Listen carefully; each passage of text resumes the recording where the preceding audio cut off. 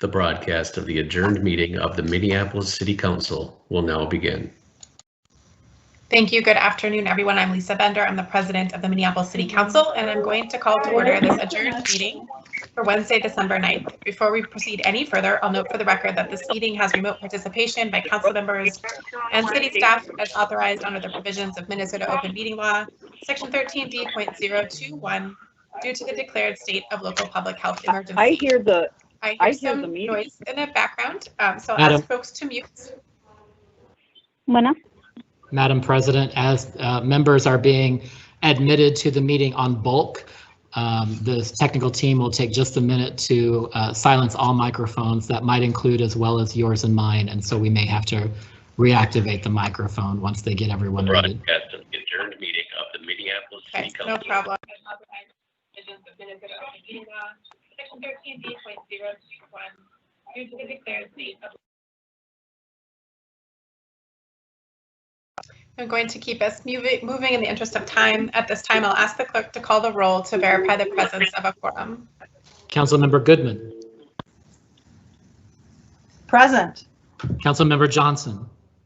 Present. Councilmember Palmisano. Present. Councilmember Gordon. I am here. Councilmember Cano. Here. Councilmember Reich. Here. Councilmember Fletcher. Here. Councilmember Schrader. Here. Councilmember Osman.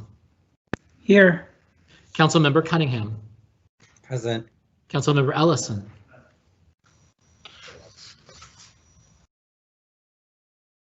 Councilmember Ellison.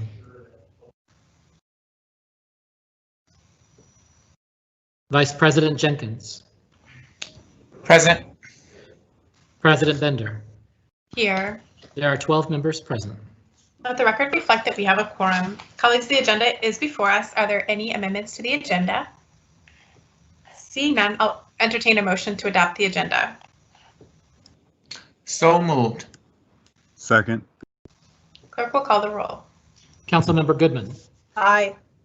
Councilmember Johnson. Aye. Councilmember Palmisano. Aye. Councilmember Gordon. Aye. Councilmember Cano. Aye. Councilmember Reich. Aye. Councilmember Fletcher. Councilmember Schrader. Aye. Councilmember Osman. Aye. Councilmember Cunningham. Aye. Councilmember Ellison. Vice President Jenkins. Aye. President Bender. Aye. There are 12 ayes. That carries and the agenda is adopted. Tonight's hearing is the third and final opportunity for the community to provide comment on the city's 2021 budget. The Budget Committee conducted a public hearing at its meeting on November 16th, and the full City Council conducted the statutorily mandated Truth and Taxation hearing last Wednesday, December 2nd. Mayor Fry presented his recommended budget on August 14th. That plan totals $1.4 billion with an increase to the property tax levy of about 5.75%. In mid-November, Hennepin County mailed out notices to all property owners, identifying the potential property tax impact of the mayor's budget proposal. A full copy of the proposed budget is posted on the city's website, and you can find everything about this meeting in our LIMS system, lims.minneapolismn.gov.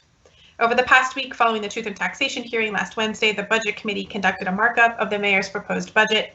A total of 18 substantive amendments and a series of technical amendments were all approved during their markup, and those have been forwarded as part of the base budget proposal for the meeting tonight. Before we open the public hearing, we'll have a very brief presentation from our budget director, Micah Intermill, about the contents of the 2021 budget. Welcome, Mr. Intermill. Thank you, Council President Bender and council members. I am Micah Intermill, City Budget Director. I'll provide a brief overview of the 2021 city budget in front of you this evening. Next slide, please. The 2021 city budget represents nearly $1.5 billion of spending. The budget is structurally balanced, meaning ongoing costs are paid for with ongoing revenues, and the anticipated property tax needs are clearly articulated in the city's 5-year financial direction found in the financial plan section of the budget book. In total, this budget is $93 In total, this budget is $93 million, or roughly 6% less than the 2020 adopted budget of just under $1.6 billion. These amounts include all revenue sources and all funds. Next slide, please. This budget required cuts in all city departments in order to live within reduced means for 2021.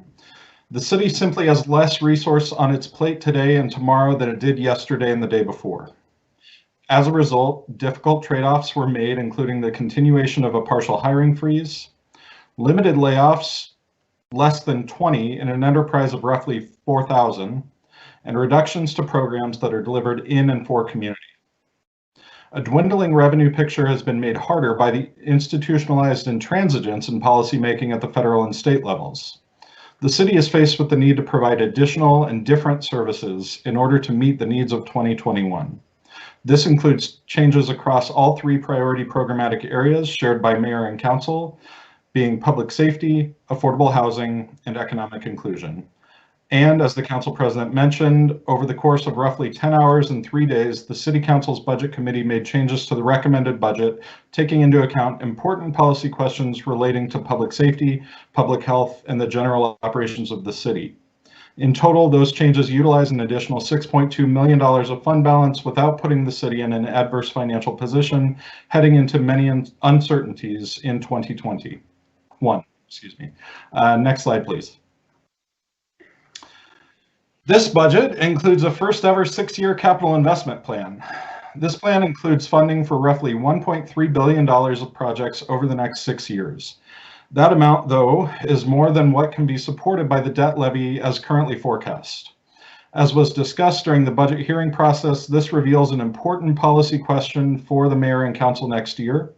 Should we pare our plans back, or do we need to put more funds to the critical infrastructure needs that make our city function?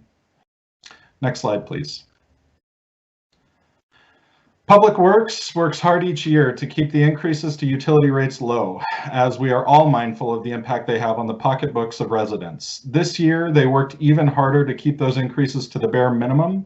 As a result, the utility rates will increase this year by $2.50 on the monthly bill seen by residential customers. Next slide, please.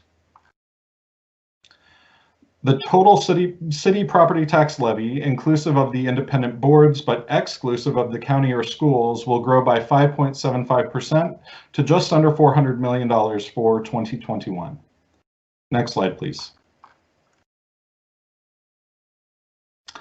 However, because of the complexities of our property tax system, by virtue of the expiration of our substantially sized consolidated TIF district, most residential property tax bills in the city will go down. This is true even as the estimated market value of a median-sized home increases by $17,000 or 6.4%. If that median valued home didn't see an increase in its value this year, the taxes would have gone down.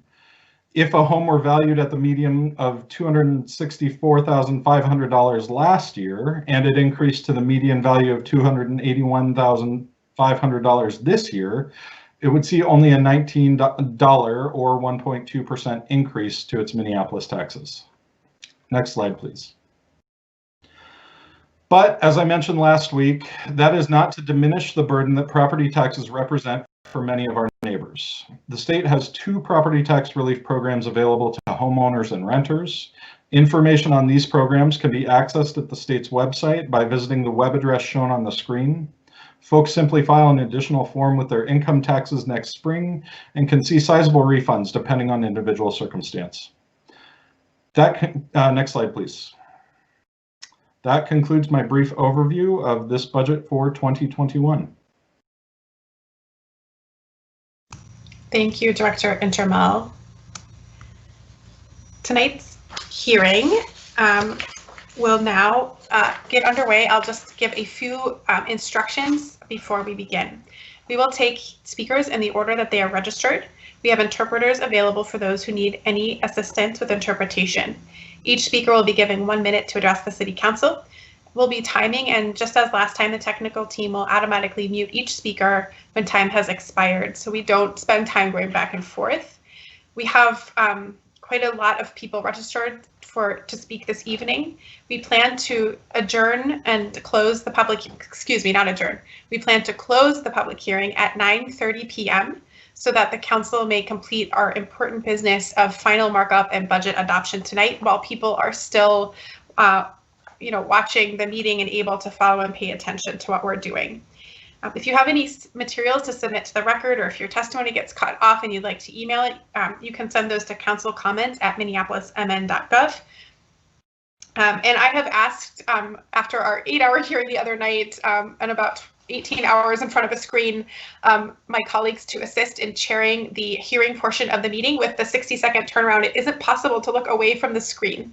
So it's one of the impacts of the virtual environment that doesn't exist when we're in City Hall together. I will begin the hearing and chair the first hour. Then I'll turn it over to Council Vice President Jenkins. Councilmember Palmisano will take an hour, Councilmember Fletcher, the chair and vice chair of our budget committee, and then I will return back to chair the end of the hearing and the remainder of the meeting. So thank you to my colleagues for assisting in that part of this work. With that, we're ready to open the public hearing. I have the list of speakers here, and speaker number 1 is Hassan As-Sadiq. We'll then go to Caleb Rollins, Megan Swadova, Allison Casa, and Elena Leomi. You'll need to push *6 to unmute, and then you may begin your testimony. Welcome. So caller number 1 is Hassan As-Sadiq.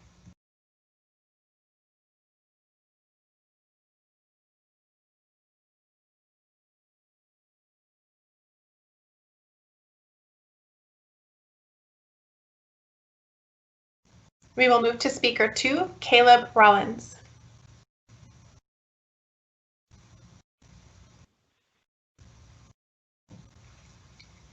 With just a reminder to push *6 so that you can unmute. Hello, Speaker. my name is Welcome. Caleb Rollins. I live in Ward 12 near 38th and Cedar. I support the people's budget because I believe it brings us much closer to being a life-affirming city, a community where all people have access to quality housing, education, healthcare, food, mental health supports, and everything else they need to live abundant lives and be safe. Perhaps you're just afraid of the unknowns that come on this path towards a more peaceful world. So I'll encourage you with some words from my Lutheran faith tradition and the theologian Dietrich Bonhoeffer. Peace is the opposite of security. To demand guarantees is to mistrust. To look for guarantees is to want to protect oneself. I hope that you council members want to provide peace and protection for all people, not just for a privileged few or for property or political power. The Safety for All plan is a small first step towards this type of peace. I encourage you to continue your support of it, and I urge you to go even further. Support the people's budget.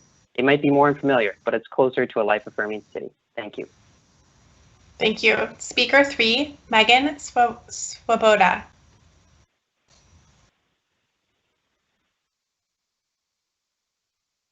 Hi, my name is Megan Swoboda, and I'm a homeowner in Ward 12. I, like many, was at Powderhorn Park this June when many of you, including Andrew Johnson, committed to truly rehauling community safety and admitted that MPD is beyond reform. And you told us all to keep you accountable in keeping your word. So I'm happy to see you kept Safety for All in the markup on Monday. Thank you. That was the right thing to do. Stick to it and have our backs. But real safety is going to take real change. I urge you to pass the people's budget and stand with the people, not Jacob Frey. We are your bosses, not him. And as a white woman, I recognize that policing was set up originally and still operates to this day to criminalize Black people in the name of protecting white women. And I will not allow you to keep doing this in my name.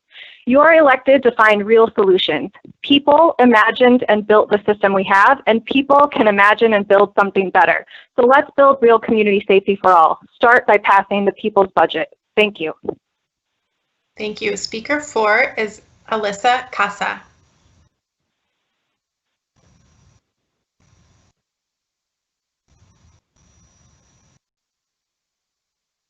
We'll then have Elena Leomi, Allison Bross-White, Aaron Anderson, and Gregory King. Speaker 3 is Alyssa Casa. Speaker 4 is Alyssa Casa.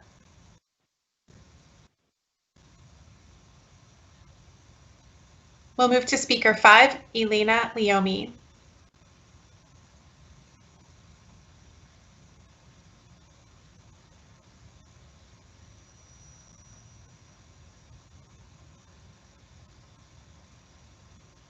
Speaker 6, Allison Rose White.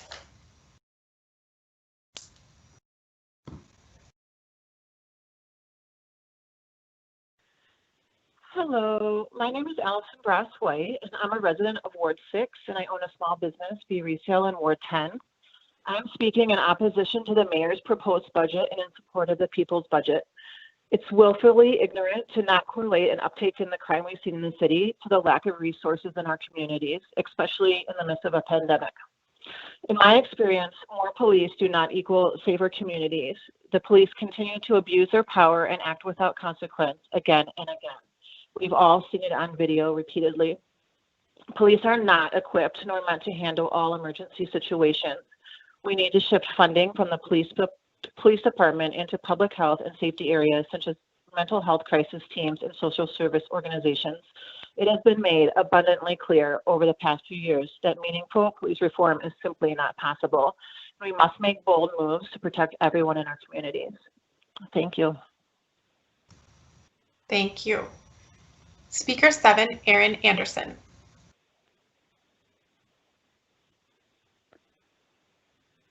Hello. Welcome. Hello, my name is Erin Anderson, and I live in Ward 7.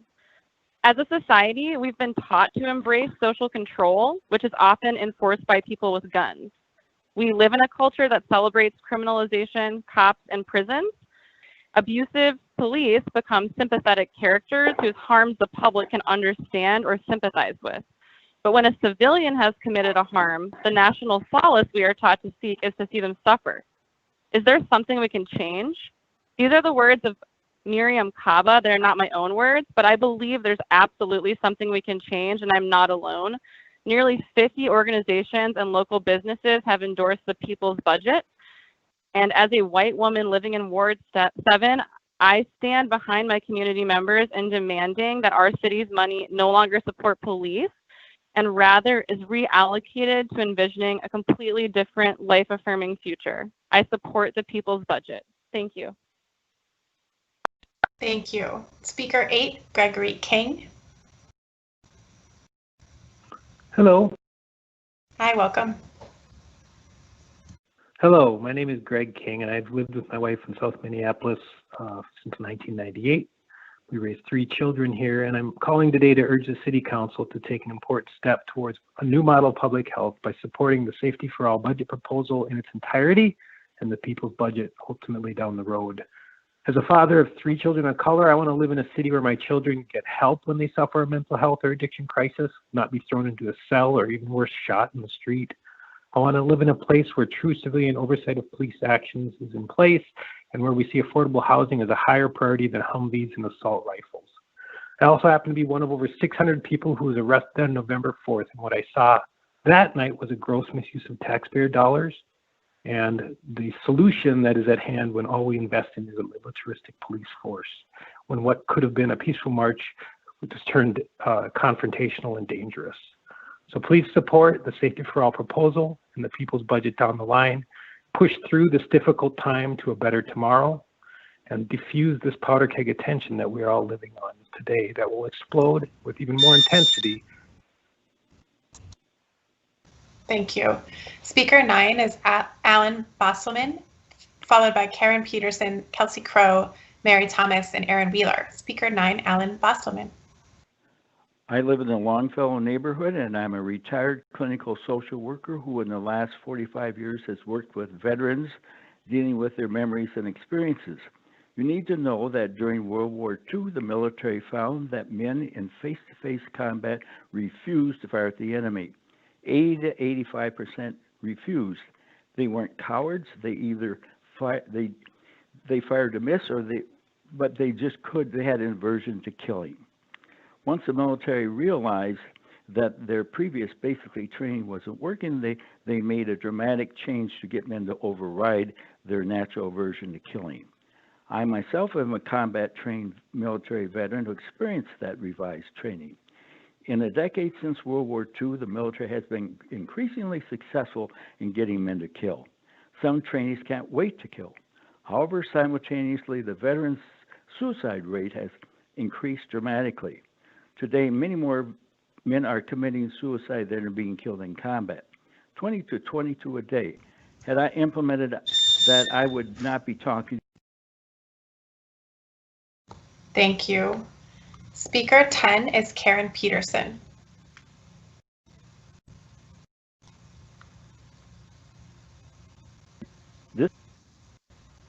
Hello, can you hear me? Yes, welcome. Okay, well, when I testified last time, you couldn't hear me, so I wanted to make double sure you could hear me today. My name is Karen Peterson, President, Gender Council members. Thank you for this opportunity. I live in Ward 3. I want to talk to you about a serious crisis facing Minneapolis, youth and child homelessness. For too long, they have been undercounted and overlooked. This fall, Minneapolis released a horrifying report, the Minneapolis Public Schools, indicating that nearly 4,000 Minneapolis Public School District youth experienced homelessness in the 2019-2020 school year.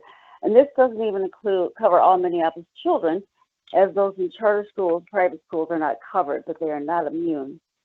When funding is allocated to homeless programs, it is designed to meet the needs of an adult population. The youth are not considered, and many of their needs go unmet. Finally, my ask, please allocate sufficient funds specifically directed to and support the youth population. Request $3.5 million from the Affordable Housing Trust Fund and direct them to 1, invest in programs that support and invest in our. Thank you. The next speaker is Speaker 11, Kelsey Crow.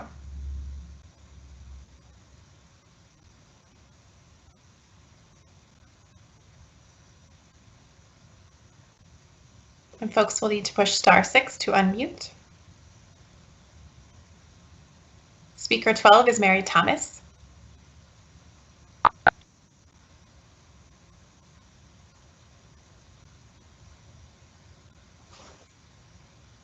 My name is Mary. I'm a medical student at the University of Minnesota, and I live in Ward 3 near Beltrami Park. I'm here to amplify the work of others who have put together the people's budget. I would like to ask today that the council consider passing Safety for All as it's written. I appreciate you pushing that through this week, but I would like to see it pushed to the finish. And additionally, please pass the people's budget. As a healthcare worker, my favorite part of the people's budget is the shifting of funds to healthcare resources, especially during this pandemic. Thank you. Thank you. Speaker 13 is Aaron Wheeler.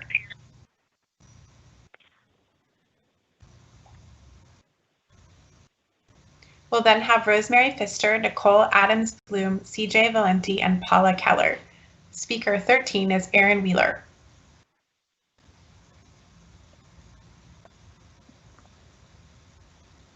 Speaker 14 is Rosemary Pfister.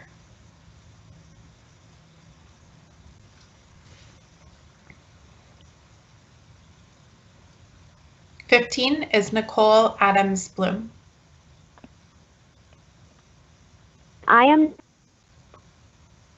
Yes, welcome. I am a Longfellow resident and a member of Isaiah, NAMI, and the Church of St. Cecilia. I'm here tonight to support the City Council in passing the Safety for All budget plan as amended. 1 year ago last week, I was appointed by Hennepin County Court as the legal caregiver for a young woman who suffers from a severe mental illness. In the 15 years before that, I ran interference for her with the police and court systems, and it was only after 6 psychiatric hospitalizations, 3 assaults on family members, police interactions, that the court finally agreed to intervene so that I can oversee this woman's mental health care. This is a young woman with a committed middle-class family, 2 parents who worked in the mental health field, and despite all the police calls, her parents allowed her to live at home until about 5 years ago, when due to their age, I agreed to take her permanently without compensation. Extensive NAMI classes, joined family support groups. I did everything possible to learn about the resources available to help, and it is shocking. Thank you. And please feel free to submit the full testimony to the clerk. And you can see that email address is flashing on the screen. That will bring us to speaker 15, Nicole Adams Bloom. Extremely active would be one of the hundreds of mentally ill people living with capacity, accessibility, and safety issues. Yes, thank you for your testimony. We have to cap folks today so that we're able to get to as many people as possible. Speaker 16 is CJ Valenti.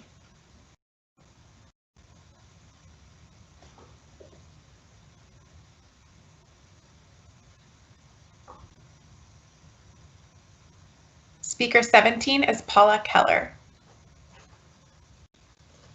I've lived in. Welcome. Can you state your name? Oh, my name is Paula Keller. I've lived in Minneapolis for 41 years and the Bancroft neighborhood since 1996. One thing we can feel good about, the conversation we're having now would not have happened in 1979. In 1979, when there was a crime wave, the only solution was to get more officers on the street. I believe there are good intentions on all sides. We all know change is absolutely necessary and it must happen. As a resident, these are my perceptions. The details for the proposed changes are vague. In the middle of a crime wave, that makes me uneasy. Public education and buy-in are important. The city has received $5 million in private contributions to transform our public safety. We could use the coming year to clarify the new plans and get the necessary agencies in place. The public should be educated along the way so there's more comfort when the changes actually take place.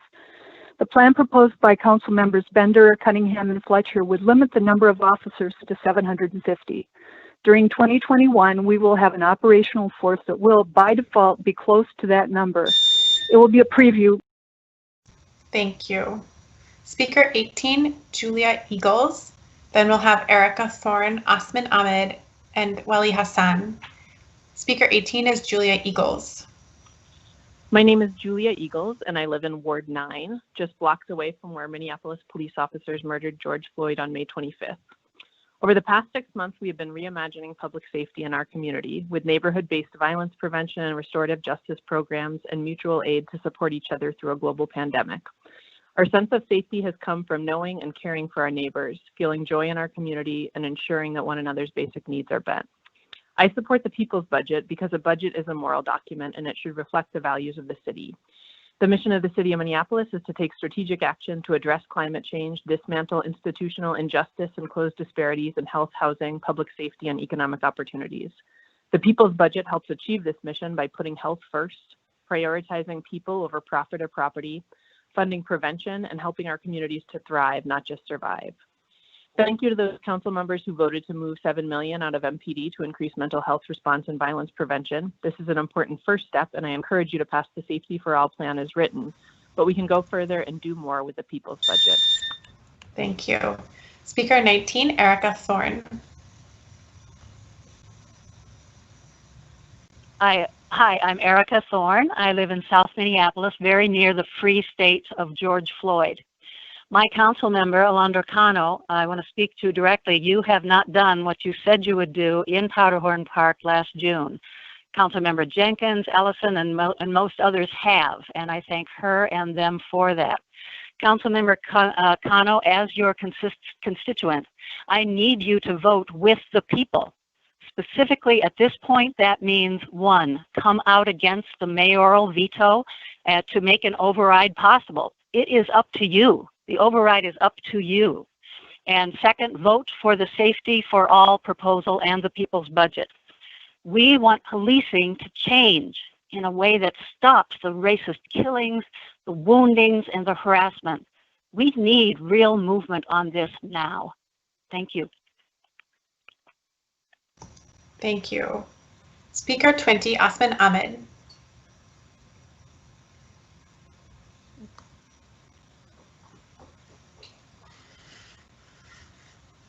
Speaker 21, Wali Hassan.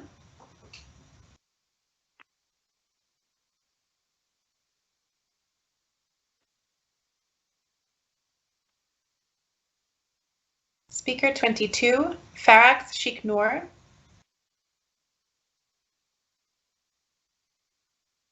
We'll then have Jean LaFontaine, Michael Singer, Alice Madden, and Jeffrey Strand. Speaker 22 is Farax Sheikh Noor. Speaker 23, Jean LaFontaine. Hello, can you hear me? Yes, go ahead. Hello, can you hear me? Yes, go ahead. Okay, fantastic. Hey, my name is Jean LaFontaine. I'm an organizer with Isaiah. I'm calling today. Look, just writing in the chat. Thank you all for. back in the summer, the city council made a promise that they were going to transform public safety in this city. As a Puerto Rican man, there's not a day where I don't absolutely feel terrified in this city because of the Minneapolis Police Department. I am sick and tired of fearing for my life when I go out to run at night. And I just want to say a lot has happened since the summer, and the city council has taken steps in terms of raising the safety for all budget proposal. And I want us to actually commend that. But I actually think that that's what the passage of that proposal is what's necessary for us to be able to move towards a society in this city where Black and brown people such as myself are valued and taken care of. I want to also say that it is fully within the mayor's power to veto that, and he should not do that. Doing so would be a contravention of the design. Thank you. Speaker 24, Michael Singer.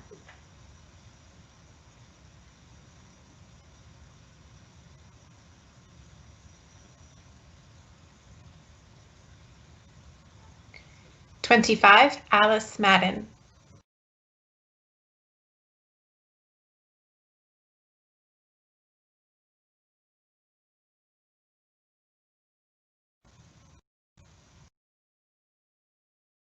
(26) Jeffrey Strand.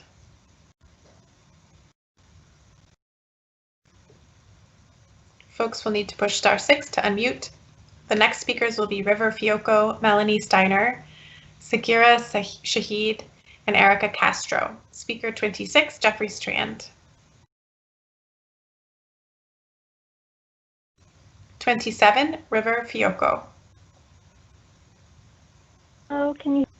Yes, go ahead. Hello, can you hear me? This is River Fiacco.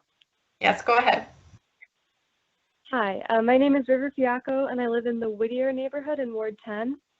I wanted to voice my support for the Safety for All budget plan as a first step to building a better public safety system.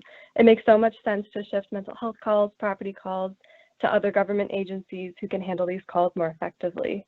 So I asked the City Council to pass the budget as amended, and I urge the mayor to withdraw his threat of veto because that stands against what the people want. And if possible this evening, I would encourage the City Council to look at the people's budget proposal to take a step further in enacting the budget that the people want to see to make our city safer. Thank you. That's it. Thank you. Speaker 28, Melanie Steiner.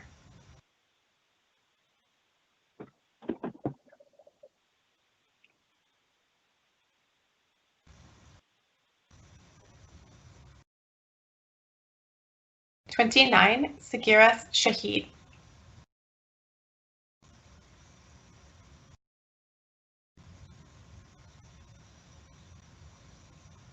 30, Erica Castro.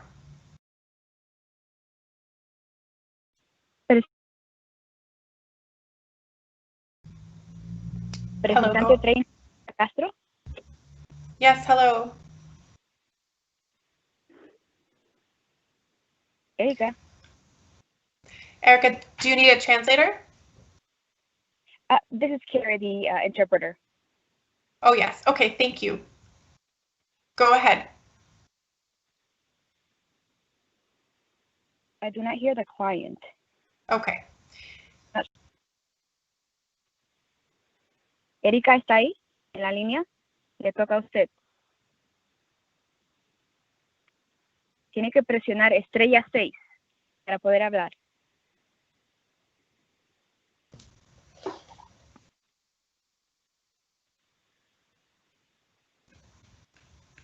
¿Ya? Sí. Ya está. Ya, mi nombre es Erika Castro Vázquez y soy miembro de CETUR. ¿De dónde? Thank you. Welcome. Excuse me, sorry. For the clerk, please don't mute after 1 minute. We'll give a little extra time for the translation. We usually do double the time. Thank you. Go ahead. ¿Puedes repetir, por favor, Erika? Sí, mi nombre es Erika Castro Vázquez y soy miembro de CETUR. My name is Erica Castro Vasquez and I'm a member of CETUL. Y yo he estado en varios lugares de trabajo. And I've been in a little places working. Y en varios trabajos me han robado.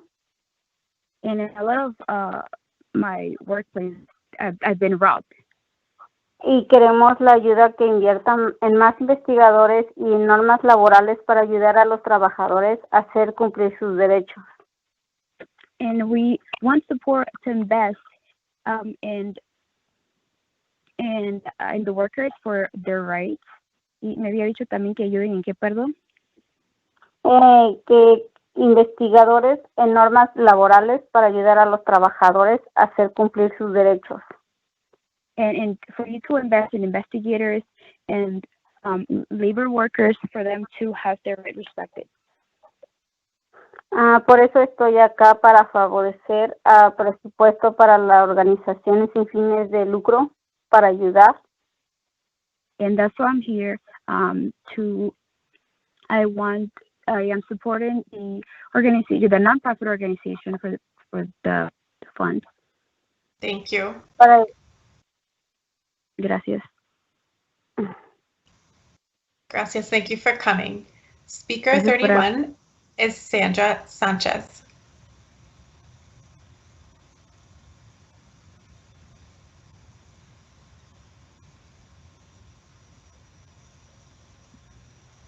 Hola, Sandra.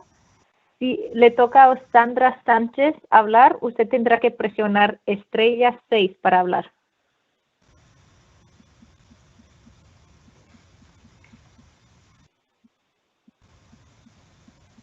¿Está ahí Sandra Sánchez?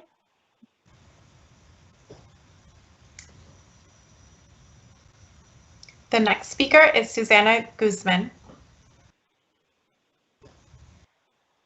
Si Susana Guzmán está presente, presione estrella 6 para hablar.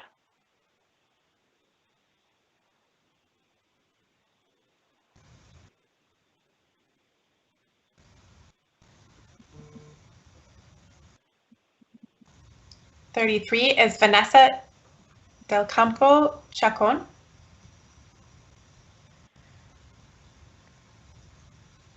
Vanessa del Campo Chacón, si está presente, por favor presione estrella 6 para poder hablar. ¿Sí? ¿Me escucha? Sí, yo te escucho. Perfecto.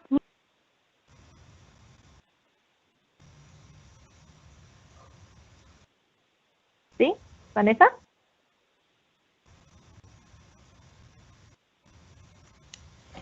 And just for folks listening, this is our translator asking the folks to speak and giving instructions of how to unmute.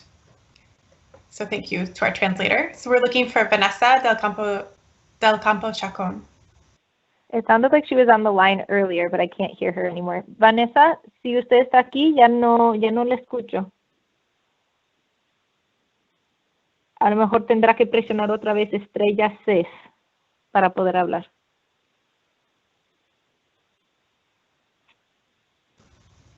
Okay, thank you. We will move on. If we're missing folks, we can come back, and thank you again so much to our translator for your services. Speaker 34. I'll just interpret that part in case Vanessa can still hear you. Thank you. Great. Vamos a seguir adelante. Si usted puede hablar más tarde, podemos volver a darte tu turno. Gracias. Okay. Oh, ¿Vanessa? ¿Vanessa? ¿Sí?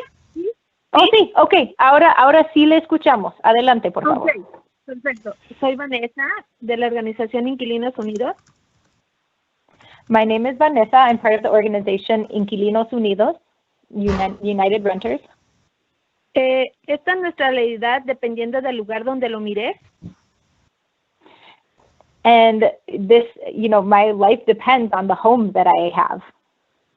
Familias perdiendo sus hogares. There are families who are losing their homes. Perdiendo sus hogares y sus trabajos. They're losing their homes, they're losing their jobs. Y creo que debemos priorizar y preguntar. And I think we should prioritize and ask. ¿Qué debemos hacer para que nuestras comunidades no sigan segregadas? What do we need to do so that our communities do not continue to be segregated? Desplazadas en cuestión de vivienda. And displaced from their housing. Y que los recursos sean canalizados. And that resources should be channeled. Donde realmente los necesiten. Where they are really needed. Necesitamos un cambio urgente ante la adversidad en vivienda. We need an urgent change around housing. Nuestras familias y comunidades están sufriendo. Our families and our communities are suffering. Y creo que esos recursos no deben de ser debatibles. I think these resources should not be debatable. Son de prioridad absoluta. They are an absolute priority. Brindarle una apertura a un proyecto como TOPA. And so if there's an opening, if there's a project, nos permite respirar aire puro para el inquilino. That allows us to breathe fresh air as renters. Una solución que queremos dar más recursos. One solution is that we want to give more resources. Thank you. A la comunidad. To the community. Thank you so much. We've given our time double to folks with translation, and we can also welcome comments by email as well. Thank you again to our translator and folks who have come to speak. We will move to... Muchas gracias. Hemos dado tiempo doble a las personas que usan intérpretes y pueden dar más comentarios en forma escrito y gracias a las intérpretes. Thank you. We'll move to speaker 34, Peter Thompson. Hello, thank you. Madam President and council members, my name is Peter Thompson. I live in Ward 9 in Powderhorn. Right after the police murdered George Floyd, during the unrest in our neighborhoods, I told myself, a white guy, to remember the fear that I felt due to the white supremacists who were roaming about our city. The reason I wanted to remember was I knew that feeling of fear I felt was an ongoing and daily occurrence for my neighbors of color, a fear that would remain for them after the unrest ended and the MPD remained. Our police have not ensured public safety for all of my neighbors and fellow citizens. Experience and history shows us that they never will. Let's ensure that our citizens of color can live their lives free from the threat of criminal violence and free from the threat of police violence.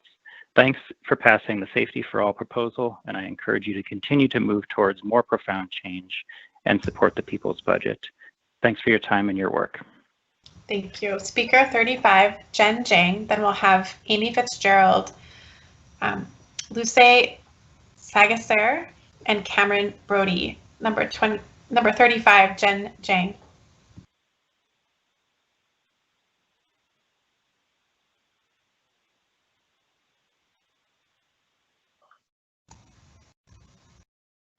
(36) Amy Fitzgerald. Hello. Welcome.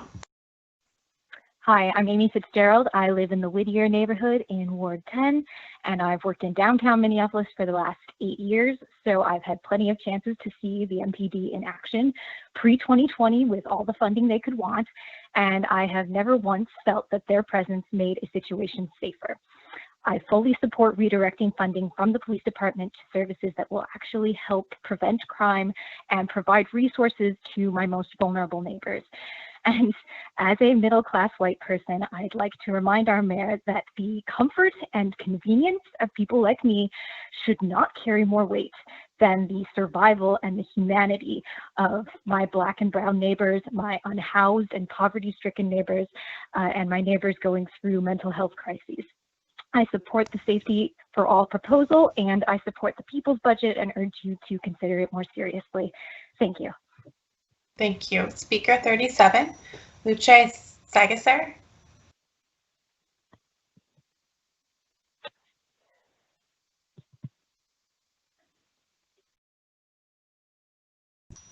Speaker 38, Cameron Brody.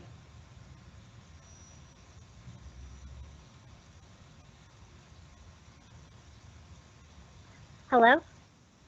Yes, welcome. Hi, my name is Cameron Brody. I live in Ward 10 in Whittier. I appreciate that most of my neighbors have expressed support for the people's budget and safety for all. We recognize that the MPD is a force of violence. People's perceived feelings of safety cannot take precedence over the actual safety of Black and brown people. More police do not make us safer.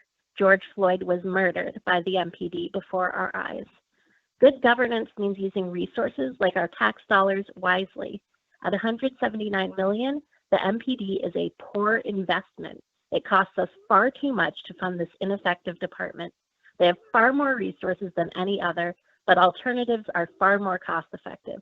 The pandemic has exacerbated the issues of folks experiencing houselessness and food insecurity, young people without services, and more. For the sake of good governance, we must divert funds to helping our neighbors, not the MPD. And Mayor Fry, you should not veto this budget. Thank you. Thank you. It's muted. Speaker 39, Emily Wade. Hi, I'm Emily Wade, and I live in Stevens Square. At last week's hearing, we heard a lot about fear. And I'm not going to say I've never been afraid in Minneapolis before, because that's not true. I'm privileged to walk through our city, not afraid that a police officer will kill me. And there are many times that I've been afraid that someone driving a car will kill me while I'm riding my bike. And I've been afraid for my safety while I was living with a partner who only knew how to cope with their trauma by being physically violent and destructive. Neither of these challenges are solved by police, but there are solutions for both in the people's budget. I'm excited by the Safety for All amendments and the $1 million in funding for Vision Zero. And I'm even more excited that the strength of our community will push you farther next year. Thank you. Thank you. Speaker 40, John Shanahan. Then that will be followed by Karen Linetti, Glenn Chavez, and Christian Ray. Speaker 40, John Shanahan. Hi, this is Nick Mill with Neighborhood and Community Relations, reading for John as an ADA accommodation. Quote, my name is John Shanahan and I live in Ward 4. I'm here to ask that you give our police chief the freedom and flexibility to do his job. It is premature and irresponsible to guess today what the size of his police force should be 3 to 5 years from now. Wait for the independent staffing study that you funded and is due next year. You have no plans for transitions, which is a recipe for disaster.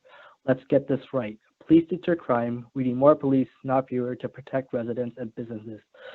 We know your arbitrary crap is veiled to defund, downsize, abolish policing in our city. You are putting my safety at further risk. Mayor Fry, I support your veto of this budget if the city council continues to handcuff our police chief and place our lives in further danger. End quote. Thank you. Speaker 41, Carrie Linetti.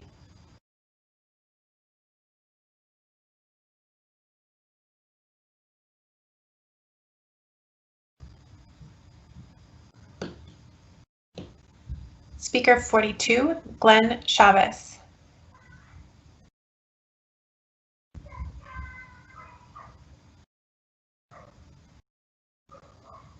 Hi, my name is Glenn Chavez. I'm a leader with BDCC. First and foremost, I want to thank the city council members for their leadership, voting for safety for our budget by majority vote. But what I want to do is highlight some of the things that will make a significant change if we distribute these funds properly, like social programs to ensure safer and more comfortable living situations, housing for the homeless, child care assistance for single mothers who can afford it, educational programs and services for the challenged youth and children with IEPs, drug addiction programs and AA programs, as well as more recreational programs for children in the community will help as well. Get them out of the house and get them doing something positive and new, just giving them the opportunity to see different things. Most importantly, maybe change the hiring process or enhance the training methods of these officers so that when we call them for help, they actually know how to show up and protect us rather than neglect us, and serve us rather than curve us. I've been George Floyd plenty of times, face down in a cold Minneapolis street with a knee in my neck. We will not stay quiet for any more insubordination. I speak on behalf of the people of Thank you. Speaker 43, Christian Ray, then Isaac Spector, David Gooch, and Mackenzie Karen. 43 is Christian Ray. Hi, can you hear me? Yes, go ahead. Hi, my name is Christian Ray, and I am with Isaiah and BBCC. For many years, and most egregiously since George Floyd's murder, the Minneapolis Police Department has lost the trust of the people of our city.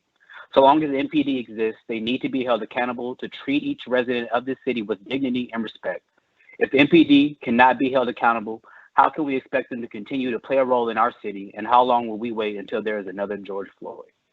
For too long, the trauma and fear that Black and brown people such as myself face when it comes to policing has been overlooked, and the passing of this Safety for All and People's budget is the first step to finally feel like we've been heard. This is our opportunity to put the people back at the forefront. And for the record, I am totally against Mayor Fry's vetoing this budget. The time to move is now, and we mustn't ignore the people anymore. Thank you.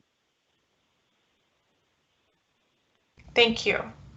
Speaker 43, Christian Ray.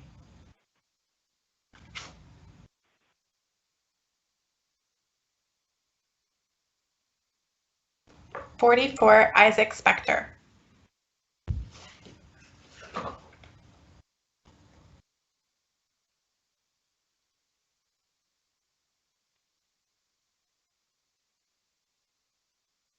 (45) David Gooch. Folks will need to push *6 to unmute.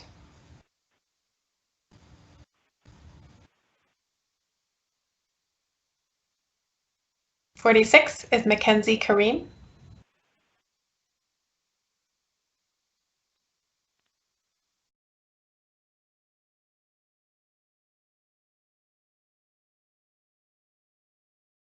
(47) Brian Finelli.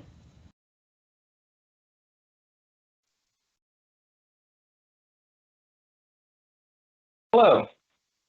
Hi, welcome. My name is Brian Finelli. I'm a Ward 8 resident and a board member on the Bancroft Neighborhood Association, and I'm calling today to express my support for the people's budget and the broader work of defunding the police, for which most of you have already expressed support. This summer, a Minneapolis police officer murdered George Floyd in cold blood, joking with his fellow officers as he choked the life out of an innocent Black man. Afterwards, MPD Communications quickly released misinformation about the murder as an attempt to absolve themselves of guilt. And when that didn't work, the police engaged in open rebellion against city leadership and residents rather than holding one of their own accountable. There is no saving or reforming a system that functions this way. We all want Minneapolis to be a safe city, but the police did not make George Floyd safer. They murdered him. And because police exist to prioritize white comfort over Black and brown lives, they will continue terrorizing and murdering people of color in our city until we take away their ability to do so. Please support the people's. Thank you. Speaker 48, Lee Williams.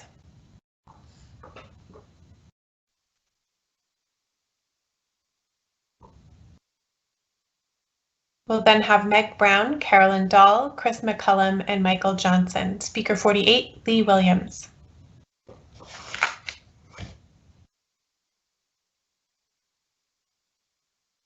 (49) is Meg Brown.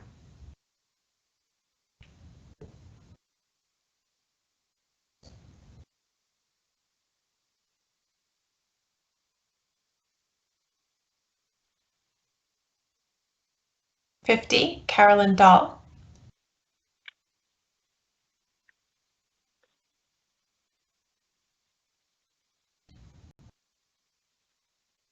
Folks will need to push *6 to unmute.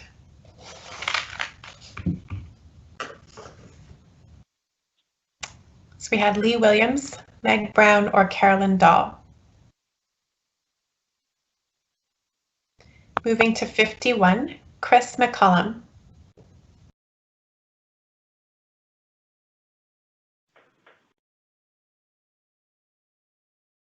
52, Michael Johnson. Hi, my name is Mike Johnson. Can you hear me? Yes, go ahead. Yeah, I'm sick about hearing about the underlying causes and solutions to crime as though there's some kind of excuse for violently victimizing people. There's no excuse for what's going on right now. And no one's carjacking or invading homes so they can feed their family. They do it because it's what they want to do. And now more than ever, they're getting away with it. We have a mayor, a council, a police chief who are all soft on crime. They've all said we cannot arrest our way out of this. So congratulations, Minneapolis. The cops aren't arresting anyone. The mayor and chief could care less about drug dealers. They get a free pass too in the midst of our worst overdose crisis in history. So people better wake up, because your activists want to get rid of prisons next while you continue your never-ending reform of the police. But I got to hand it to the council. At least you outlawed menthol cigarettes. Thank you. Thank you. Speaker 53 is Elizabeth Wrigley Field. We'll then have Janet Schmidt, Dr. Lois Foreman Jr., and Devin Hogan. 53 is Elizabeth Wrigley Field.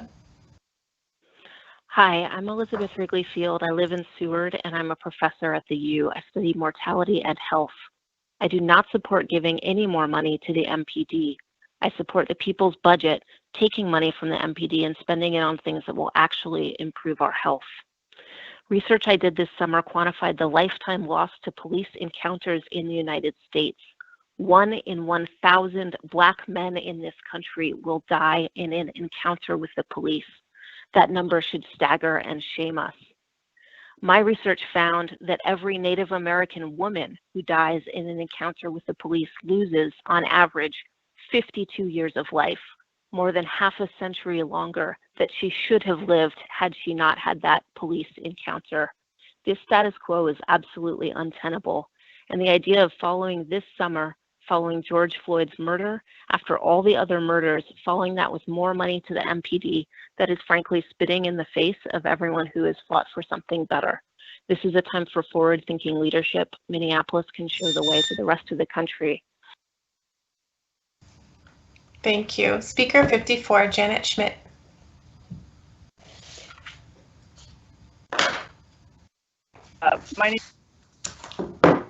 Welcome. My name is Janet Schmidt. I live in Central Neighborhood. I've lived here for 35 years. I'm a physician, and I appreciate what the previous speaker said. I'd like to make 2 points. One is that there were hundreds and hundreds, if not thousands, of people who at least explored defunding the police. That didn't get somewhere, and we are talking about $8 million to try something different. How on earth, given all the protests and all of the issues that people had, could we not set aside $8 million for something different? I would also like to say that I'm reading a book. It's called Waiting for an Echo, The Madness of American Incarceration. And I think we need to know that if we call for more police and more arrests, that we are sending Black and brown bodies into a situation that will create more problems. Mental health issues, we all know these statistics, but reading the story of a 14 or 15-year-old who's put in solitary confinement for a year, that has destroyed someone's brain. Thank you. Speaker 55, Dr. Lois Foreman Jr. Hello. Welcome. My name is Dr. Lois Foreman Jr., and I'm with Isaiah and the BBCC. As a 30-year resident of the Twin Cities and an African-American pastor here for nearly 25 years, I have had 2 direct interactions with MPD. The first occurred nearly 20 years ago and resulted in my wife and I having guns pulled on us and a gun put directly in my wife's face with the threat of her being shot. The second was just a couple of years ago and nearly became physical after I approached the police looking for assistance. They completely failed to serve and protect me.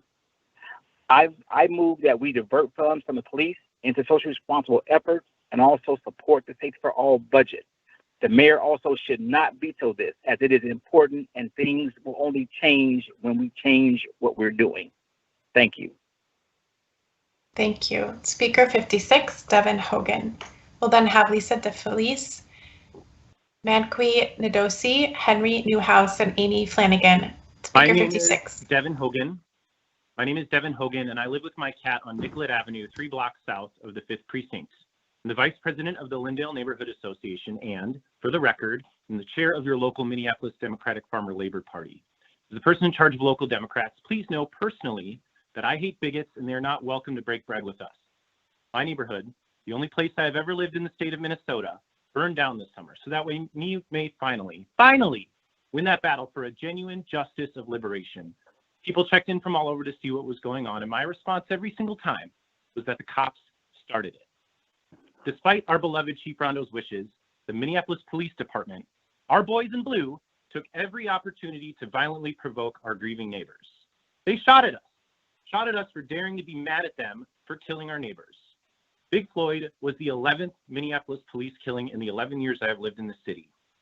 What on earth? What on earth do you think is going to happen when the boys in blue, our MPD, make it 12 for 12? It's long past time to start over and do something new. Thank you for doing the right thing.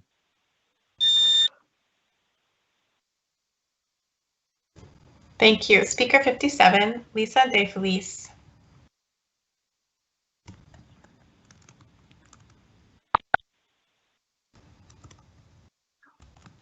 Thank you, council members, for this opportunity. My name is Lisa De Felice. I live in Ward 8, Bancroft neighborhood. I support the people's budget. I support defunding the police, as they don't need to be as militarized as they are, nor do they need to be paid for their quote-unquote services they perform when they pull the stunts like they did on I-94 on November 4th. We need to take money from the police and redirect it to social services that'll lift people up instead of incarcerate or kill them, which is what the MPD does. Addressing societal issues gets at the heart of why crime happens in the first place. People are struggling to make ends meet. We're seeing that now more than ever because we're in a pandemic, and the city, state, nor country have done a thing to help its people. If we pair defunding the police with social services to help people make ends meet, we can see this city go in a positive direction and give George Floyd's death some meaning. I urge you to support what you committed to in Powderhorn Park this summer. Stand up to Mayor Frey and support the people's budget. Thank you. Thank you. Speaker 58, Manque Nadosi.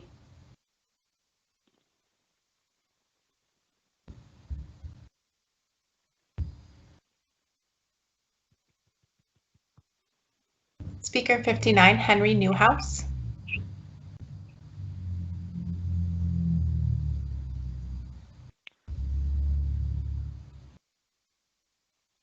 Actually, hello.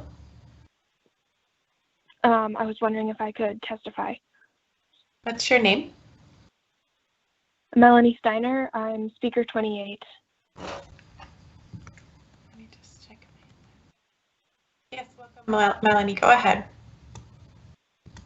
So hi, I am a student at the University of Minnesota and longtime resident of Minneapolis, and I support defunding the police. I support the people's budget, and I just want to say that I've been hearing a lot of very emotional responses coming from a place of fear, and I don't think that we should respond in that way, and instead we need to use logic and real solutions to make this city safer, and we need to stop with the Band-Aid issues of just the easy fix.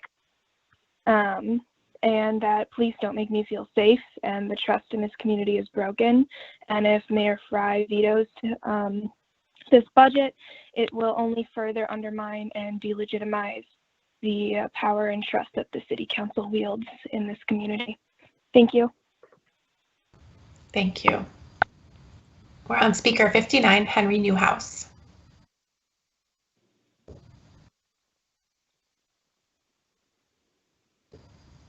'60 is Amy Flanagan, then Emily Mauder, Will Roberts, and Tom Schaefer.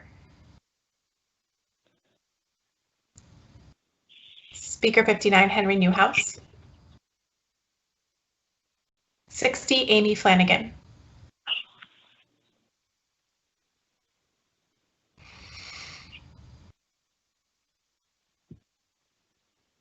'61, Emily Mauder.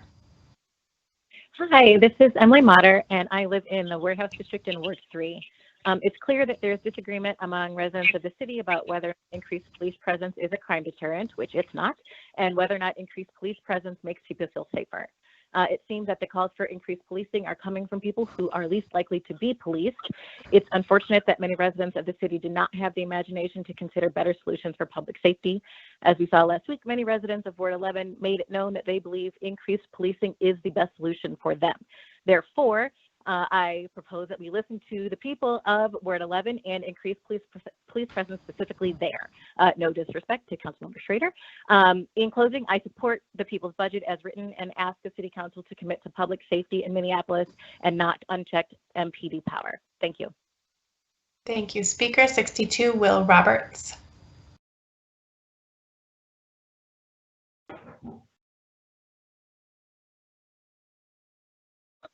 Hello, my name is Will Roberts. I'm a current resident of Ward 12, and I grew up in the Longfellow neighborhood.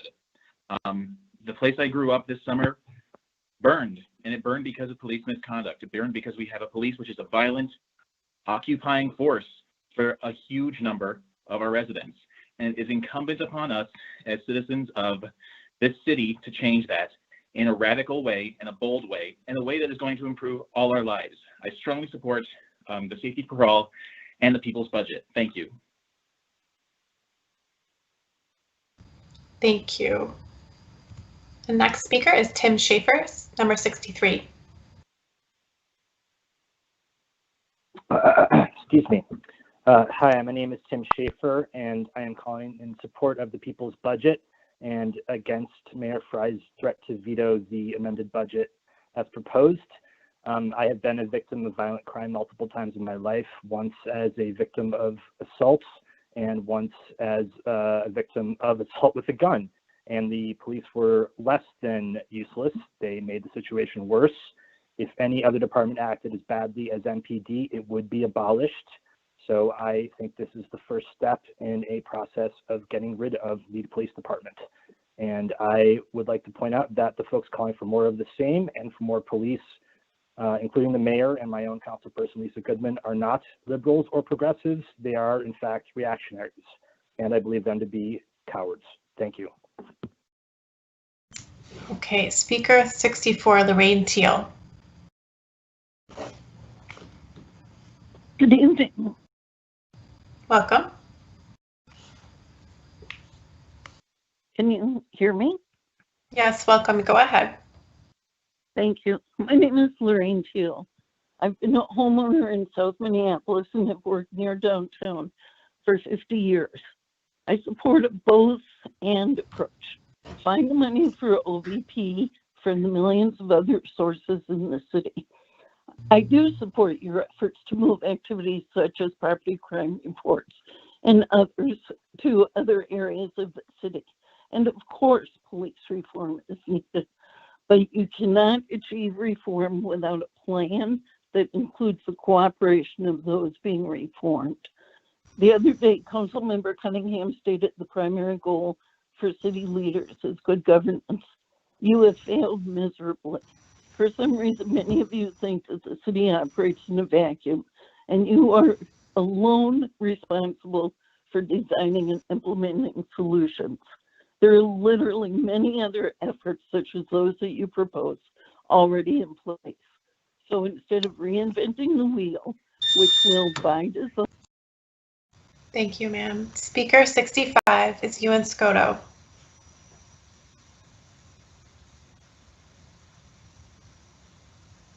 Then we'll have Melissa Coe, Ariana Feldman, and Aaron Lynch. 65.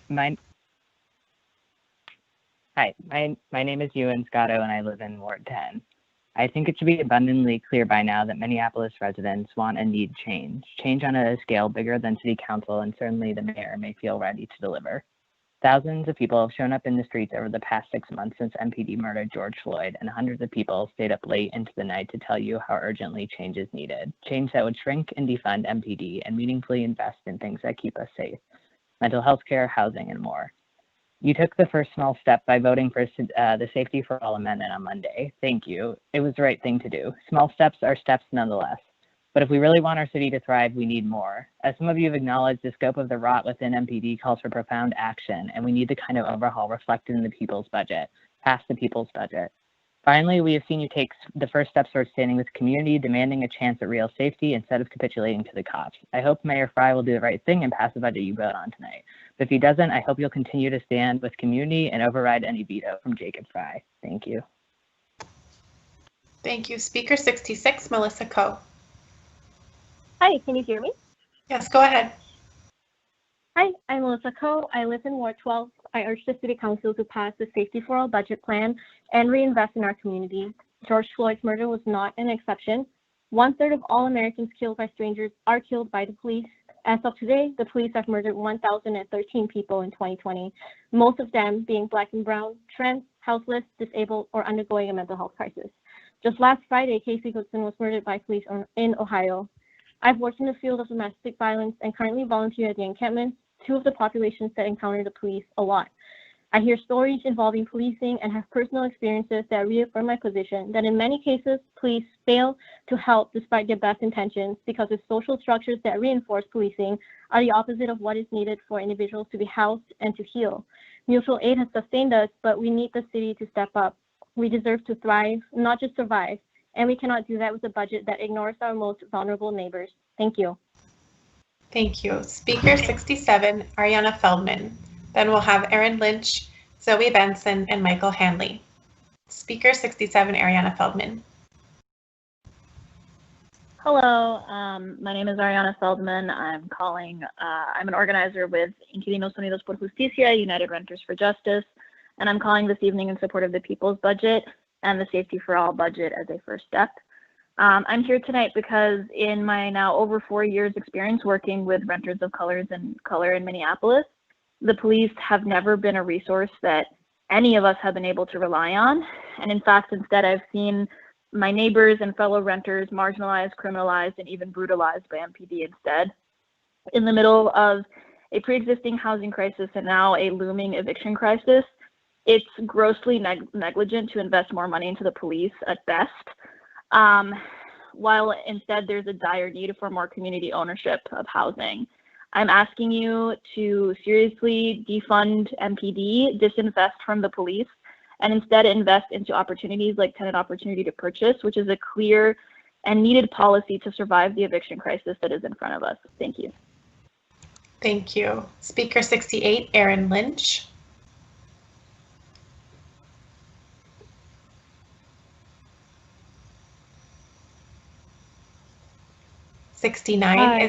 Oh, yes, welcome. Sorry, it took a second to unmute.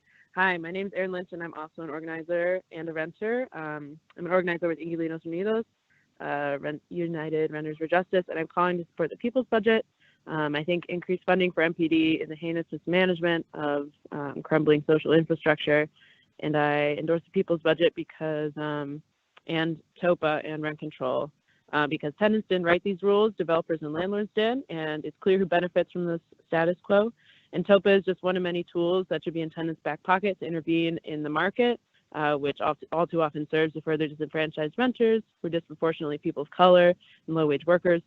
And the market's housing solution to this depressed economy and massive job loss is going to be eviction, displacement, homelessness, and the police are those who carry out these things, especially eviction. And City Council has an opportunity to make Minneapolis a welcoming place for folks and workers like me and people of color that I work with in my organization. And I'm really calling on y'all to do the right thing here and ask you who you represent, if you're going to represent the few who run the game or the many like us. Thank you. 69 is Zoe Benston.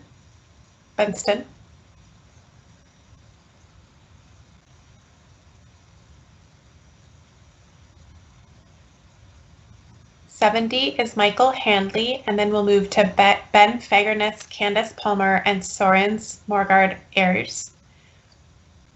70 is Michael Handley. Hello. Hi, welcome.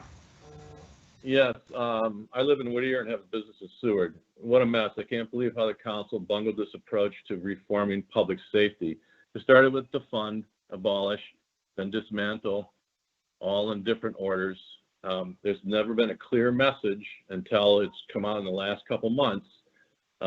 This has resulted in a completely divided citizen group. I'm against militarization of the police and would like to see this addressed. I'd also like to see the Police Federation dealt with in a way that fosters a better, responsible police force. I am for the both and. I would like to see Mayor Fry's budget proposal passed. I speak for support to the chief and the budget he says he needs to do public safety. If you can't back the chief, then fire the chief and get another one. See who you can actually get, who would want to work with you. That's it. Thank you. That brings us to speaker 71, Ben Fagerness. After the next speaker, I will turn the chair over to Council Vice President for the next segment of the hearing. 71 is Ben Fagerness.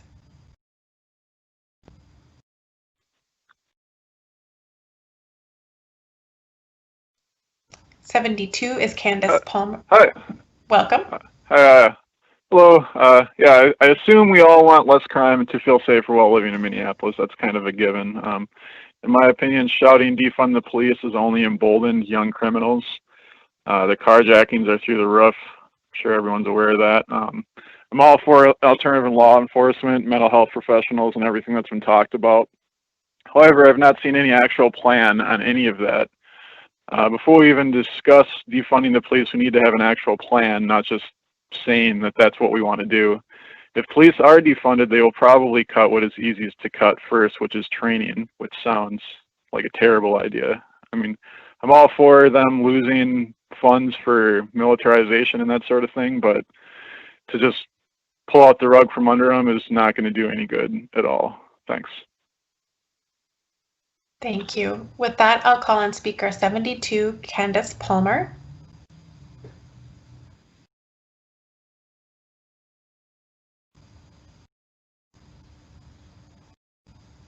'73, Soren Smorgard Ayers.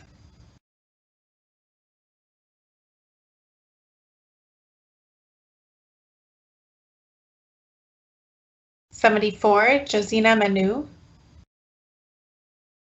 Hi. Welcome. Go ahead. Hi. My name is Josina Manu, and I've lived in Ward 9 for 12 years. I'm asking the City Council to pass the People's Budget. Many of my community members have already spoken eloquently about the harm that the police bring to, and the violence they bring to our community. So I won't go down that lane, but I do applaud the council members who voted in support of the Safety for All budget and those who voted to lower the number of police forces.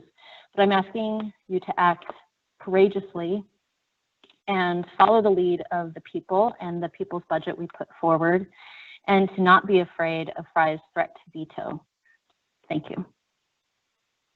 Thank you. I will now turn the chair to Council Vice President Jenkins for the next segment. She'll chair for a while and then turn over to Councilmember Palmisano next. Thank you. Good evening, everyone. The next speaker is Ashley Bolden. Number 75, Ashley Bolden.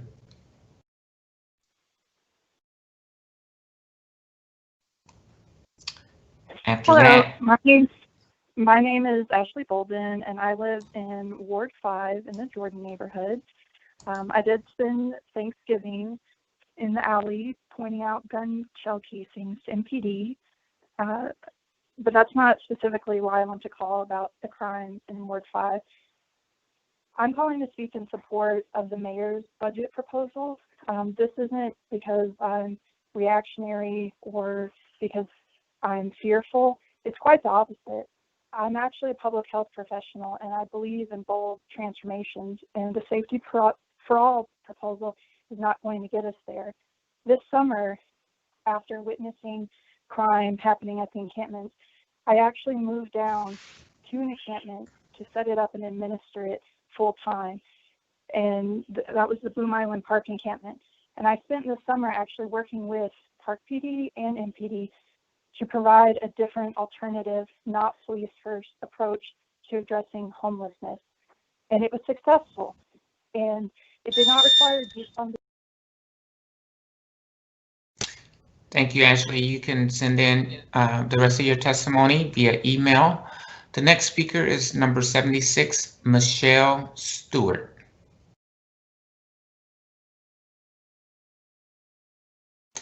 press *6 to unmute yourself. Number 76, Michelle Stewart. Number 77, Dr. Joan Elder.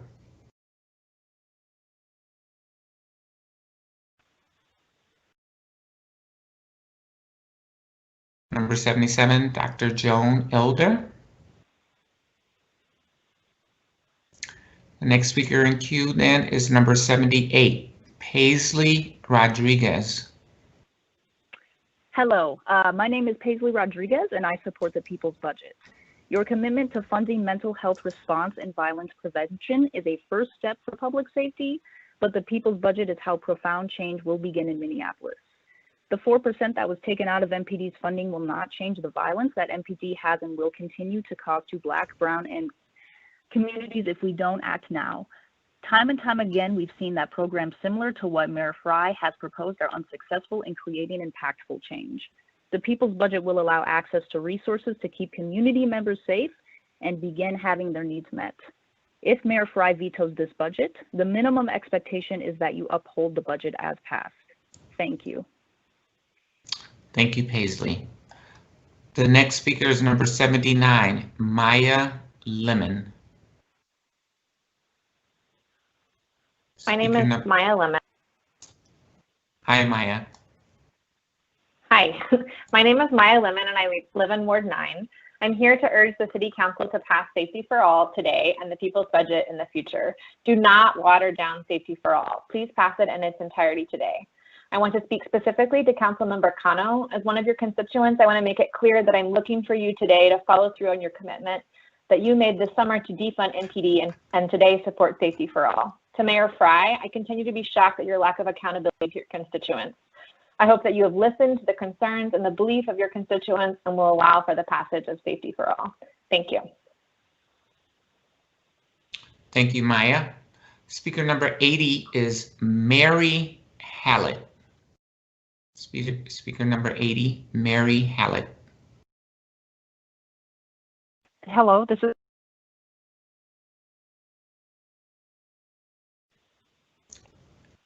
Hello. Hello.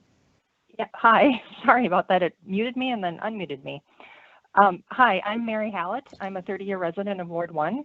I believe the police department has a cultural issue and is in need of serious reform. However, neither the People's Budget nor the Safety for All plan address this problem. Anyone who believes a punitive reduction in the police department's budget and a shift in their duties will resolve the underlying issues within the police department is misguided. Neither the People's Budget nor the Safety for All plan have tangible goals or targets to reduce crime, which is running rampant now. We cannot ignore this fact. I implore the council to collaborate with the police department and the mayor rather than this posturing behavior. Spend the time to develop a comprehensive plan which addresses short-term and long-term issues. Let's take a both-and approach. Thank you. Thank you so much, Mary. Speaker number 81 is Chris Parsons. Speaker number 81, Chris Parsons. Good evening, Madam President. My name is Chris Parsons and I reside in Ward 10. I'm calling in support of Mayor Frey's budget as it pertains to public safety. Madam President, Merriam-Webster defines brinksmanship as the art or practice of pushing a dangerous situation or confrontation to the limit of safety, especially to force a desired outcome. Even the casual observer can see that this is a tactic being deployed by those on the council who wish to push this budget through. Your plan to defund the police department during a pandemic-fueled rising crime is irresponsible. At best, I've watched the council rush debate of this public safety budget. The data you are basing your concepts on are from research that is very limited and data that is cherry-picked. I support many of your goals, but you need to take it back to the drawing board and allow for more or allow for proper amount of input and deliberation. This is what we expect and deserve from the Minneapolis City Council. For members that have not weighed in this debate substantively, now is the time to do your job. Thank you, Chris. And you can send in your complete comments via email. The next speaker is number 82, Jazanae Patterson.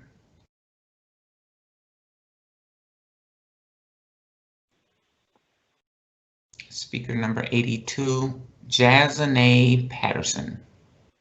I'm Jasmine Patterson. I'm a recent graduate from the University of Northwestern St. Paul. I currently work for Black Women's Wealth Alliance, founded by Kenya McKnight. Black Women's Wealth Alliance is a member of the Minneapolis Forward Coalition to help create a legislative agenda to rebuild, recreate the city. This is not led by the city of Minneapolis. This is led by community members. The Minneapolis Forward Coalition is dedicated to creating a more holistic approach to design a safe, healthy, and vibrant community.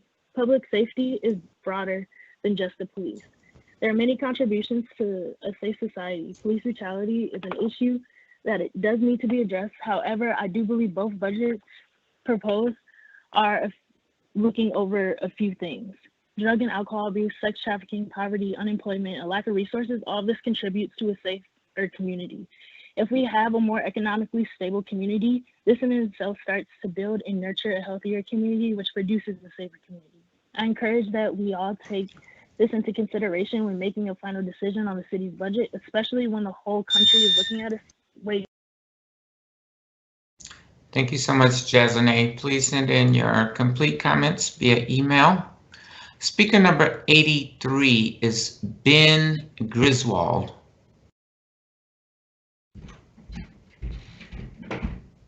Speaker number 83, Ben Griswold.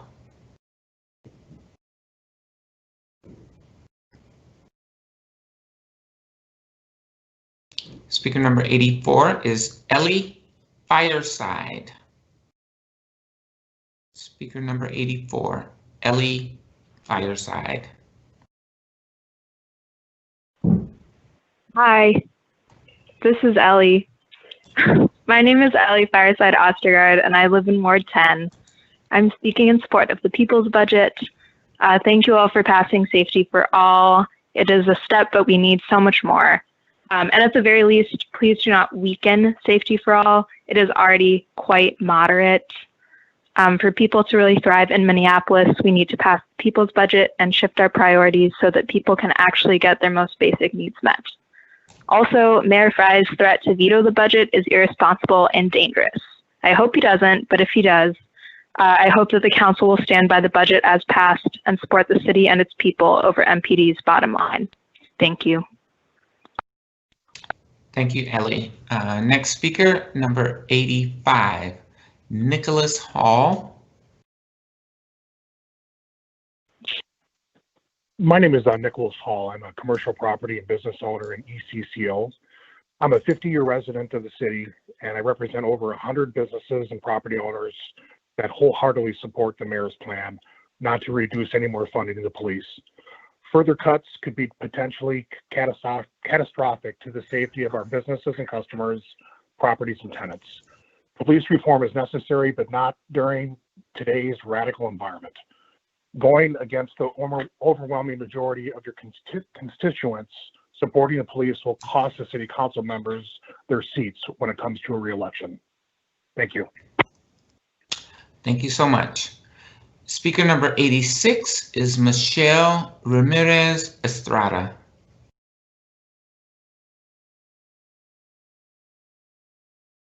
Speaker number 86, Michelle Ramirez Estrada. Speaker number 87 is Kai Wicker.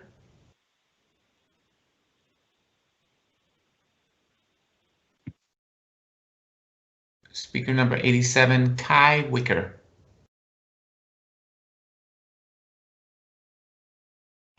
Speaker number 88, Robert Foley.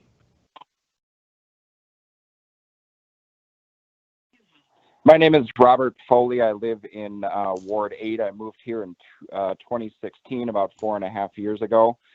For the last 4 years, I've had zero safety concerns, day or night. I felt free and comfortable to walk in my neighborhood. In the last 6 months, I hear gunshots at least every other week. A house across the street from me was targeted twice in the same week with a total of 24 gunshots. Carjackings, armed robberies, home invasions are all up exponentially, and I no longer feel safe in my own neighborhood. This comes as a direct result of a reduction in the police force. I say this realizing my own privilege as a white male, but I also say this as a criminal defense attorney who wants nothing more than better police. We need better police. We need better police training. We need less militarization of police. We need police accountability. But these changes take time and they take specific planning. In the meantime, the City Council needs to protect its people. That is your #1 priority. That is why I support a both-and approach, and I support the mayor's veto. Thank you, Robert. Next speaker is number 89, Lynn Hinkle. Lynn Hinckley, speaker number 89. Good evening. My name is Lynn Hinkle, 40-year resident of the Powderhorn Park neighborhood, living only a few blocks from where George Floyd was murdered. The city budget is a tangible expression of the city's priorities, and Minneapolis City Council has a chance to show the world that it is prepared to embrace the spirit of George Floyd Square with a budget centered on overcoming the city's white BIPOC wealth disparity. This BIPOC wealth building framework is expressed in the calculations submitted in my written comments. The success of every city program should be based on its ability to measurably overcome the city's racial wealth disparity. This is the essence of community building. Using those submitted calculations, I suggest the city needs to find $100 million to further its BIPOC wealth building programs, primarily by enlarging its multiple housing programs. The city is not the only entity with resources needed to build racial wealth equality, equity in our neighborhoods. Thank you, Lynn. Speaker number 90 is Enjoya Chomilo. Speaker number 90, Enjoya Chomilo. Hi, my name is Joy Chomilo. I'm a renter living in Ward 10. I'm speaking in support of the People's Budget and urge the City Council to pass the People's Budget's priorities. The city's leadership needs to prioritize people over profit through the allocation of resources to create permanent housing solutions that are high quality and built with union labor.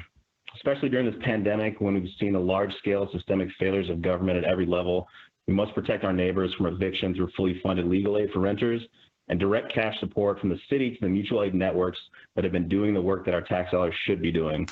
Instead, our tax dollars are being channeled to the state-sanctioned terrorist organization known as the MPD. The MPD is beyond reform. Council members, do the right thing and enact the people's budget priorities. Thank you, Joya. Speaker number 91 is Paul Kurt Davidoff. Speaker number 91. Hey everyone, I live in Minneapolis, and I want to encourage the council to pass the People's Budget. I'm calling Mayor Frey to not veto this budget, and I want to thank you all for supporting the Safety for All budget. You know, I haven't lived in a big city before, but seeing the actions of the MPD after George Floyd have just proved to me how the MPD is an irredeemable white supremacist terrorist organization. They don't live here. They don't care about us. They all live in the suburbs, and they don't prevent any crime. All they do is escalate situations. They need to be defunded and abolished. Can you state your name, please?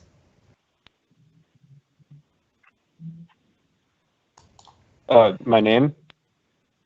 Yes. Oh, Paul Kirk Davidoff. Thank you so much. Speaker number 92 is Preston P.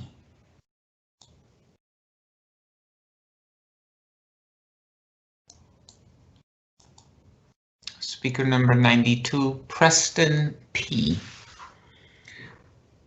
The next speaker after that is Miguel Medina, then Jamie Hamburger, and Janata Petrus. Number 92, Preston P. Number 93, Miguel Medina.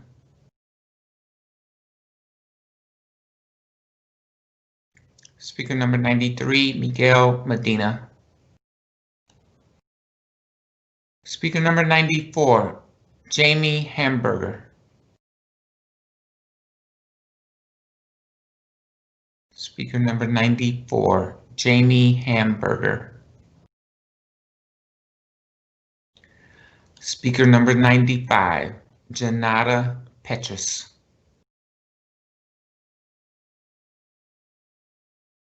Speaker number 95, Janata Petrus. Speaker number 96, Fartoon Welly. Hi, my name is Fartoon Welly. I live in Minneapolis and I work at Lake Street building, nonprofit. I also have over 18 years of public health and healthcare. Have seen the devastation of disparity of communities of color and indigenous people. As the pandemic rages on, it's more important than ever to fund the city's program that supports the health of Minneapolis residents, including mental health, substance abuse, and overdose and environmental justice. Most critical of all is that we cannot just talk about disparity on Black and brown people and invest more police on the street, because you're literally creating a recipe for disaster. And so we need the money to go into public health programs, investing in the community, helping them out of poverty, and what makes. Thank you, Fartoon. Please submit the complete comments via email. Next speaker, number 97, Joe Sill. Speaker number 97, Joe Sill. Speaker number 98, Sophie Gutierrez. Speaker number, yes. Is this Sophie? Hello? We can hear you.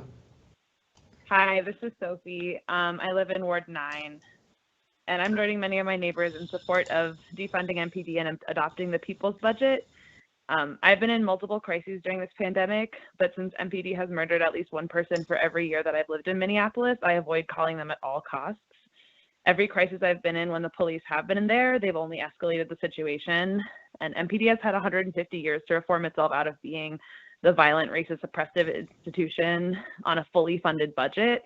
I think it's way past time for the city council to stop spending a third of the entire city's budget on a literally murderous and unaccountable department.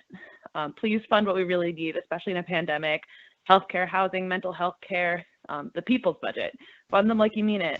Thank you for taking the first step with Safety for All budget.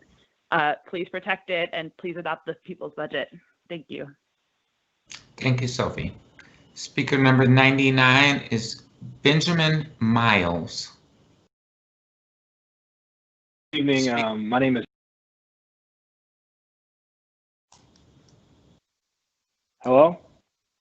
Yes, we can hear you. Good evening. My name is Ben Miles. I'm a white Jewish male, and I've lived in the Bancroft neighborhood for 7 years. I fully support the people's budgets. In January 2019, my partner at the time called the police in a domestic matter we were having. Soon the police arrived, and I never even saw or spoke to them. The police did not give us what we needed. I needed to be held accountable for my actions, not in a punitive way, but in a healing way. Again, the police did not give us what we needed. I needed to be held accountable for my actions, not in a punitive way, but in a healing way. The police are not able to do this. I'd like other professionals to respond to domestic disputes. Thank you. Thank you, Benjamin. Speaker number 100 is Aaron Rosenblum. Speaker number 100, Aaron Rosenblum. Hi. Hello. Can you hear me? Yes, we can hear you. Hi, my name is Aaron Rosenblum, and I've been a Ward 9 resident for the last 10 years. Like all of us, I want a safe Minneapolis. The current strategy, which is right now a fully funded MPD, has failed. George Floyd's tragic death put the spotlight on a pattern of behavior that too often treats citizens as enemies and the city as a battlefield. Moving $7 million into non-policing solutions is just scratching the surface of the change we need. I support the people's budget because I know our city is capable of doing better. Our current public safety issues come on the heels of massive economic disruption and closed schools. We don't need more cops, we need more jobs, more housing, more youth programs, and more resources for mental health. Thank you to all the organizers who paved the way for this discussion, and thank you to the council members who have stood by your word. Thanks. Thank you, Aaron. Speaker number 101 is Enzi Tanner.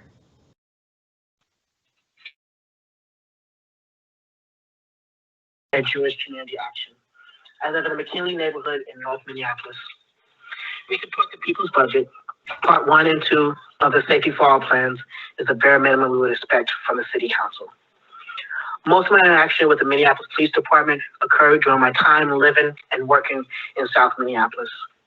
As a social worker, I've witnessed firsthand the ways in which the Minneapolis police officers interact with clients. Oftentimes, the officers' behaviors and actions escalated instead of de-escalating the situation. I've also observed colleagues and other social workers de-escalate a volatile situation better than the police officers I've engaged with. As a Black trans man living in North Minneapolis, I believe our communities are most safe when we invest in our people. Our communities need more resources to be funded, not more police officers. Thank you, Enzi. Speaker number 102 is Caitlin Cook Isaacson. Speaker number 102, Caitlin Cook Isaacson. Hi, my name is Caitlin Cook Isaacson, and I am a white homeowner in Ward 9. Councilmember Cano, wow, the testimony that we've been hearing today has been fairly resoundingly in support of the people's budget, right? I have a story to share to encourage you to reject any veto that Mayor Fry might attempt. A few years ago, I encountered a neighbor experiencing a mental health crisis. He was hitting his own vehicle and yelling, but I stopped to talk with him. I don't have any special training, but as I listened to him, he calmed down. Unfortunately, a police officer had already been called, and he arrived with his hand on his gun. I intervened to request someone with mental health training be called to help my neighbor, but instead a second officer arrived to put my neighbor in a chokehold, allowing his face to smack on the ground as he lost consciousness. My neighbor was undocumented and ended up being deported. His family depended on his income, and they ended up being evicted. I've since lost touch with them, but for them, let's create alternatives to police that they didn't have for their son. I support the people's budget, and I expect you to listen to all of the constituents who do. Thank you, Caitlin. Next speaker is 103, Carol Dines. Speaker number 103, Carol Dines.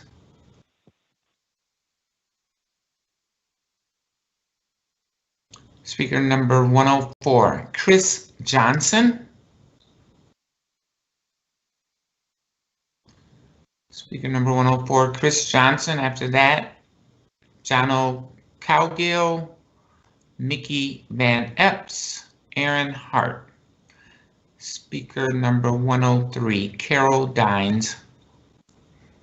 Speaker number 104, Chris Johnson.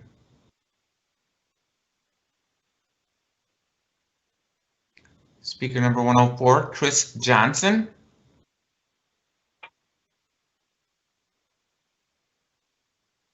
Speaker number 105, Jono Cowgill. Thank you, Council Vice President. Can you hear me? Yes, we can hear you. Thank you.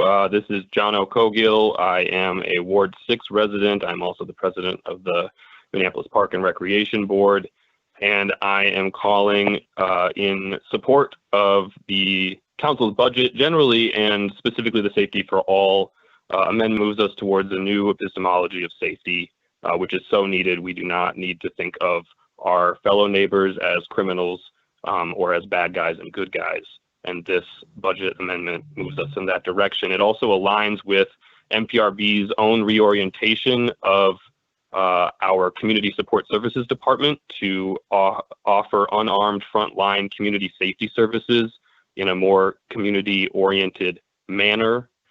as well as our efforts to end the use of MPD in supporting events in our parks moving forward. This dovetails well in our work to partner closely with the city, and I hope.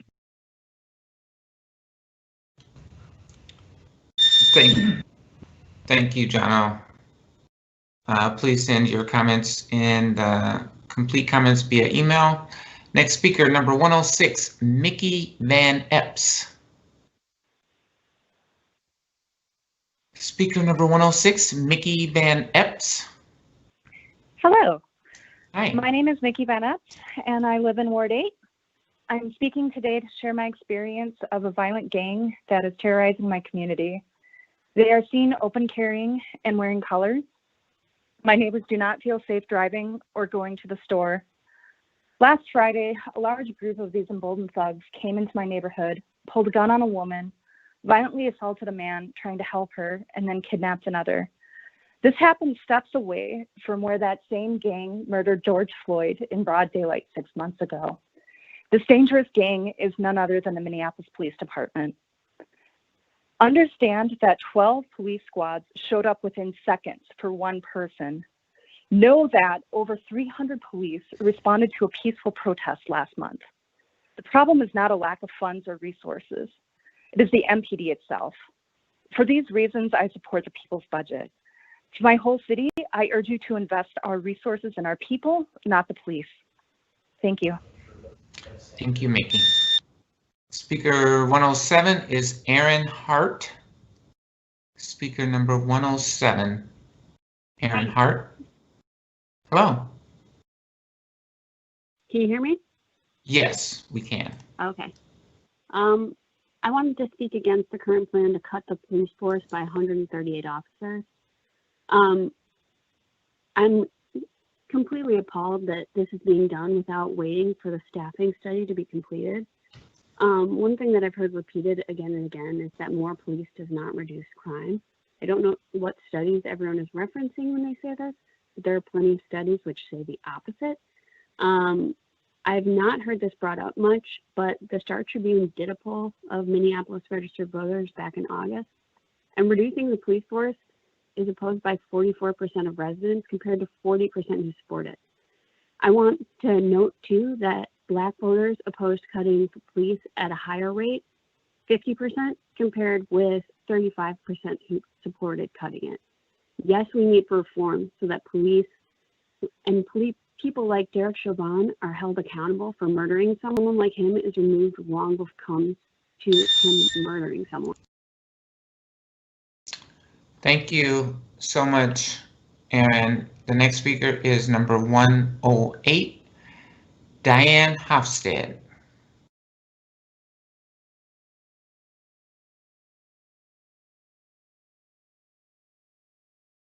Speaker number 108, Diane Hofstad.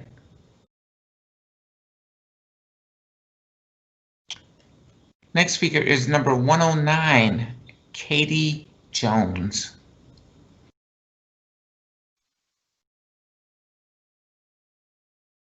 Speaker number 109, Hi. Katie Jones. Are you there? Hi, Council Vice President, can you hear me? Yes. Hi, my name is Katie Jones and I live in Ward 10. I would like to speak specifically to the incremental yet critical public safety investments proposed in this budget. As an engineer, I'm drawn to solutions that are pragmatic and durable. I'm heartened by the city seizing the opportunity to think about public safety differently. Change is hard and it's scary, but at the same time, it's clear that the one-size-fits-all tool of law enforcement hasn't been working. As the saying goes, when you just have a hammer, every problem looks like a nail. I've built houses before, and I know you can't get the whole job done with one tool. In reality, the needs of residents in the city are diverse, and trust in our public safety system is damaged. By investing in violence prevention, life-affirming supports for mental health, and alternative responses for non-emergency calls, the city is moving in the right direction to provide the right tool for the right issue, paving a path to build back trust. The time is now to act, and this is a practical start. Please support the proposed public safety budget now and in the event of a veto. Thank you. Thank you, Katie. Speaker number 110 is Casey Rundquist. Hello? Yes. Good. Hello? Hello? Hi My there, name we is can hear. Casey Run. You can hear me? We can hear you, yes. Good. My name is Casey Runquist. I'm a Ward 12 resident, but I'm speaking in support of the Safety for All budget, largely based on my job experience as a career public defender. I want to first thank Ms. Cook Isaacson and point out that her experiences in terms of the oppression that people in those circumstances face is very real and common in my client base. But more importantly, I want to address concerns of people such as Ms. Hart with respect to public safety. There are many studies done on what police can do to keep us safe, and there's one thing that we know, and that is that police presence, and only presence, that is foot patrols, police walking around present and not arresting, not sending people to jail, not prosecuting, but merely presence, is the only thing that we know works. There's plenty of money in the Minneapolis Police Department budget to do that. I know for a fact, based on my own experience, Minneapolis Police spends vast resources using. Thank you, Casey. Please send your complete comments in via email. Speaker number 111, M. Millar.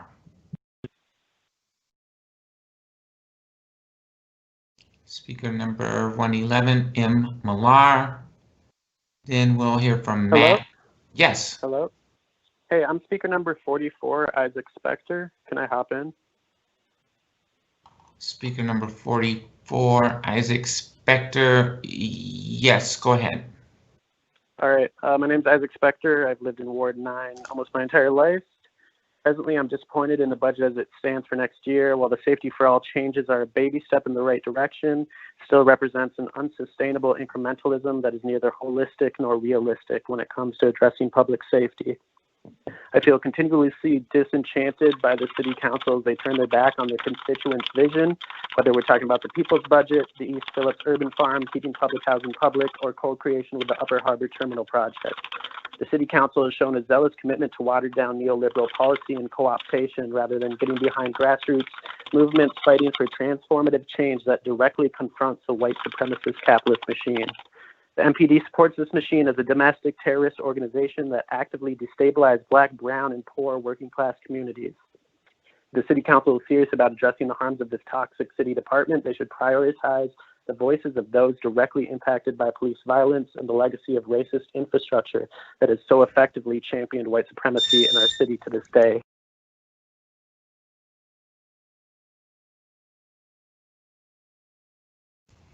Madam Vice President, you are muted. I'm sorry.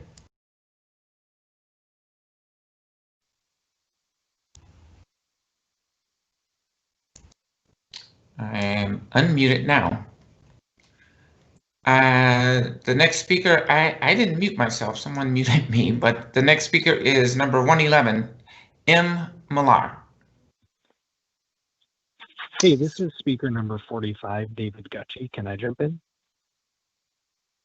Well, let's see if M. Millar is on the line.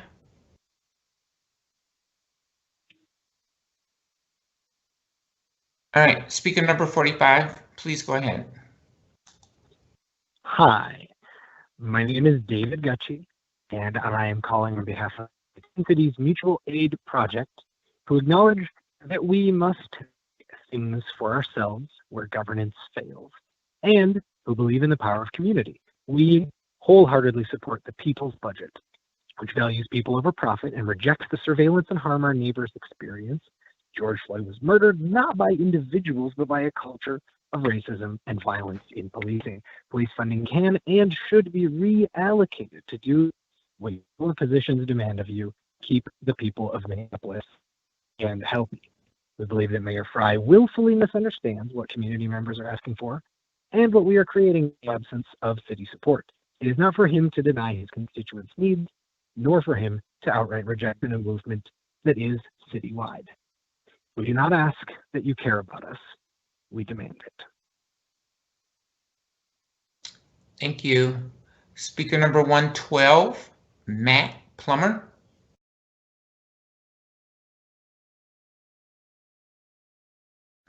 Speaker number 112, Matt Plummer. Speaker number 113, Michael Westerhouse.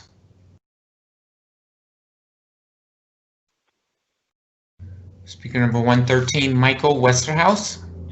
Hello, my name is Mike Westerhouse. I'm a resident of Ward 12 and I support the People's Budget. As a primary care physician, I have the privilege of working with immigrant and refugee families who teach me what makes people ill. Sickness comes from dehumanizing social forces, racism, racial capitalism, and the privatization and militarization of public services and life in general. I've also seen what creates wellness. People are well when they have living wage jobs, housing, food security, and ready access to health care. People are well when connected to neighbors and community organizations. People are well when they have spaces for cultural and artistic expression. To make us all safe, we must stop consenting with destructive and divisive systems that do tremendous harm to Black, Brown, and Indigenous bodies. We must fund upstream solutions that prevent harm in the first place and create conditions for healing when harm does happen. Please take bold steps to build a reimagined future where everyone thrives. Thank you. Thank you, Mike. Speaker number 114, Becky Smith.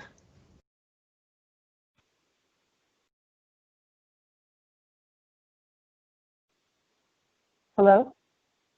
Hello. Hello, my name is Becky Smith and I live in Ward 9. I am testifying on behalf of Violence Free Minnesota, the statewide coalition working to end relationship abuse.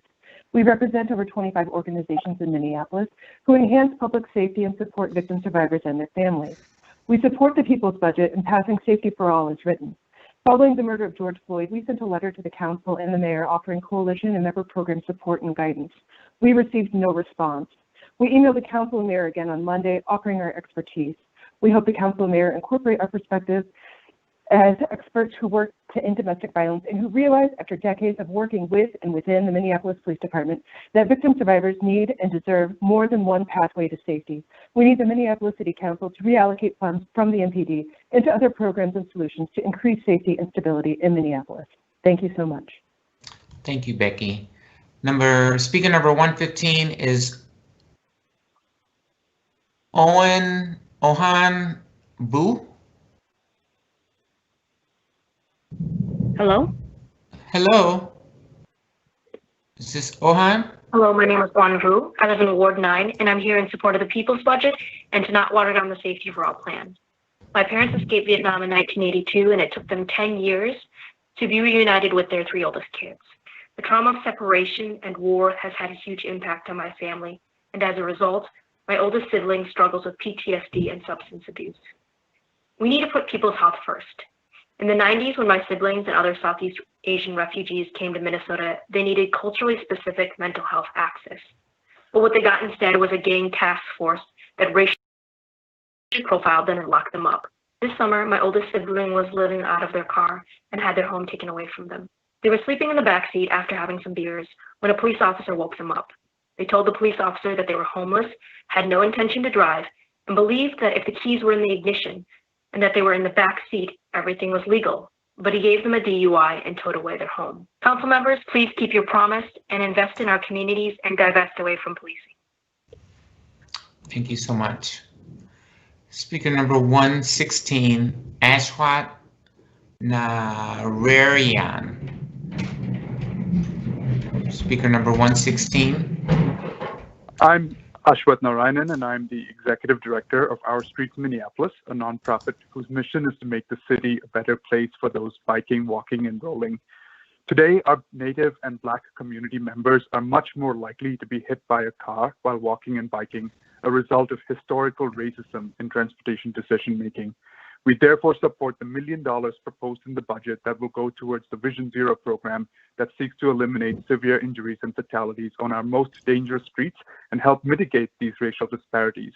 We are also alarmed by the mayor's proposed 2021 cuts to service levels that will keep sidewalks, protected bike lanes, and trails clear of snow and ice. These cuts will disproportionately affect folks who are already marginalized and are more likely to be people of color and people with disabilities. We also call for the removal of police from transportation because of its harm to Black and brown people in our community. We therefore support the Safety for All amendments in the proposed budget and oppose Mayor Fry's proposed veto. Thank you. Thank you so much. Speaker number 117, Rena Curtis. Yes, please go ahead. Hi, can you hear me? We can hear you, yes. Okay. Hi, my name is Rena Curtis. I'm an 8th grader at Great River School, and I am encouraging the council to transfer funds from the MPD and give funds to other life-saving organizations, such as mental health organizations, housing, and food security. Minneapolis Police Department is beyond reform, and the whole system is bastardized and has been since its beginning. I am urging you to pass the people's budget. This is imperative to safety and health in the cities. Police abuse power and murder Black, queer, and disabled people, and get paid for it. Reform is not an option anymore. Vote for the people, not Mayor Fry.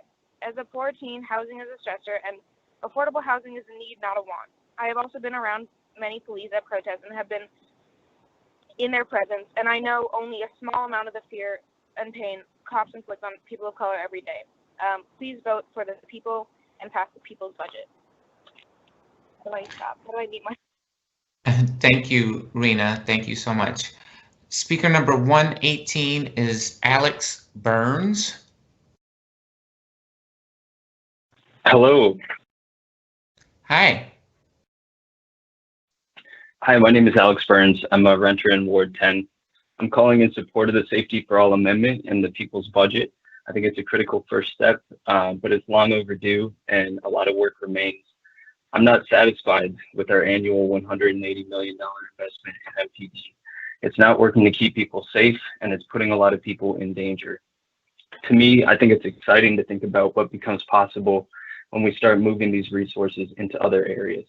We could truly keep people safe by meeting people's most basic needs and addressing the conditions that lead to violence. We could support workers, we could fund public housing, we could invest in climate action and decarbonize transportation in the city. These things are possible, and as much as some who hold wealth and power want to stir up fear, and we've heard that on this call, we can't lose sight of this vision. Please pass the budget as amended and keep going forward with urgency. And finally, I want to echo the thoughts and comments of Ash a couple of callers ago. I agree with that as well. Thank you. Thank you, Alex. The next speaker, number 119, is Ashley Oswald. Speaker number 119, Ashley Oswald.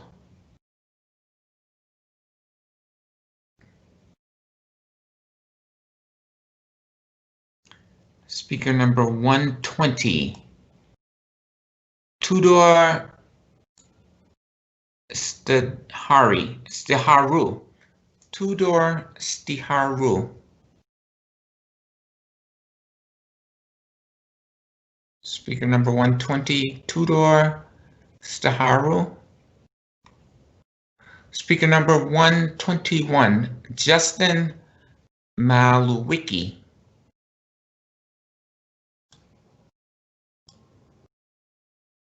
Speaker number 121, Justin Maluwicki. Speaker number 122, Jenny Floria.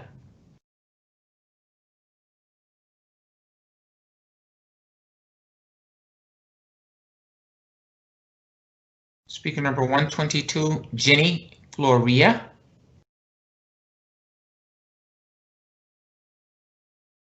That y'all said before. Hello. Have you said Valentina or Vine? No, we have. I don't believe. Do you know what number you are? No. You can't see it. All it does is show the request. What's your name? Valentina McKenzie and Vine Adams and Marlisha Smith. So it's 3 people at one. Why don't you go ahead? We have not called those names before, but please go ahead with your testimony. Sure, I can go first. My name is Valentina McKenzie. I am an organizer in the 8th Ward. I am here in support of the People's Budget and the Safety for All plan. This is the bare minimum that we need for investments. I talk to people every day on the ground. I've never once heard what folks need is more police. That is not what keeps them safe. They can't call the police when they need housing. They can't call the police when they need a job. They can't call the police when they're dealing with mental health crises. They can barely call the police when they're dealing with drugs and addiction or to have to worry about going to jail. I'm calling on the council to stand firm on what they have said. I'm also here to shame the mayor for even threatening to veto what the people have passed. I want to applaud the council members that have stood firm with what their constituents have asked for. And really, Andrea Jenkins, you need to think about the things that are going on in Ward 8. The people here have come together. You have not been out here with us. We are keeping each other safe. We are keeping each other grounded, and we don't want the police. Thank you. Please send in your comments via email. The next speaker then is number 123, Catherine Binney. Oh. Is this Catherine? Hello?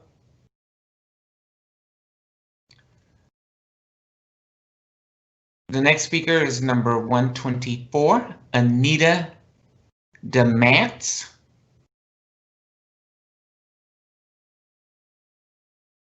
Speaker number 124, yes. Anita, are you there?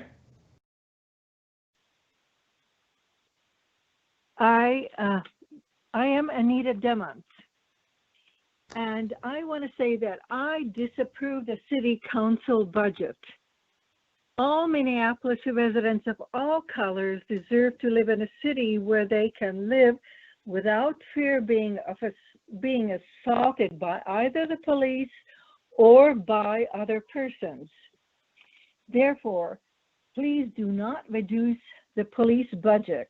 It is irresponsible to defund the police.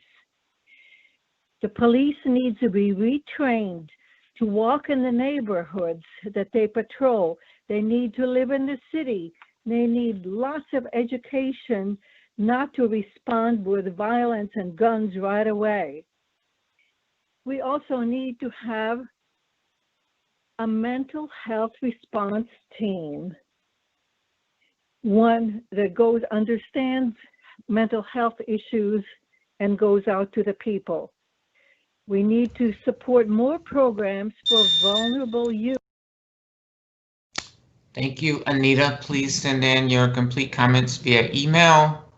Speaker number 125 is Stacy Larson. Speaker number 125, Stacy Larson.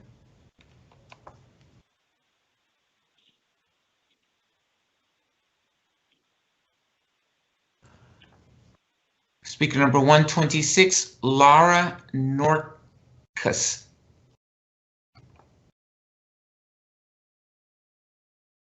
Speaker number 126, Laura Norcus. Speaker number 127, yeah. Stephen. Hello? This is Laura. Can I help? Can you hear me? Yes, we can hear you now. Okay, great. Sorry about that. This is kind of complicated. All right. I'm calling actually in support of the mayor's budget. I live in Ward 10 in Uptown, and I have many friends in South Minneapolis, Phillips, Seward. I've personally witnessed and heard many frightening details regarding recent thefts, shootings, muggings, carjackings, vandalism, drag racing, arson, and even terrorism from outside groups like the Boogaloo Boys, who all seem to have received the message that Minneapolis is underserved by effective policing. Rogue officers who do not respect Minneapolis residents or are a danger to the people they are supposed to be serving, especially people of color, need to be disciplined and or charged for their overreaches or crimes. But cutting the police budget at a time when violent crime rates are going up And even Northside residents are suing the city because of inadequate policing. Seems tone deaf and irresponsible. I urge you to please support the mayor's budget. And I really hope that rather than things that sound good on paper but aren't really well thought out plans, we need a real plan. We need.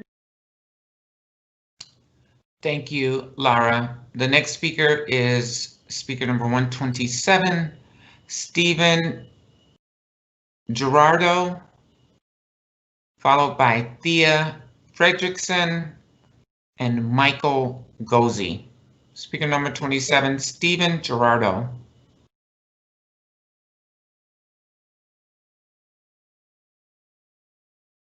Speaker number 128, Thea Fredrickson. Hello. Hi. Hi, my name is Tia Fredrickson, and I'm a renter in the Lindale neighborhood in Ward 8. I'm happy that the council is committed to funding resources that truly keep us all safe by passing the Safety for All as written. This is the beginning of the change that our city demanded this summer after the murder of our neighbor George Floyd by the Minneapolis Police Department. It is also the bare minimum that I as a resident expect. I urge you to stand by the change that you committed to this summer by moving towards the adoption of the people's budget. Real safety requires a profound change in how we run our city and distribute resources, as well as a commitment to ending the rampant racism of the MPD. All community members deserve to have their basic needs met, and this can be done by redistributing funds from the broken MPD to community-focused initiatives. Pass Safety for All as written and move towards the adoption of the people's budget. Thank you. Thank you, Thea. Speaker number 129 is Michael Gozi. This is Michael Gozi. Hello, we can hear you. I live in Ward 9. I'm the CEO of American Indian Community Development Corporation, located in Ward 6. I supported and still support the City Council resolution adopted June 12, 2020, Transforming Community Safety Engagement Plan Outline and Deliverables. The principles of engagement were accessible, meaningful, and inclusive. To date, the American Indian community has not had their voice heard in either of the plans in front of you. The only thing we have seen is the taking of the police PAL program and the community response team, both of which worked within our community with our community. I ask you to complete the process that will be representative of all residents of Minneapolis. I ask Mayor Jacob Fry to use his own principles in making his decisions. This is not a time of a rush to judgment. Thank you. Thank you, Michael. Speaker number 130 is Meg Walters. Then speaker number 131, Melanie Richards. And after speaker number 132, Beth Papaliski, I will turn the chair over to Council Member Palmisano. Speaker number 130, Meg Walters.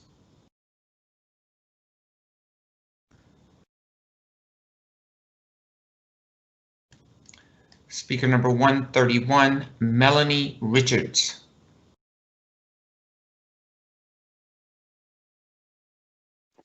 Speaker number 131, Melanie Richards. Speaker 118, Hello? Matt Plummer. Hi, this is Matt Plummer, Speaker 118. Hi, Matt. Go ahead. Okay. Speaker number 118 was Alex Burns, who Oh, I'm already sorry, spoke. 112. Yep. Hello, 112, Matt. Plummer. Go ahead. Thank you. I'm a resident of Seward. I help run a local bookstore. I'm a board member of the Seward Neighborhood Group. In our neighborhood, our home has been burglarized, our store has been robbed, and I've had my car burglarized. We all agree we need to be safe in Minneapolis, but I know from long experience, the police largely do not prevent these crimes. Instead, the police kill, harm, and harass residents of Minneapolis, especially impacting folks of color and other marginalized populations. I call on the council to support the Safety for All proposal, pass the full people's budget, and begin to defund the police. Decades of work has shown the police cannot be reformed. We must move to a vision of safety that does not include heavily armed, militarized force who kill, harm, and harass our neighbors. Thank you. Thank you so much. And I will now turn the chair over to Councilmember Palmisano. Thank you, Madam Vice President. I heard that you called on speaker number 131, Melanie Richards. Are you there? After that, I'm not Melanie Richards, but I just got onto the call and I don't know, I wasn't given a name or a number, and I just would like to know what place in line I am located in. I'm not sure. We're going to go on. All callers were given a number. I need to call them in order or listen for your name. Speaker number 132, Beth Popaleski. Hi, my name is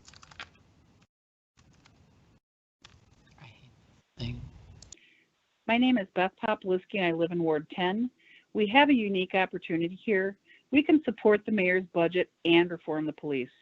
And I expect my mayor and city council members to find creative ways to fund both initiatives. Let's quit with the divisive rhetoric and go for a win-win.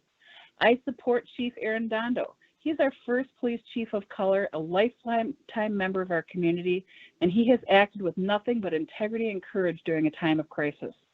I also support the movement to reform the police, and I believe our chief is uniquely positioned to know the needed resources to achieve this and make the department accountable. I do not support defunding an already overstretched police force with no plan in place to deal with the disturbing uptick in crime. This has the potential for dangerous and unintended consequences. I join with the diverse voices of our city that have spoken in favor of a win-win solution. I support the mayor's budget. Thank you for your time. Thank you. Speaker 133, Pedro Restrepo. Pedro? Yes, I'm here. Welcome. Go ahead. Hello? Yeah, good evening. My name is Dr. Pedro Restrepo. I am a 70-year-old immigrant. I have been in the U.S. for 44 years, a citizen for 34, and a resident of Ward 11 for the last 8 years. Since I became a U.S. citizen, I have voted in every single election for the Democratic Party in the 4 states in which I have lived. I contacted by email my councilman, Jeremy Schroeder, about the police budget and did not even get an acknowledgement. Not very Minnesota nice, is it?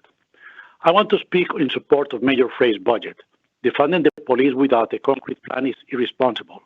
It recalls the GOP effort to kill Obamacare without a workable plan to replace it. My wife and I have been feeling increasingly nervous about the security situation in the city. In fact, defunding the police to fund mental services may become a self-fulfilling prophecy that we will need eventually. Thank you. Thank you. The next 3 speakers are Speaker 134, Tamara Kaiser, 135, Ariana Anderson, and 136, Anton Tripolsky. Tamara Kaiser.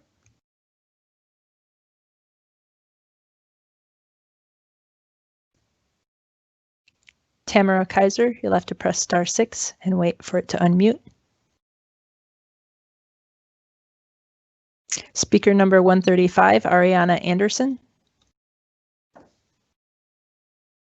Ariana Anderson, go ahead and press *6 to unmute. Speaker number 136, Anton Tripolsky. Good evening. My name is Anton Tripolsky. I am a renter and resident of Loring Park in Ward 7. I know that tonight we're largely focused on policing, but I'd like to briefly mention my concern about protecting my neighbors from evictions. Please support our neighbors. I support the Safety for All amendment. Thank the council members and staff that worked on the proposal. I'll add that I feel and am perfectly safe living in this beautiful city this year and any other. However, I wish the proposal took more public safety funds out of the police department and into progressive community solutions. I regret that my council member, Lisa Goodman, and Mayor Frey serve rich people at the expense of the majority of their constituents and now frame their support of a failed system as a both-and approach. I have called MPD 3 or 4 times, both to help myself and to help others, and neither I nor the people I called for were helped by their presence or the level of service the department provided. Any other department that fails so consistently and monstrously would have been defunded many years ago. The people, its council, and particularly Councilmember Goodman and Mayor Fry should stop treating this police department and its police officers like the special snowflakes they put themselves. Thank you. Speaker number 137 is Ori Wasserberg. Speaker number 138 is Debbie Magnuson. And speaker number 139 is Catherine Nguyen. Speaker 137, Ori Wasserberg, are you there? Good evening. My name is Ariana. Oh, Ariana Anderson, 135. Yes, go ahead. Good evening. I'm Ariana. I'm calling with Renters United for Justice. I'm also a Minneapolis resident. I'm mom of 4, one on the way. I'm aware that a large portion of the budget will be going into the police department. I think that it's important that we really focus on affordable housing right now, especially in the middle of a pandemic when people are losing their source of income. If there's more affordable housing, homelessness will go down and the crime rate will go down. Therefore, we can avoid the need to over-police the community. Thank you. Thank you. we had speaker number 137, Ori Wasserberg. Hello, my name is Ori Wasserberg. I'm a resident of Ward 9. I'm calling today to ask you to pass the small step of the Safety for All proposal and take the extra step of passing the brilliant and powerful people budget. I'm a middle school social worker and I'm faced daily with the realities of the severe shortage of truly supportive mental health and crisis resources. I've been in multiple situations with loved ones in mental health crises where the cops have been called and it has never resulted in those people feeling more cared for or supported. Very much the opposite. Mayor Fry has shown time and time again that he doesn't care about the voices of those most impacted by the violence of the Minneapolis Police Department. You all as city council members have the opportunity to push against that. I hope he doesn't, but if Mayor Fry does veto the Safety for All budget, I'm asking you all to override his veto and push forward the Safety for All proposal. Thank you. Thank you. Speaker number 138, Debbie Magnuson. Debbie Magnuson. Speaker number 139, Catherine Nguyen. Catherine Nguyen. The next 3 speakers will be 140, Herschel Ousley, 141, James Riley, and 142, Jeremy Abbs. Herschel. Speaker 140, Herschel. Speaker 141, James Riley. Speaker number 142, Jeremy Abbs. The next 3 speakers will be speaker number 143, Bill Danning, 144, Alicia Reuter, and 145, Mark Bachman. Speaker 143, Bill Danning, are you there? Yes, I'm here. Go ahead. Okay, we have an emergency. You got around 80 murders, 500 shootings, carjackings up the wazoo. Public safety should be the #1 concern. We need more police. They need to do their job, get the bad guys off the street. Otherwise, this city becomes a no man's land. Now, this has to be done right at this meeting. You have to take action, Munchkins, and I'm calling you that because you seem totally detached from reality. If you can't do it, you need to resign.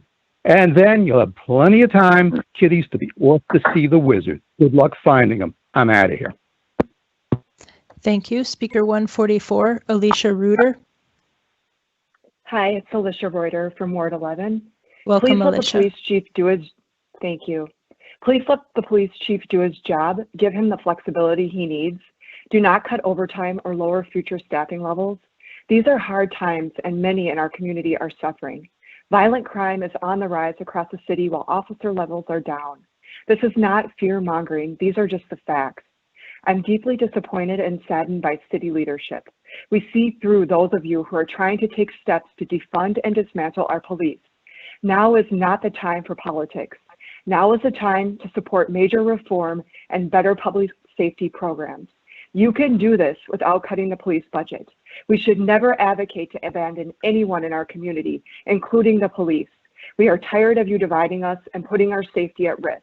Mayor Fry, I support your veto of this budget if the City Council continues to undermine the police chief and endanger our lives. Thank you. Thank you. Speaker 145, Mark Bachman. The following speakers after Mark will be 146, David Nowak, and 147, Lana Barch. Mark Bachman. Hi, Councilman Palmisano. This is Debbie Magnuson, speaker number 138. Am I Right. on the call? Thank you. Yep, go ahead. Oh, yeah, I was having trouble getting on the call. I'm a resident of Ward 13, and I am calling in support of the mayor's budget. Listening this evening has really been an education for me, and there's two themes that have emerged that it feels like so many of us want to punish the police in response to the George Floyd murder. That's a very clear and understandable thing. The other thing I'm hearing so clearly is the need for improved social services. And those are very, very vital needs. And I'm calling in support of the mayor's budget because we need a both-and solution to these problems. So I would encourage the City Council to vote no for the people's budget, no for the Safety for All budget, because it doesn't really address the needs that we're speaking to this evening. Thank you very much. Thank you. Back to Speaker 145, Mark Bachman.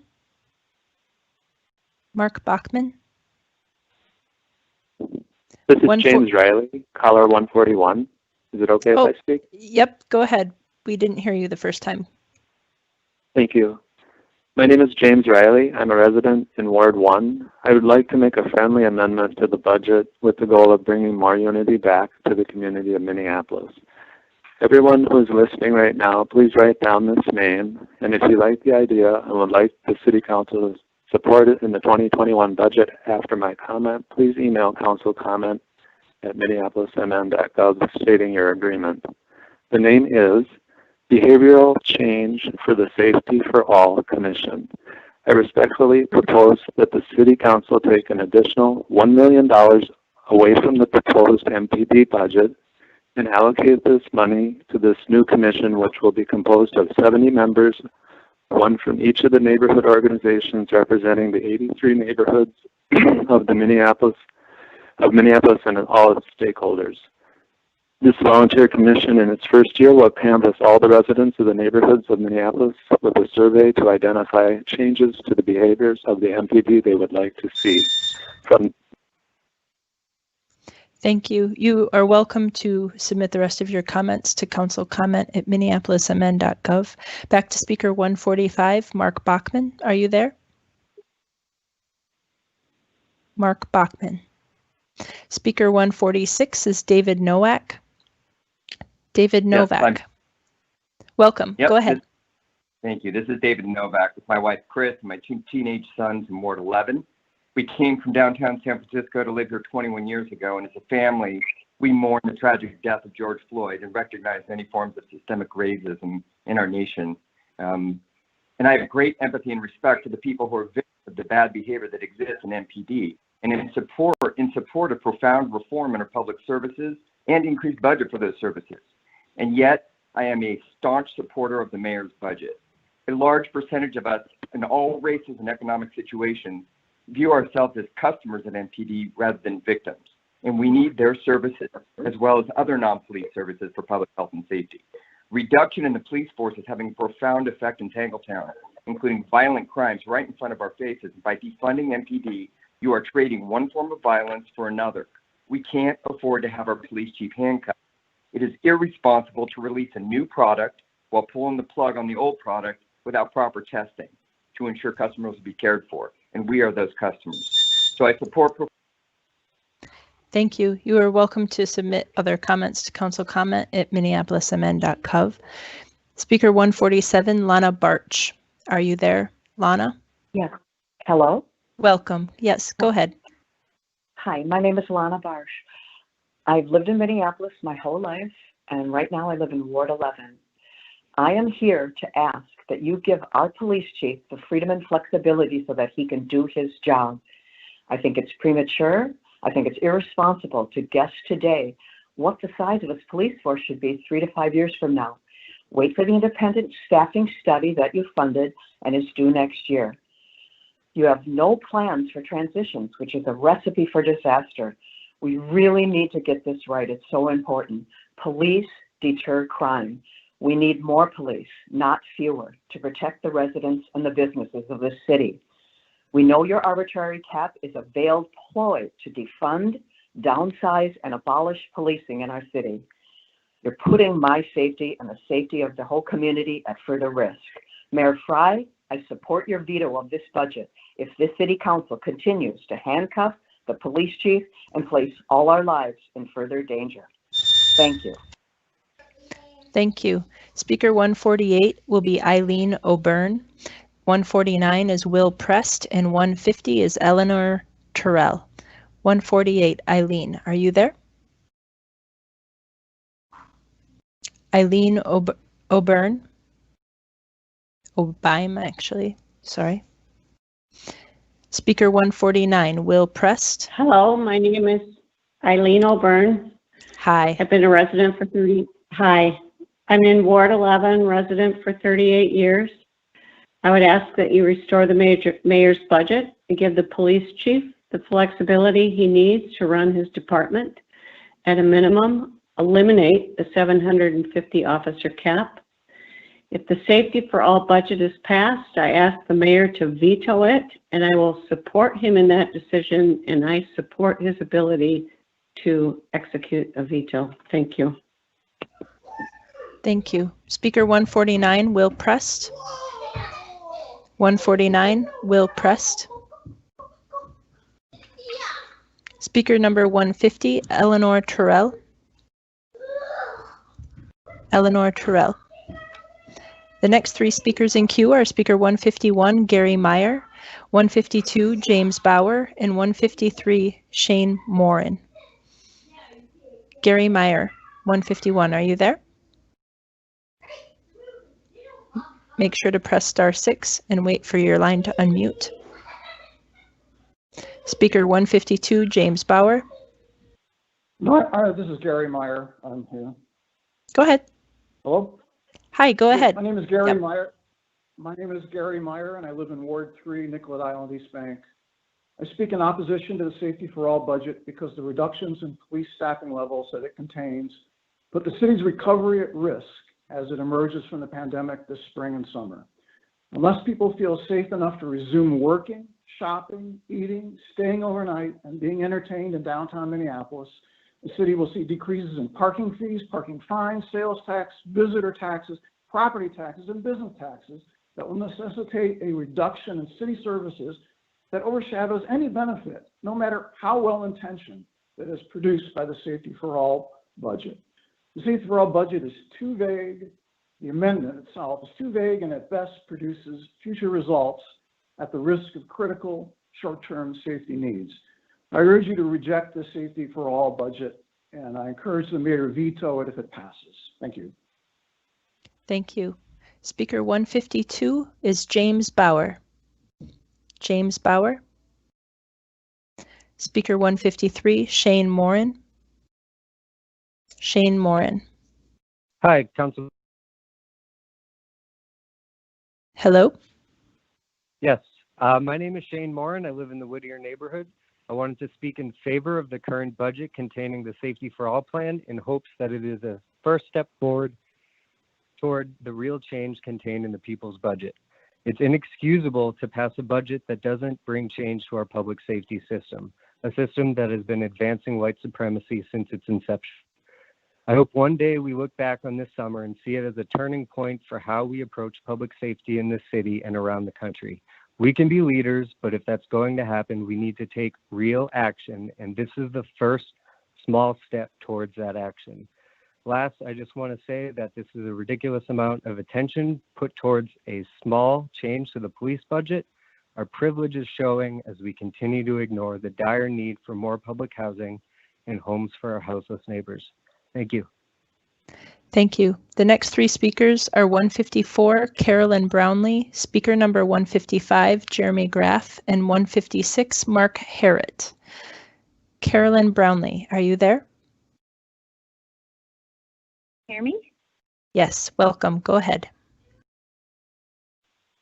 This is Carolyn Brownlee. Yep, go ahead. Can you? Yes, we can hear you. My name is Carolyn Brownlee. I live in Ward 11. First of all, it's not privileged to want to live in safety, and that should be a right that is protected for all citizens of Minneapolis.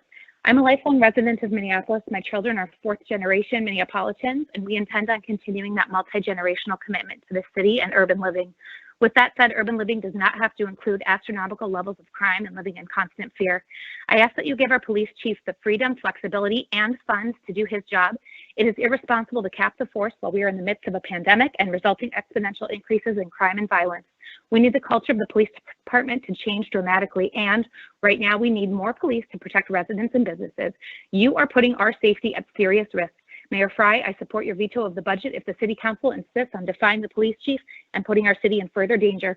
City Council, please put aside your financial shell games and divisive rhetoric, specifically you, Jeremy Schrader. Please put public safety as your top priority and keep the city a place where people live, want to live, and are safe, and will pay taxes to support. Thank you. Our next speaker is 155, Jeremy Graff. Jeremy Graff. Make sure you press *6. Speaker number 156 is Mark Harrett. Mark Harrett.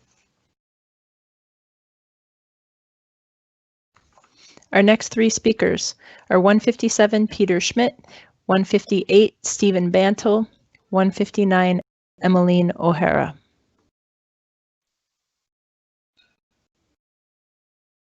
Speaker 157, Peter Schmidt, are you there? Speaker number 157, Peter Schmidt. 158, Steve Bantle, are you there? Make sure to press *6. 159, Emmeline O'Hara. I'm here. Can you hear me? Now we can. Go ahead with your name. Steve Bantle. I'm the executive officer in charge of the Minneapolis Mounted Police Unit, and I want to speak specifically about budget line item 14A.1B, which is the removal of $260,000 from contract service agreements in the Mounted Police Unit. These funds are used specifically for the care of the city's police horses and include boarding, veterinary care, and farrier services. Without these funds, the city will lose the Mounted Police herd, and I want everyone to understand what that means. The Minneapolis Police Herd consists of 12 specially selected and highly trained horses. These horses on average annually attend 80 community events, complete 150 neighborhood patrols, and safely move over 100 crowds. The city's horses must be able to tolerate things that typical horses never encounter. The selection process is rigorous, the training is extensive, and very few horses are capable of functioning on a mounted unit. The point I'm trying to make is that the city has a lot of time and money invested in this unique and highly trained herd of horses. And if the Mounted Police service contracts are eliminated, the city's irreplaceable police horses will. Thank you. Speaker 159 will be Emmeline O'Hara, 160 is Tony Proel, and 161 is Dan Geeson. 159, Emmeline, are you there? Press *6. Speaker 159, Emmeline O'Hara. Speaker 160, Tony Proel. Speaker 161, Dan Geeson.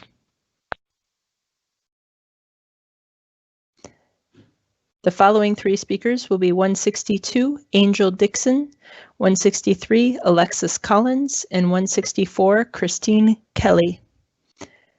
162, Angel Dixon, are you there? Please press *6.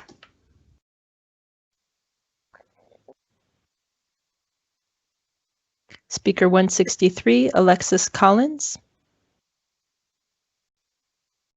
Speaker 164, Christine Kelly. The next three speakers are Speaker 165, Mary Lou. Can you hear me? Oh, no. Yes, go Sorry, ahead this and is Chris state your Kelly. name. Okay. Yes, we can. My Christine? name is Chris.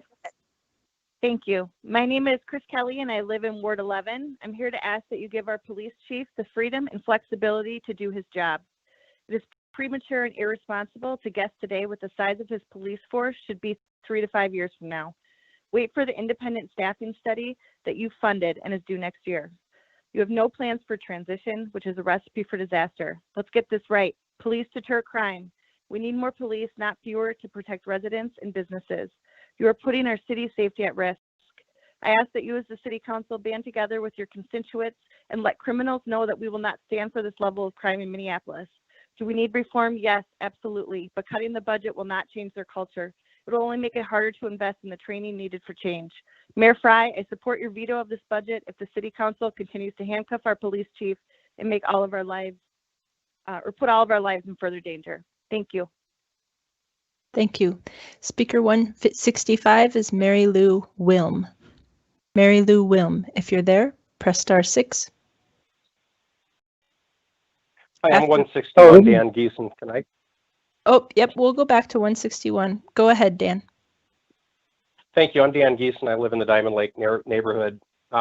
Let's say that your kid owns a used car. It's not the most dependable car, but it gets them around mostly. It's critical for their getting to work, earning a living, and paying bills. But you think they should get something more reliable and have found a newer used car that's 10% less value, but should meet their minimum requirement. Would you advise them to get rid of their current car and then go buy this newer car without test driving it? Or should they test drive the newer car to make sure it works properly and then get rid of the old one? Citizens of Minneapolis don't want to test drive new public safety programs at the expense of our police department. They're the only option for providing safety and security in our neighborhoods right now. As a resident of Minneapolis, I would happily pay additional money to fund new trial public safety alternatives. I asked the council to approve the mayor's budget without changes. I asked Mayor Fry to veto the removal of funding from the police budget if necessary. I think it's highly irresponsible. Thank you. You're welcome to submit the rest of your comments online. If we have anybody up to speaker number 165, Mary Lou Wilm, you can go ahead. This is Lee Williams, number 48. You're number 48. Can you hear me? This is Peter Schmidt, 157. Can you hear me as well, or no? Now we can. Yes. Could we wait for speaker 48 and then we'll come back to you, Peter?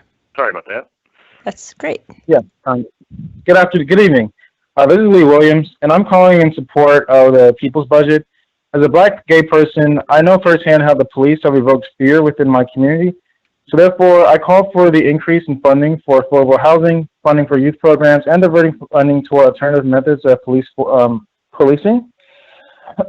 Today marks a watershed moment for the police to fall on the right side of history and to take a stand against their harmful relationship with its BIPOC indigenous constituents. So therefore, today, we the people, we're asking our city councils to divest from the Blue Robe terrorist organization known as the NPD and toward those who actually need it the most, which is the people.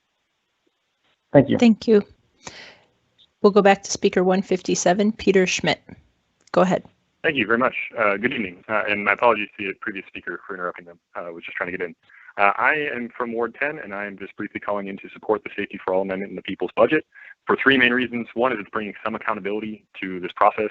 Though you can support Arredondo, you can also acknowledge that he's been pretty lackluster in his justification of the funding he's requesting. It also removes incentives for overtime for police, which, though understandable in certain situations when a case is going, it is incentivizing overtime right now, which is a terrible decision when dealing with any public safety or medical officer. And also, quite frankly, this is just trying something, even if it's a minor step, which is what you have to do to try to have any kind of change. Mayor Fry ran on a platform of progressivism, and his budget falls very, very flat. So I encourage the City Council to support the Safety for All amendment. And to Mayor Fry, if he's listening, a veto would be incredibly embarrassing for the city, though I'm sure the Star Tribune would love it and post some kind of unflattering picture of someone on the council in response. So have a great night, have a great evening, and please again support this amendment. Thank you. Bye. Speaker 165, Mary Lou Wilm, are you there? The next three speakers are Speaker 166, Leo Zabik, 167, Ashley Gold, and Speaker 168, Sherilyn Hagan. Speaker 166, Leo Zabik. Are you there? Go ahead and press *6. Speaker 167, Ashley Gold. Go ahead and press *6. Hear me? We can hear you. Go ahead. Welcome. Hello. This is 155, Jeremy Graff. Can you hear me? I can. We can go ahead to you. Okay. I'm not sure who the other person was that just said something. So 155, Jeremy Graff, and then we're going to go back to 167. Thank you. I apologize for missing that. Hey, Jeremy Graff, Ward 11. I am in support of the mayor's budget and the police chief, and I've lived here 40 years, and it's not safe right now. And we have to get this lawlessness under control. Anything we want to accomplish as a city, whether it's reform of the police department or social services, we have to have a budget. And what's happening with lawlessness is we're going to drive companies out of downtown, we're going to drive businesses out of the city, and we're going to drive residents out of the city and visitors. So let's start by not defunding the police, get lawlessness under control, and then get to work on these very other important issues that we all agree on. Thanks. Thank you. Back to 167, Ashley Gold. Are you there? Me? Is this Ashley Gold? I am here. Can you hear me? Now we can. Welcome and go ahead. Okay. Thank you. My name is Ashley Gold. I'm a resident in Ward 12, and I fully support the people's budget, and I fully support defunding the Minneapolis Police Department. I work at the Unica Foundation doing community outreach for Hennepin County residents affected by the pandemic. And let me tell you right now, people don't need police. People need resources. They need housing. They need help paying their rent, utilities, childcare, healthcare, and mental health support. And I don't see this getting any better in 2021. So I'm asking City Council to adopt the people's budget to divest the proposed $56 million from NPD and reallocate those funds to social programs and prevention. I don't have any power in the situation. All I have is my voice. But you, City Council, you do. You have the power to come out against the mayor's veto. You have the power to get creative and reimagine public safety with all of us who support the people's budget on this call. You have the power to create a legacy for future generations to come. So please adopt the people's budget. Thank you. Thank you. Speaker 168, Sherilyn Hagan. Make sure you press *6. I'm here. Welcome. Go ahead. Hello, my name is Sherilyn Hagan. I reside and run a small business in Ward 8. I'm concerned that the citizens and City Council of Minneapolis would feel it's realistic to depend on the MPD for safety when they've shown time and time again how their bloated budgets and ego do not in fact prevent crime, yet tend to unnecessarily escalate sensitive situations and cause division within the community. A community that only 8% of officers actually reside in themselves, which means they take our tax dollars into funding other cities. I'm not so sure the MPD sees the humanity in its citizens, especially the Black, Brown, Native neighbors, which is evident in what happened to George Floyd this year. Police themselves say they are wearing too many hats. It's time to reallocate funds to services that don't need armed officers. To start, I support the people's budget, Part 1 and 2 of the Safety for All proposal, which is a step in the right direction. People over property. Thank you. Thank you. The next three speakers are Speaker 169, John Cunningham, Speaker 170, Richard Baer, and 171, Amy Bystrom-Meisick. Speaker 169. Go ahead. Can you hear me? Yes, we can. This is John Cunningham. I live in the central neighborhood, and I support the mayor's budget and the chief of police being allowed to do his job. I do not think defunding the police is a plan to address the problems of the police force. It sounds more like revenge. We are living with your defund the police, and there is more crime and more fear, and we are less safe than we've been. I support the mayor's budget and allowing the police chief to do his job. Thank you. Thank you. Speaker 170, Richard Baer. Are you there? Press star 6. Hello.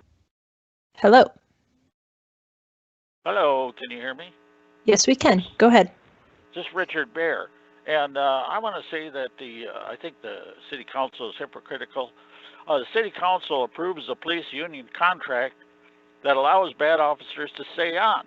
So let me repeat that. The city council approves the police union contract that allows bad officers to stay on. So it's on you. Why are you blasting the police department? You could get that written out of the contract. And another thing, I drive in North Minneapolis every day fixing buildings. And I see people, I see 20% of the people going through a red light. I see another 30% of the people speeding way over the speed limit with no enforcement. Let me say that again, there's no enforcement. So I want you to broadcast the next negotiation with the police contract, and I want to see how many of your council members support the part where the chief of police can't get rid of. Thank you. You're welcome to submit the rest of your comments online. The next speaker is Amy Bystrom-Mysick. Are you there? Go ahead and press star 6. Amy Bystrom-Mysick. Go ahead. My name is Amy Bystrom-Mysick, and I have lived in Ward 8 with my family since 2000. I support the people's budget. The city council's budget is a step in the right direction, but the people's budget will provide our city the footing needed to move away from a system in which employees of the city of Minneapolis are trained and given free rein to harass, brutalize, and murder Black and brown people. Mayor Fry, council members, and the gentleman who shared the car buying analogy a few calls ago, if you can't envision what an immediate pivot to less police presence looks like, I urge you to visit George Floyd Square to humbly listen and learn. The people holding space at George Floyd Square have figured it out. The city can too. Black Lives Matter. Thank you. Thank you. The next 3 speakers are Speaker 172, Robert Nichols, 173, Tim Keene, and 174, Jess Sundin. 172, Robert Nichols. If you're there, please press star 6.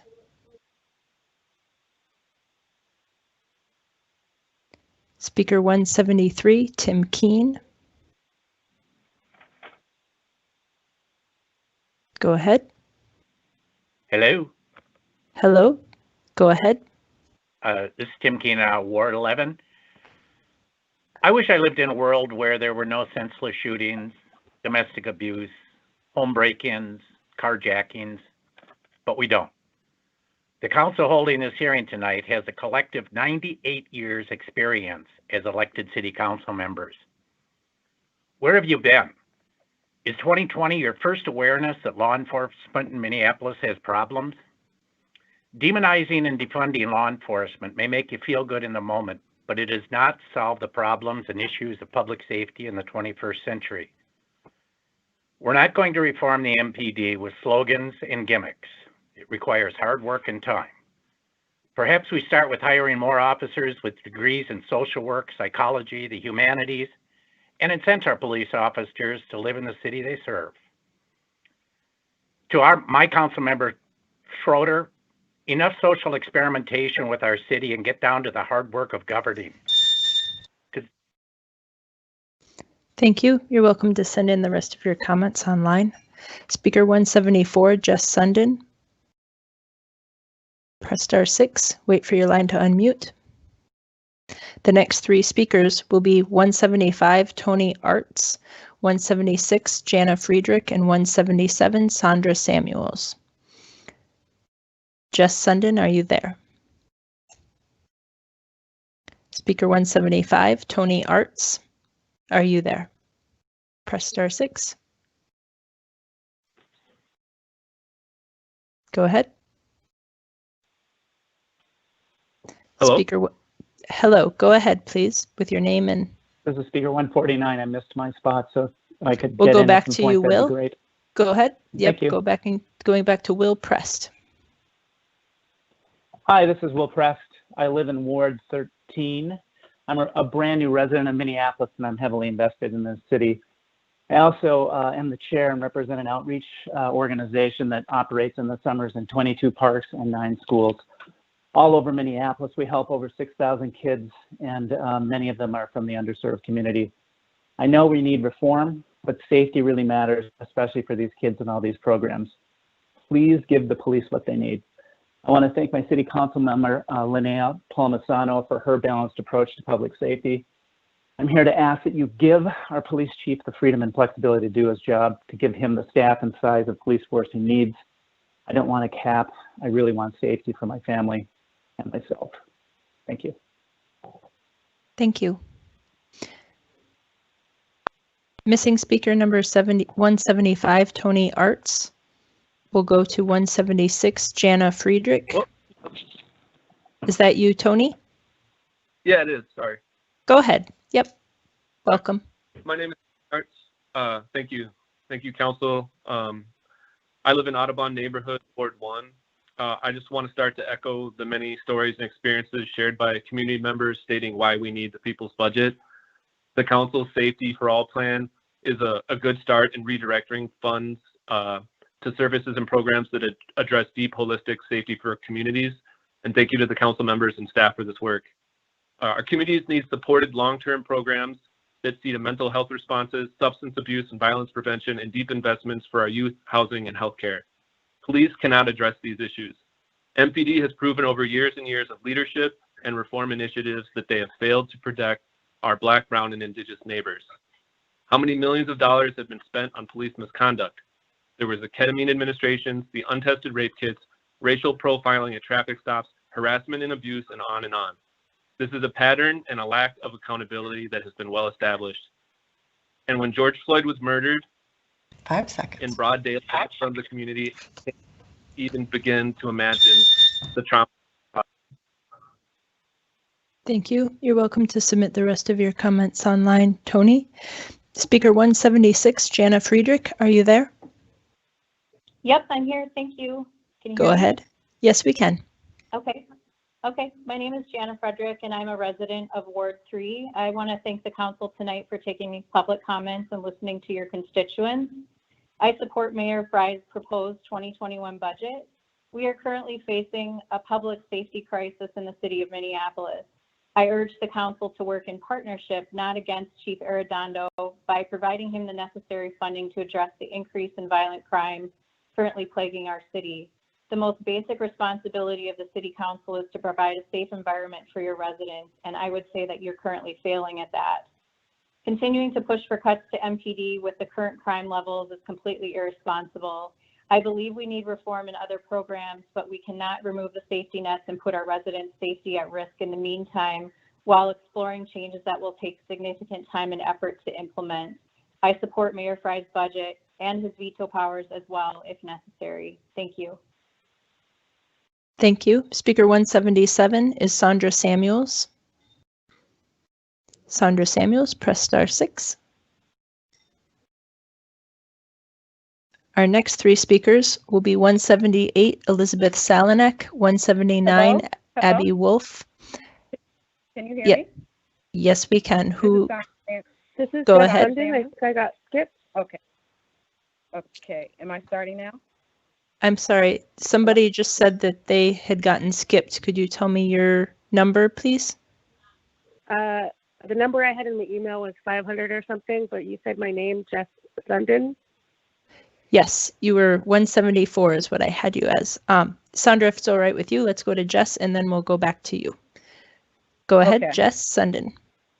Thank you. I am a resident of Ward 6 and also a member of the Twin Cities Coalition for Justice for Jamar. I support many of the cuts and reallocations in the Safety for All budget with the addition of the cuts proposed in the People's budget. I have 2 further concerns. First, I oppose expanded funding for the OPCR, which is not true civilian oversight. It has one of the lowest sustained rates in the country for civilian complaints. This isn't because they're understaffed. It's because the OPCR complaint review process is not independent, and instead police use the process to protect themselves from accountability. We need community control and that's why I support Civilian Police Accountability Council proposed by TCC4J. Second, I oppose more funding for the Minneapolis Violence Interrupters program, which has had many negative experiences in the pilot program. On one occasion, they assisted police in the mass arrest of 50 protesters after the murderer Derek Chauvin was released on bail. On another occasion, they Thank you. Jess, you're welcome to submit the rest of your comments online. Sandra Samuels, go ahead, please. Minneapolis is on a path to having the second most violent year since 1856, with over 500 people shot, largely Black, 80 homicides, largely Black, and except for Mr. Floyd, all killed by civilians. You would think that the people disproportionately impacted would have their voices disproportionately heard, but instead we have heard one young white liberal person after another speaking for us. So as an African-American woman, I'll speak for myself and my neighbors. We want both and. Do reform the department in partnership with the chief, not against him. Don't cut the chief's budget by $7 million and tie his hands when his force is already down 200 officers. Don't cap the number of officers, cutting his force by 138. Don't make our African-American chief need to beg you for overtime at the height of violence. Do increase mental health and other violence prevention methods, but by using other money you know you have available to you. The Safety for All budget will dismantle our police force and our city. Mayor, on behalf of Black folks who want safety and reform, veto this budget. Thank you. Speaker 178, Elizabeth Salonek. If you're there, press *6. Wait for your line to unmute. Elizabeth? No, but number 35, can I get in the queue? Sure. Could you give me your name, please? And then you have 1 minute to speak. My name's Jane. Yep, got it. Go ahead. Right now? Okay. Yeah. Hi, my name is Jen Jang. I'm a housing organizer for Ex Producisia. I live in Ward 6, and I'm in support of the People's Budget. I work directly with renters all over the city of Minneapolis, and let me be clear, police do not prevent crime. Access to food, health care, affordable housing prevents crime. Housing is health, housing is safety. If you care about the communities you serve, please consider reallocating funds towards programs like TOPA and rent control, not policing. Thank you. Thank you. Back to our regular set of speaker numbers. 178, Elizabeth Salonek. This is Carol Dimes. Can I speak up? You called me earlier. Yep, I was you were muted. just a couple dozen before. Yes, go ahead, Carol. Sorry about that. Okay, thank you. In the past 4 years, I feel that this city council has done far more to divide the city than unite it. And the issue of public safety is one more example. When the city was reeling from the murder of George Floyd, still in shock and still processing what had happened, the 9 people who voted to abolish the police squandered a great opportunity to bring us all together in dialogue with communities across the city about the next steps in reforming the police.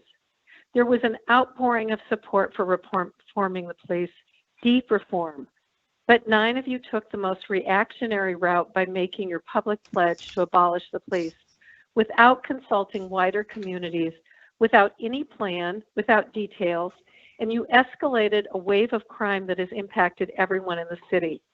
Part of leadership is communication and building consensus, and that is something the City Council has never achieved. Instead of uniting the city and working with Mayor Fry and Chief Arredondo, your narrative Madam abolished Chair, the police. I'm has sorry, the cost the timer city. went off and we didn't get it onto the microphone, so. Sorry about that. Carol, you're welcome to submit the rest of your comments to councilcomment@minneapolismn.gov. 178, Elizabeth Salonek, are you there? Hello? Hi, welcome. Did you hear what I had to say? Is this Carol Dines? Yes, it is. Yes, Carol, we did, but we needed to remove you from the call because you went beyond your time, and we invited you to submit the rest of your comments online. Thank you. 178 is Elizabeth Salonek. Speaker 179 is Abby Wolf. Speaker 180 is Hillary Lovelace. The next three speakers in queue. Go ahead, Hillary. Hi, this is Hillary Lovelace. Hi, go ahead, Can you hear Hillary. me? Yes, we can. Thank you. I'm a Powderhorn Park resident in Ward 9, and I'm hopeful to raise our child due this spring in a city without a murderous police department. I support defunding Minneapolis Police Department, and I support the Safety for All budget as a first step towards transforming how we as a city invest in and define public safety. I wish the budget went further, but I'm glad we can begin to stop the bleeding and move towards justice. I admonish the mayor for threatening to veto a new vision for safety and any that support him in this effort.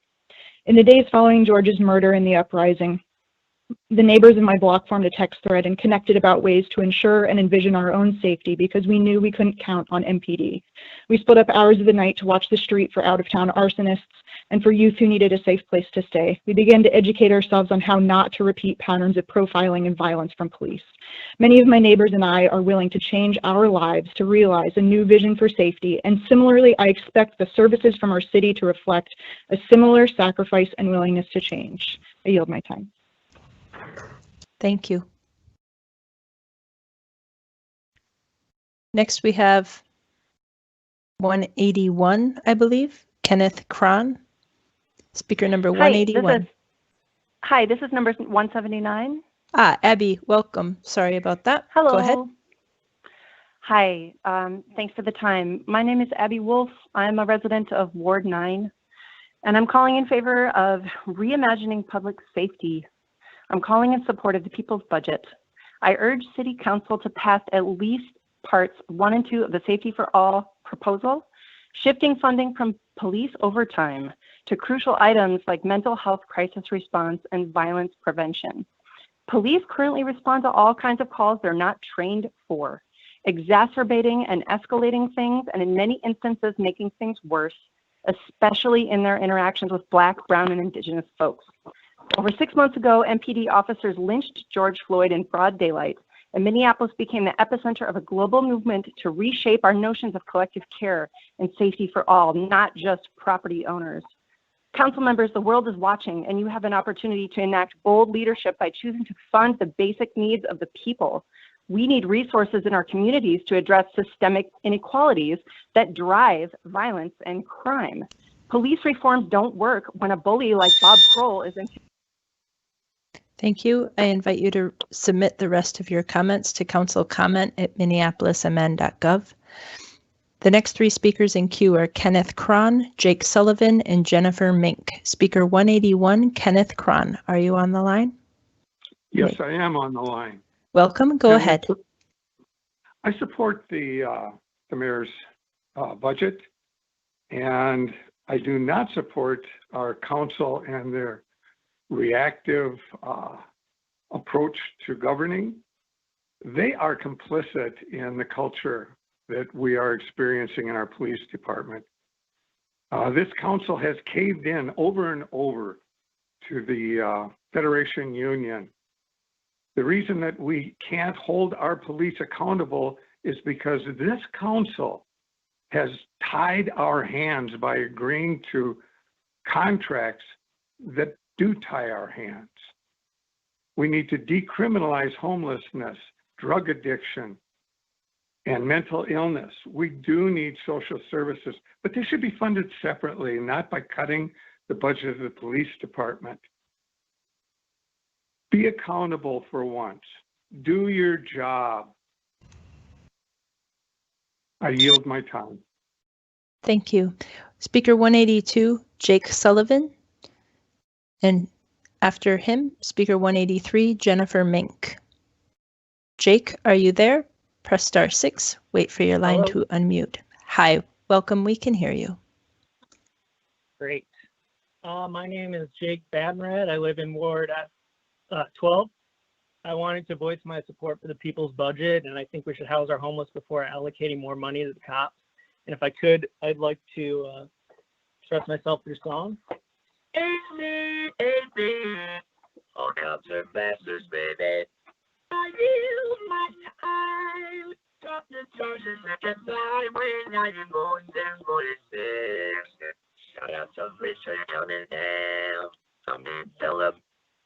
Thank you. Speaker number 183, Jennifer Mink. Jennifer Mink, if you're on the line, go ahead. Hi, thanks for your time. Thank you. Yep, my name's Jen, longtime horse lover. I wanted to call tonight just to talk about the mounted unit being on chopping block with you guys. As long as there's crime and violence and criminals, you're going to need police. And if you're going to have police, you might as well use them effectively and efficiently. And especially in a city where you're already short police and one horse can do the same amount of work as 20 cops is pretty amazing. The mounted police is your last proactive patrol, and they are highly visible, which helps deter crime. It also helps people find officers in their time of need. The true value of mounted lies within people's fascinations with the animals. There's nothing like a horse to draw people in for discussion and to be remembered. People don't really notice a squad car driving down the road. You don't think twice about it, you don't remember it. But that's the beauty of mounted police. When people see the horses and the officers, they remember. I wanted you to, if you guys could take a minute and just ask yourself, if you guys were in the city coming up to a four-way intersection and you had a horse cop. Thank you. I would welcome you to submit the rest of your comments online. Speaker number 184 is Patricia Good, and after the speaker, I'll transition it to my colleague, Steve Fletcher, to run the next set of names. Speaker 184, Patricia Good. Are you there? Hello, I'm here. Hi. Yep, welcome. We can hear you. Go ahead. Great, thank you. My name is Patricia Good. I've lived in Ward 8 for 20 years.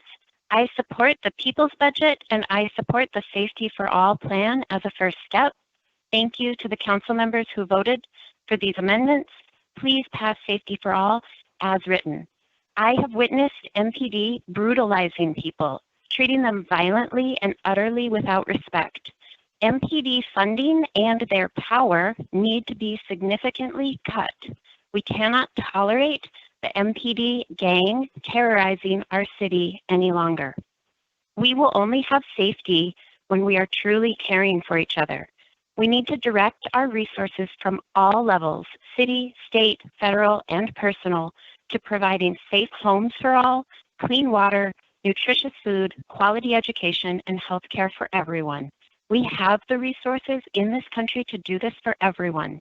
That is what will bring us safety. The time is now to be the community we want. Thank you. Thank you.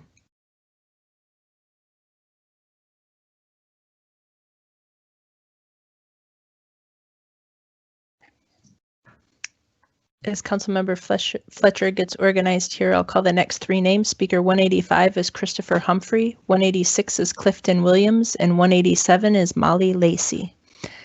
Christopher Humphrey, are you there? Press *6. Hello, this is Christopher Humphrey. Can you hear me? Yes, we can. Go ahead, please. Thank you, ma'am. My name is Officer Christopher Humphrey. I'm a 10-year veteran of Minneapolis Mounted Police and the sole full-time mounted officer allocated to that unit. I believe you all should have received an email from me outlining the importance of mounted police in such a way that meets all of our collective goals, as well as an accompanying PowerPoint doesn't have his camera on yet. And an asset analysis. I believe that this email and supporting documents and the fact that mounted police unit is an absolute imperative unit in our city, as well as having mutual goals of both the council and the residents, is crucial, and that eliminating the mounted unit by eliminating our contractual budget will be a detriment that the city will suffer for some time forward. Eliminating the mounted police unit really makes little to no sense whatsoever from a community, resident, business, and budget perspective, and certainly not from a public safety perspective. In fact, the mounted police unit is one of the most efficient and cost-effective resources. Thank you, officer. And we did receive your email, and I'd encourage you to provide any additional feedback by email as well. Next up is 186, Clifton Williams, followed by Molly Lacey and Amy Sizer. Clifton Williams, are you there?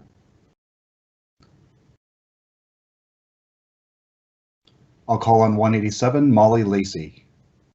Hit *6 to unmute.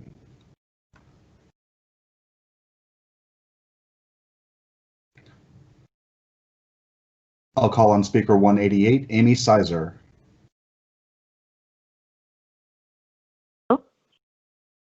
Hello, welcome. Hello? Hi. Hi, Please my name introduce is yourself Amy and go Sizer. ahead. Thank you. Okay, my name is Amy Sizer. I'm here speaking as president of the Minneapolis Mounted Police Foundation, and I am also a Minneapolis 911 dispatcher for 16 years. The Minneapolis Mounted Police are needed. 1 officer on horseback is equivalent to 10 on the ground. The added height and visibility allows officers to observe a wider area and be seen.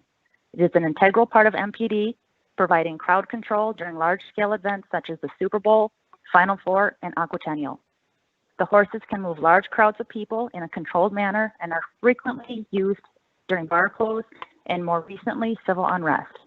The mounted patrol can also go in areas where motorized vehicles cannot. This is essential during recovery missions of the North Side tornado in 2011. The Minneapolis Mounted Police are a significant bridge between building community and officer relationships. Please do not be the reason an important and historical unit in the city of Minneapolis ends.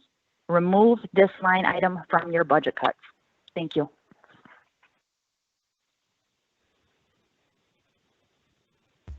Thank you.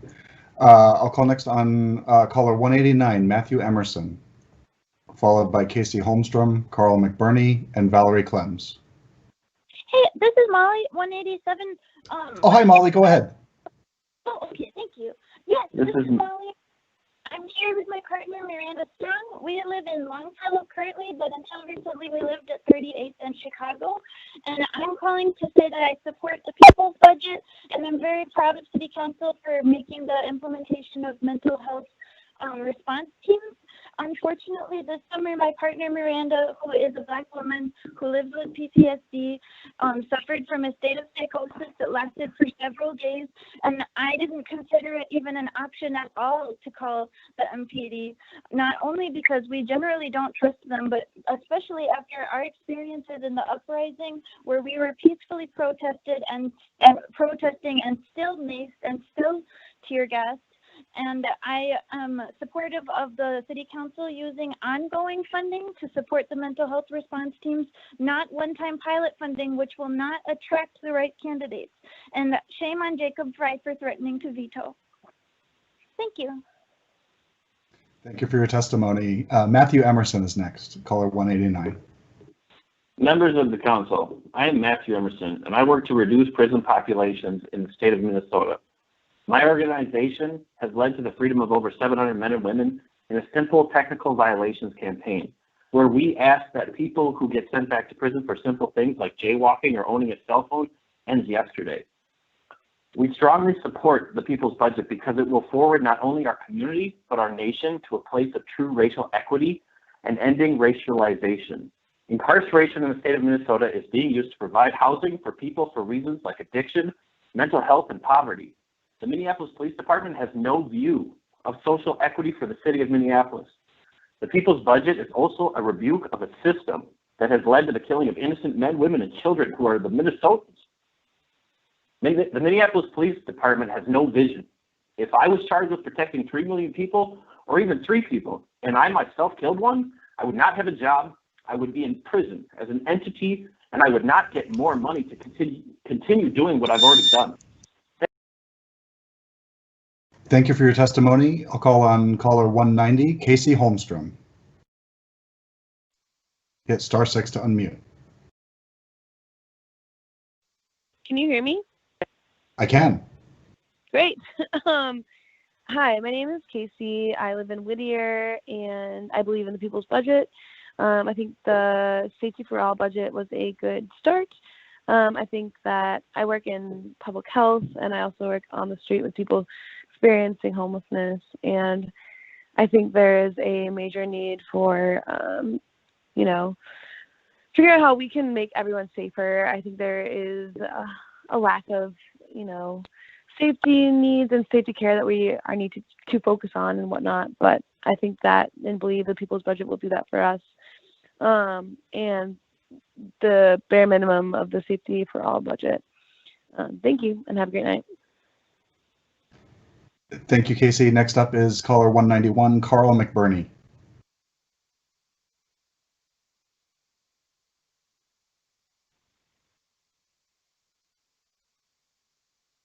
Hello, can you hear me? Yes, I can. Go ahead.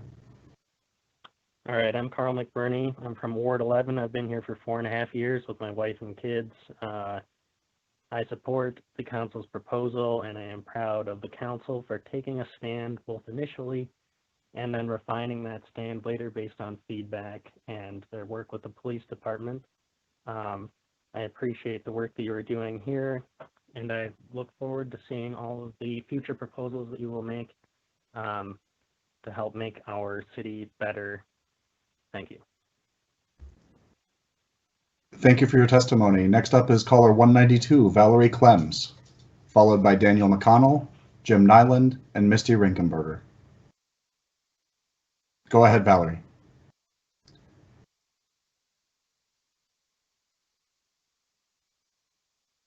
I'm not hearing Valerie, so I'll call on caller 193, Dan McConnell.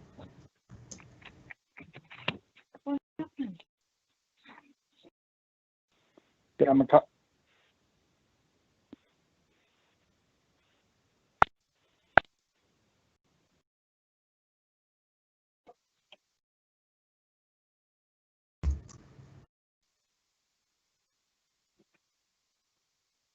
Dan McConnell, are you on the line?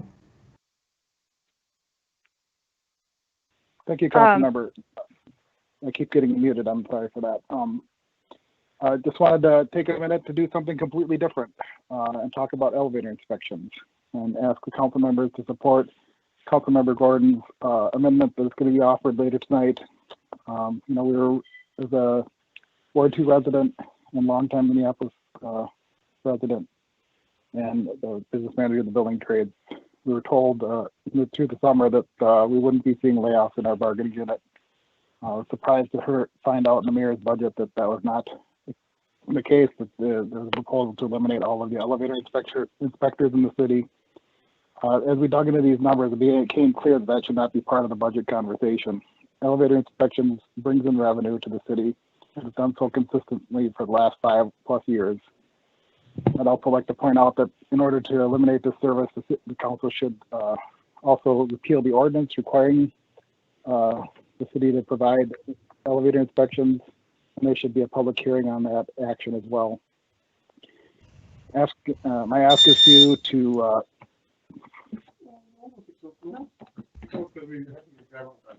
Yep, true. Thank you, Dan. I'd encourage you to, as I know you already have, submit feedback by email as we proceed. It sounds like Valerie might have been on the line. Valerie, are you there?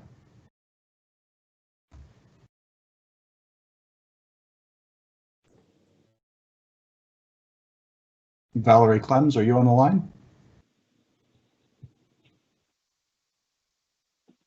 Okay, I'll proceed then. This is Valerie Clems. Yes. I was number 192 and I got remuted somehow. This thing keeps remuting me. I can hear you now. Go ahead. So, super. Thank you. Like I said, I'm Valerie Clems from Ward 2. First, I want to express my disappointment at the council's inability to seize a near universal desire to reform the police in a manner that unites us and doesn't divide us. I do support Safety for All. I urge you to vote for it. I like that it will reduce calls to Minneapolis police, which will help them stretch the resources of their budget. And it gives the chief access, and I know you've made it possible for the chief to access funds for overtime if the situation warrants. And that might be necessary until there's alternatives to traditional policing in place. I don't understand enough about the constraints the council is putting on the 2022 budget to restrict officers. So I can't say I support that yet. On the mounted police, I urge you to give the police department the option to retain that unit if they can find funding elsewhere and rearrange their budget. Because I do agree that the mounted police is actually a really valuable resource. Thank you. Thank you for your testimony. Next is caller 194, Jim Nyland.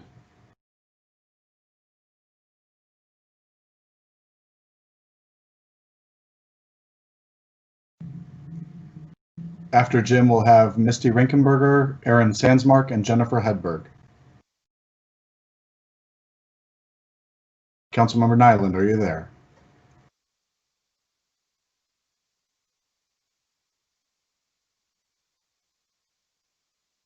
Okay, we'll move on to caller 195, Misty Rinkenberger. You can hit *6 to unmute. Hello. Hi, welcome. Hi, my name is Misty Rinkenberger. I live in Whittier, and I'm an employee at the Minneapolis Institute of Art. I'm asking the Park Board to postpone giving MIA their $18 million budget until they recognize the casuals joining OPIU Local Union 12. Casual employees at the museum are very diverse, and they work within the Art in the Park, Third Thursdays, Family Day, and many of the other community outreach programs. Most of these employees make less than $15 an hour. Please use your power and voice to encourage MIA and Director Dr. Katie Luber to support these diverse and marginalized employees with the union. Thank you.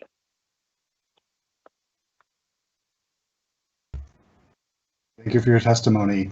Next up is 196, Aaron Sandsmark.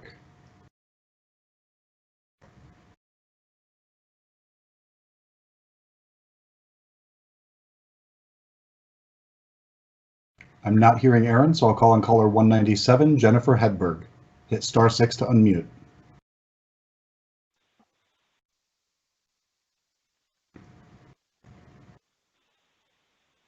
Hi, can you hear me? I can, welcome. Great. Hi, my name is Jennifer Shea Hedberg. I'm a 30-year resident of Minneapolis.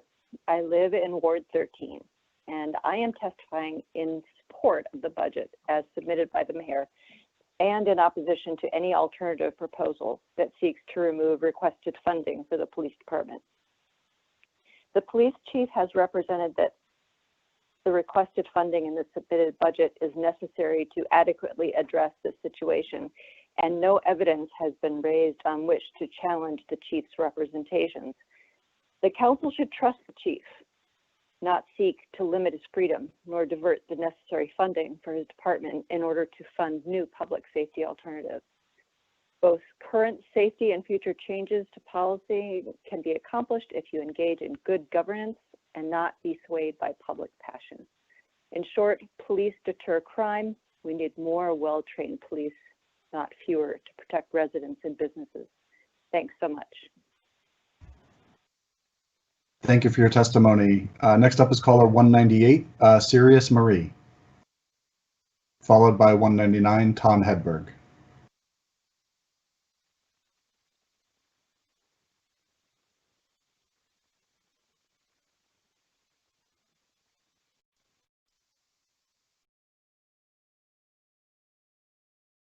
I'm not hearing Sirius, so I'll call on 199, Tom Hedberg. Hit *6 to unmute. I missed my spot. Hi, who is this? 95. Januda. Okay. Please go ahead with your testimony. My name is Janata Petrus Nassau, and I live in the Central neighborhood, 4 blocks away from Cup Foods and where George Floyd was murdered. And I have experienced the police, growing up and in my schools and in my community. And I just imagine that there could be something so much more healing and transformative in our community than the police. And I've had good interactions with police, but I've also known people who've been murdered by police and have been stopped. One individual friend of mine 60 times by police. The anxiety and stress of living in a policed state is not what I feel young people or any future generation deserves. I think we could have community members who are paid to love on and support and heal and give people what they need. In the experience of George Floyd, he needed someone to show up and give him groceries, give him money, and not. Thank you for your testimony. That brings us back to 198, Sirius Marie.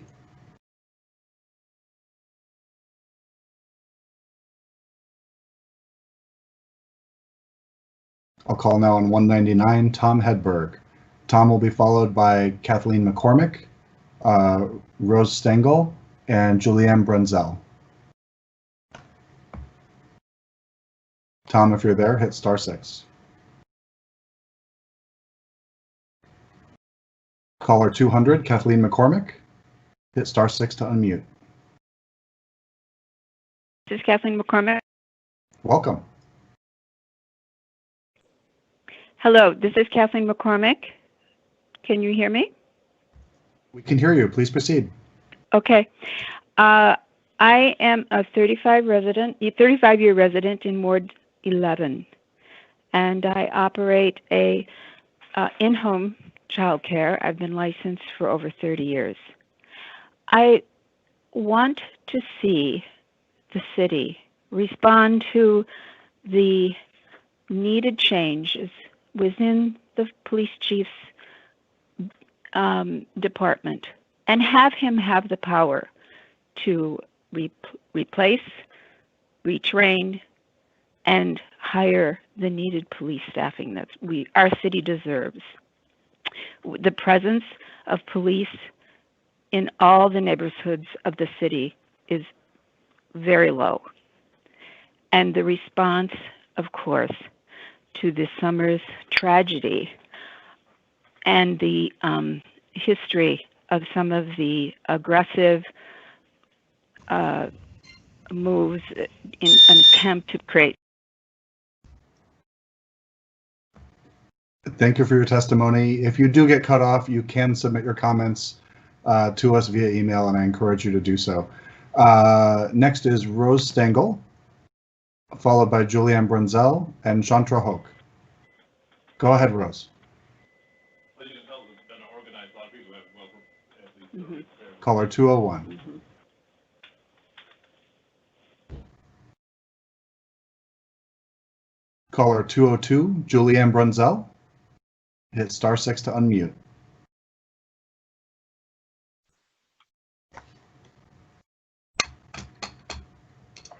Hello, can you hear me? Can you hear me? I can hear you. Hi, my name is Julianne Brunzel. I'm a lifelong resident of Minneapolis and live in the 11th Ward.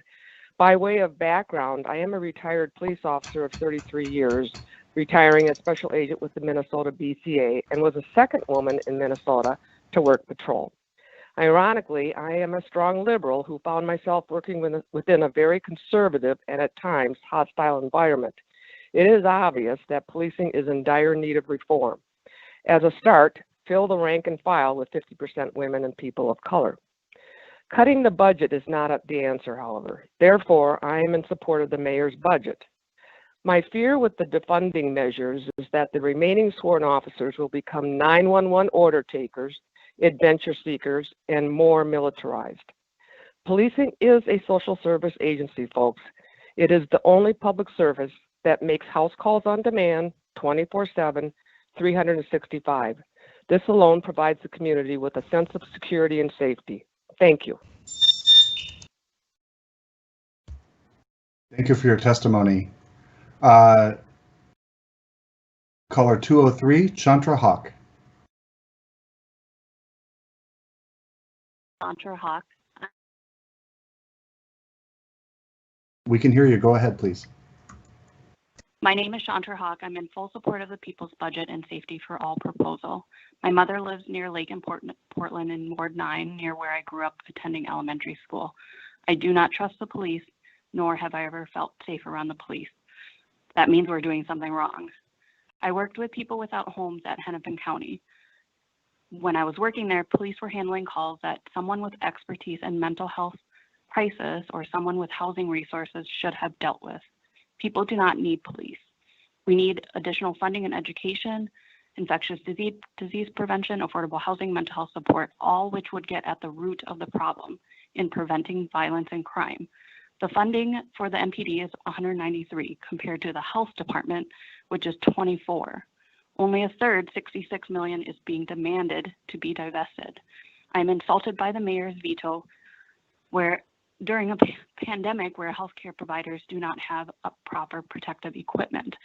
For Mayor Fry and anyone else supporting the mayor's veto, I'm calling you. Thank you for your testimony. Next is Carissa Hertel, followed by Bill O'Brien, John Barch, and Sophia Reuter. Number 204, Carissa Hertel. Please go ahead.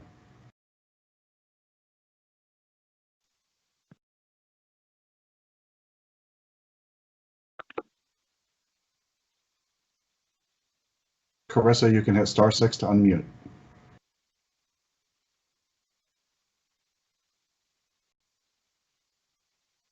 I'll call on caller 205, Bill O'Brien.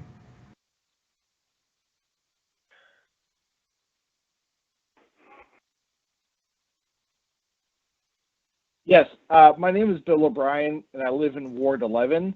I'm here to ask that you give our police chief the freedom and flexibility to do his job. Police deter crime, and I want to emphasize we need inspired individuals as our police to protect residents and businesses. There is complete agreement the internal culture of our police is unacceptable, but as citizens, we must remember the adversarial culture within the Minneapolis Police Department has been permitted to flourish with the consent of the City Council. You all have protected this culture rather than address it. As evidence, I'd like to point out that my own Councilman Schroeder advocated to me within an email for his yes vote last week by telling me he voted with the majority of the City Council. This demonstrated to me a complete lack of critical thinking and instead illustrated the herd mentality that permeates the City Council and exemplifies a bureaucratic organization. You're all putting the safety of my family and my neighbors. Thank you for your testimony. You can submit the remainder of your comments online if you had more to say. Caller 206 is John Barch. My name is John Barsh. I reside in the 11th Ward. I'm 70 years old and I've lived in Minneapolis my entire life. I am retired. I like to go to walks in the city. I am in support of the mayor's budget. I think it is premature and irresponsible for you to guess what the size of the police force should be in 3 to 5 years. Why aren't you waiting for independent staffing study that you funded and is due next year? I ask you to let the police chief do his job. Mayor Fry, I support your veto of this budget if the City Council continues to handcuff our police chief and in so doing puts my family and the citizens of Minneapolis in danger. We need more police, not fewer police. Yes, we need police reform. We can do both. There is no doubt in my mind that those of you on the City Council who push the slogan and the plan to defund the police are somewhat responsible for increase in crime we see today.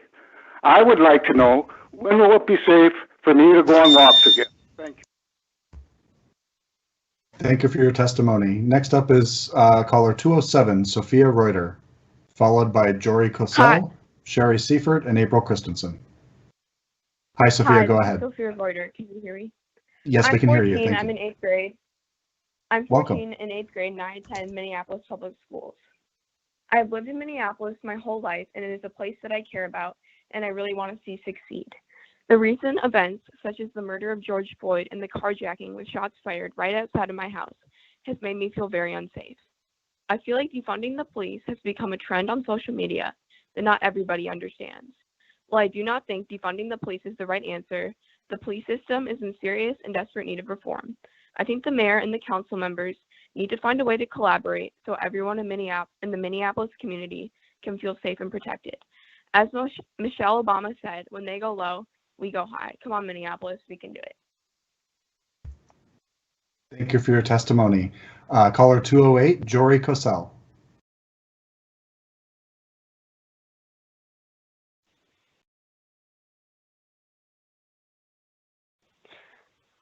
Hi, my name is Jory Cosell. I live in Ward 10.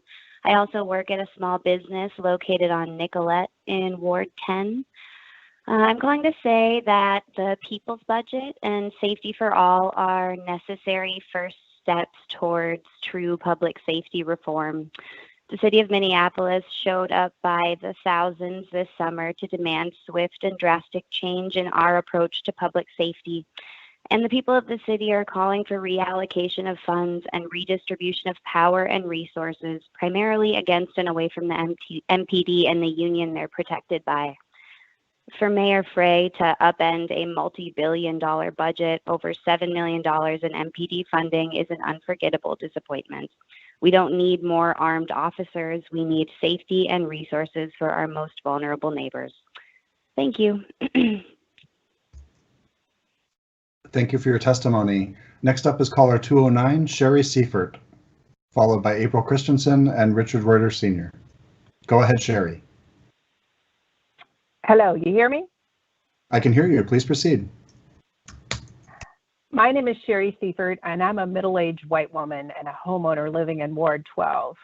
In the past, I have had good interactions with the MPD. 13 years ago, when I was mugged at gunpoint, I didn't hesitate to call the police, who treated me respectfully. Since then, I learned that my experience was very different than my friends with darker skin. I belong to Calvary Lutheran Church, 1 block from where George Floyd was callously murdered by Minneapolis police. I spend time in George Floyd Square, where we stand firm in calling for justice. My faith demands this. Last Friday, a cop pursued a carjacking suspect on foot into George Floyd Square, and immediately 12+ police cars and 20 heavily armed cops appeared. The handcuffed suspect had their head and body slammed on the back of a car. A young woman who tried to intervene had a gun pulled on her. This could have easily ended in another senseless death. These actions were traumatizing, and this reign of terror needs to stop. We can do better. Thank you for your testimony. Next up is caller 210, April Christensen.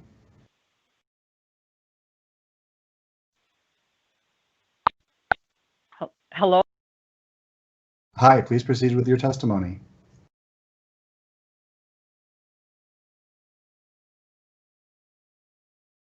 Am I could hear you briefly. Are you still there? okay? I can hear you, yes. My name is April Christensen, and I have lived in Ward 11 for 20 years. I have never seen or experienced such a surge of crime in my neighborhood like this year. I've seen attempted robbery and losing my bike, which was very scary. I believe police is needed to deter crime for all of Minnesota, but we also need social transformation and planning for the future and training new recruits. The current safety plan does not include enough planning or implementation for safe policing.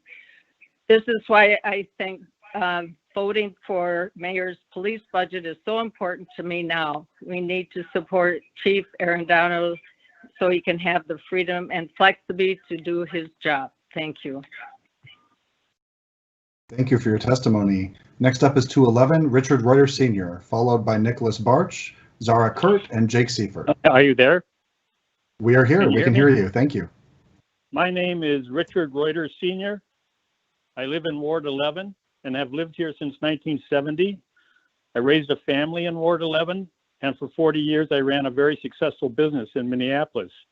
And now I am retired in Ward 11. I am fully committed to this city. I ask that you give the mayor and the police chief the freedom and flexibility to do their jobs and support the mayor's budget. We need to support the safety of our businesses and our citizens first and foremost. We should not defund the police. Mayor Frey, if that does not happen, I then would definitely support your veto of this budget. Thank you very much. Thank you for your testimony.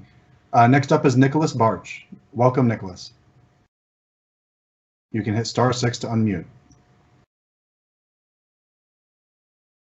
My name is Nick. Hopefully you can hear me now. My name is Nicholas Barch. I reside currently in Ward 4. I have been living in Minneapolis my whole life for 33 years, originally resided in Ward 11, now happily live in Ward 4. I am just calling to express and plead to allow the police chief and our mayor the flexibility and ability to do their job. A couple of reasons why I believe police is important in this city and why we should continue to try to fund it, not defund it. One of the reasons is my experience working in human services and mental health. Numerous times I've utilized the police officers to help me in a lot of situations. While, like a lot of people have pointed out, they're highly untrained in mental health situations, but yet help out a lot in those type of situations. One last thing I want to point out too, that we really need to try to get away from the rhetoric of using abolishment and elimination. A really highly intelligent speaker early on, 209, stated about social media and how these things get moved. When we say abolish and elimination, it gives a license to kill to teenagers to just go out and be lawless and do whatever they want to do. And that it's totally. Mr. Chair, I'm sorry, the time has expired for the speaker. We missed the beeper. I'm sorry again. Okay, thank you, Mr. Clerk. And thank you, Mr. Barsh, for your testimony. If you had more to say, I would encourage you to email your council member directly. Number 213, Zara Kurt is next, followed by Jake Seifert and Meredith Jurek. Go ahead, Zara.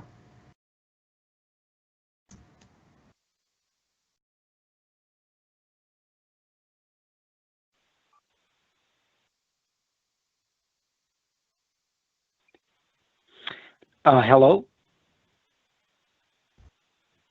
Hi, welcome. Please proceed with your testimony. Oh, so excuse me.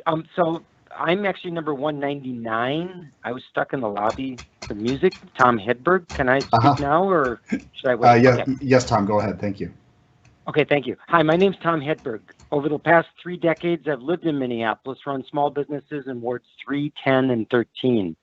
I'm calling in support of the budget as submitted by the mayor and against any alternative proposal that seeks to reduce requested funding for the police department.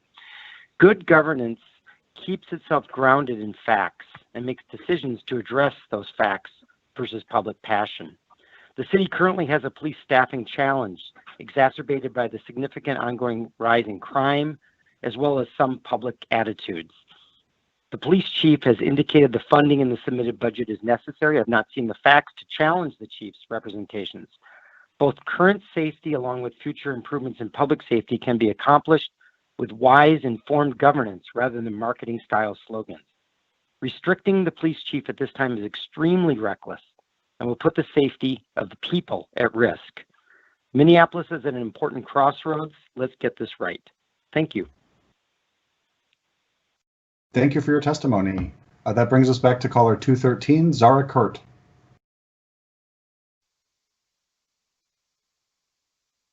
I'm not hearing Zara, so I'll call on caller 214, Jake Seifert. Go ahead, Jake. You can hit *6 to unmute. Hi, can you hear me? I can hear you. Welcome. Thank you.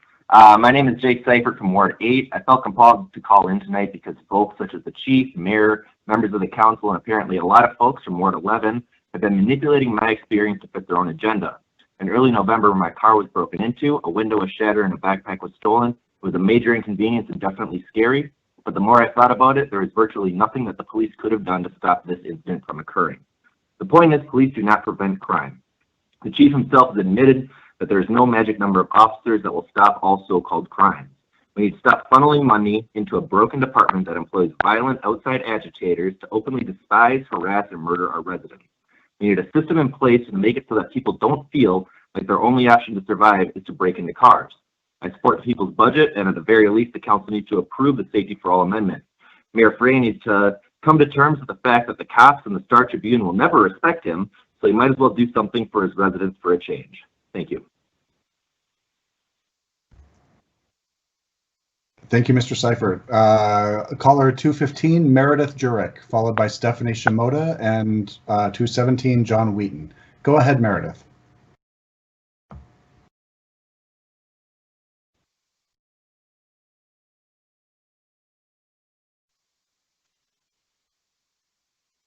Caller 216, Stephanie Shimoda. You can hit *6 to unmute. Hello. Hello. Hi, welcome. Hi, my name is Stephanie Shimoda. I live in Whittier in Ward 10, and I am a member of Isaiah. I'm excited to see the Safety for All budget plan pass as a first step to building a better public safety system, and I hope to see the people's budget pass in the future. Shifting public safety responsibilities like mental health, addiction, and homelessness to other parts of the city seems much more appropriate than current strategies being used to deal with said issues. Public safety is more than policing. I ask the council to pass the budget as amended and urge the mayor to withdraw his threat of a veto. Thank you. Thank you for your testimony. Next up is caller 217, John Wheaton. Hello, my name is John Wheaton, Executive Director of a nonprofit youth development organization that has served thousands of underserved youth and families in Minneapolis over many decades. I also serve on the board of another longtime youth development organization in North Minneapolis. We clearly need a new approach to public safety, but doing it right requires good judgment and planning, and it should all be based on thorough studies and proven methods. A regular police presence is a deterrence to crime, and dramatically reducing the number of officers in our community is the wrong approach at this time. The recent rise in violent crime speaks for itself, and the insecurity so many residents are now feeling is palpable, especially in communities of color, as Sandra Samuels just so eloquently shared. I urge this council to pass Mayor Fry's budget and give Chief Arredondo what he needs to keep our community as safe as possible until proven and effective alternatives can be implemented. Thank you. Thank you for your testimony. Next up is caller 218, Lucia Melling. Lucia will be followed by 219, Dave Ellering, and 220, Minister Dr. Ora Hoax. Go ahead, Ms. Melling.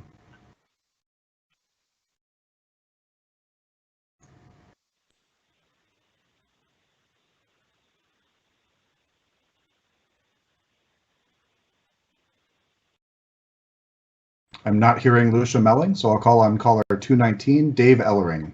You can hit *6 to unmute.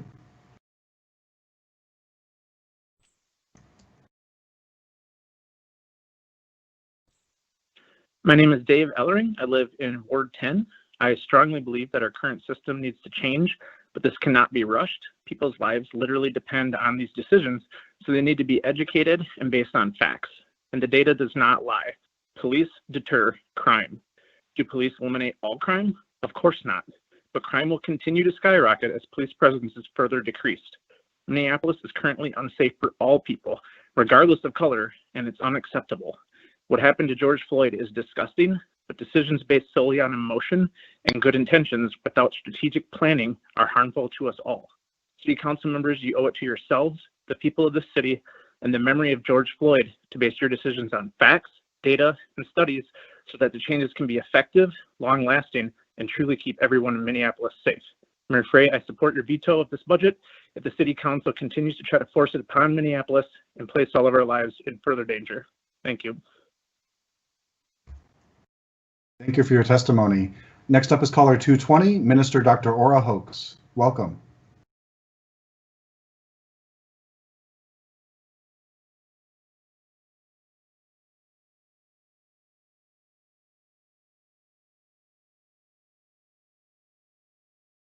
Minister Hoax will be followed by Mary Kastorf, Michelle Horde, and Holly Morale. I'll call on caller 221, Mary Kastorf. You can hit *6 to unmute. Hi, can you hear me? I can hear you. Go ahead. Hi, I am remain opposed to the Safety for All plan. I'm in favor of major reform of the MPD, but not defunding it. I support the mayor's budget. I want the MPD funded to remain as recommended by the mayor and chief. I want the co-responder program and other proven preventive programs expanded. I do not want new programs that have been untested or unproven fully funded unless they are piloted first.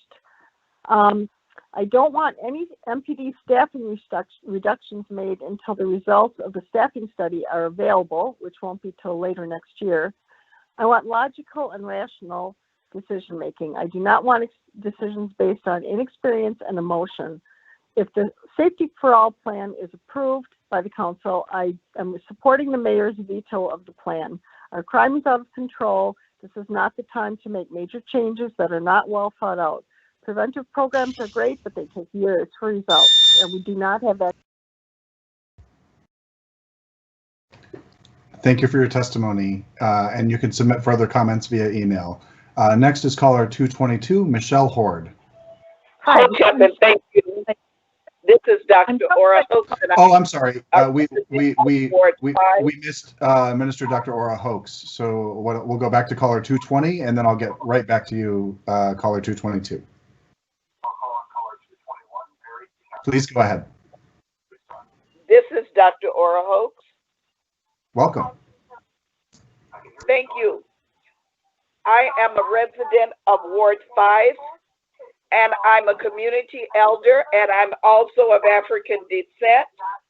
And I support the chief and his ability to be flexible in staffing. I believe that you need to wait for the results in the staffing study to cut the ties with the Federation. And I believe that our chief can do the job if you do not tie his hands. And for those who are of non-African descent, you cannot speak for our community. We do need policing in our community. We can also have the mental health services with this budget. And I thank you, Mayor Fry, for your diligence and courage. Thank you, and God bless. Thank you for your testimony. Next up is caller number 222, Michelle Horde. Thank you. I'm troubled by the false ideology that continued budget cuts to the police budget makes everybody safer.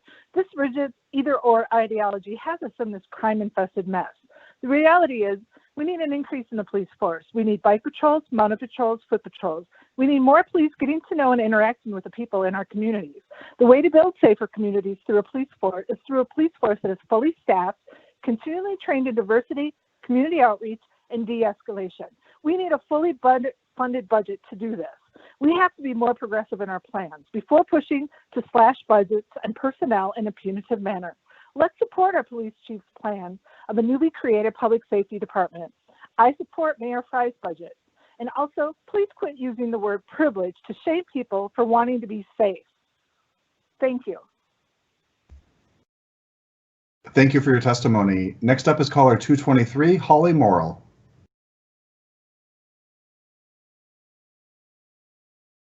Holly will be followed by Lee Samuelson, Catherine Schmidt, and Chris Rosine. You can hit *6 to unmute.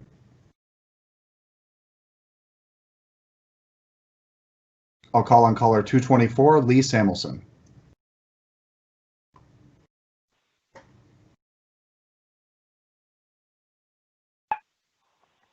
Hello, Lee Samuelson, Ward 12. I generally support the Peoples and the amended budget as long as any of the first hired, first fired aspects of a police contract do not result in newer officers with less racial bias taking the loss if such a distinction exists. I was pleased to see the Rebuild Resilient budget amendment. Investments in energy efficient and resilient reconstruction must remain a priority because of the long-term benefits of building back better. Let's mobilize a response to the climate emergency, which you declared, in ways that reduce energy cost burdens while expanding good-paying jobs in energy efficiency and solar. I'd like to ask that the 0.5% franchise fee increase revenue be used solely for that above intended purpose, and to have some transparency in how those funds are being allocated going forward. And I'd also like to see the City Council support the East Phillips Indoor Urban Farm project, as it can help many small businesses owned by people of color. And thank you. Thank you for your testimony, Lee. Next up is caller 225, Catherine Schmidt. Hi. Hi, I'm Catherine, homeowner in Ward 8, Bryant neighborhood. I 100% oppose the proposed People's budget and slashing the MPD budget, and dutifully support the Minneapolis Police Department and the mayor's proposed budget. I support Mayor Fry and Chief Arredondo with their support in expanding the police force with new recruitment classes and advanced training for current officers. I also support the CPS teams who are essential liaisons to the community and partnering with the Minneapolis police precincts. If we cannot work with the current chief, we need to look outside for a new chief that we'll be able to work with. I think it's irresponsible and arrogant for us to think that a city can survive without adequate policing, as noted by the current rising crime and crime rates. Mayor Fry, if you're listening, I support you in vetoing this plan. Thank you for your time. And thank you for your testimony. Next up is caller 226, Chris Rosine, followed by Catherine Shreves and Kristen McGrath. Go ahead, Chris Rosine. Hello, sir. Can you hear me? I can hear you. Go ahead. I appreciate the city council. It's time to redeem yourself. Every born and raised South Minneapolis, Lake and Lindale, what happened the night of the riot, and the city council calling for dismantling and defunding the police. That kind of rhetoric was so irresponsible. Please clean up your act. Can't say a lot in a minute. We let the worst violent criminals, we're playing patty cake with them. They need to be made examples of. We should have no nonviolent people in jail or arrested or harmed financially through the legal system. Meaning, why haven't we decriminalized, not necessarily for recreational, marijuana, things that bring police into contact with law-abiding, nonviolent citizens. You get tough on the worst crimes. They're predators. We know it. You don't let them. Sexual child predators. Thank you for your testimony. Next up is 227, Catherine Shreves. You can hit *6 to unmute.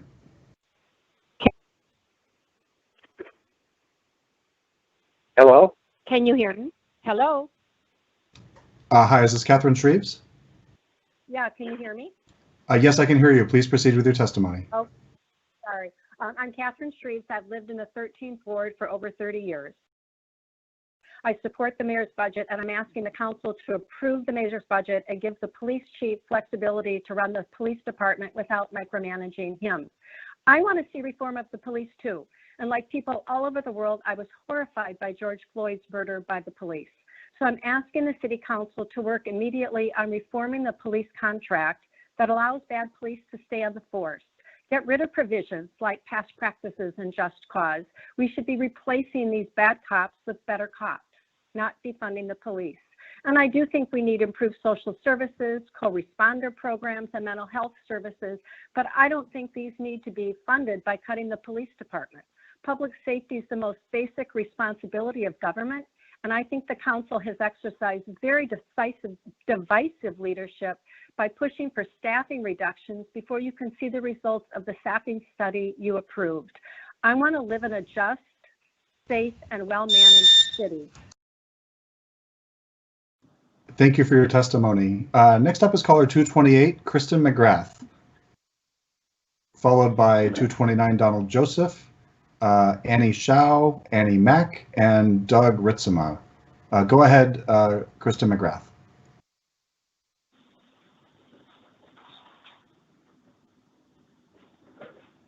You can hit *6 to unmute.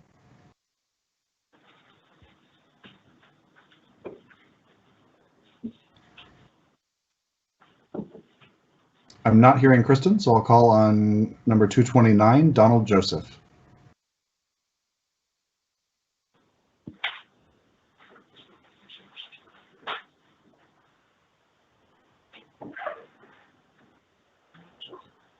Donald, if you're there, hit *6 to unmute.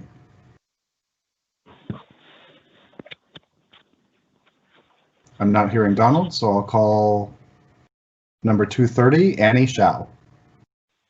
Hi, this Welcome. is caller 215, Mando.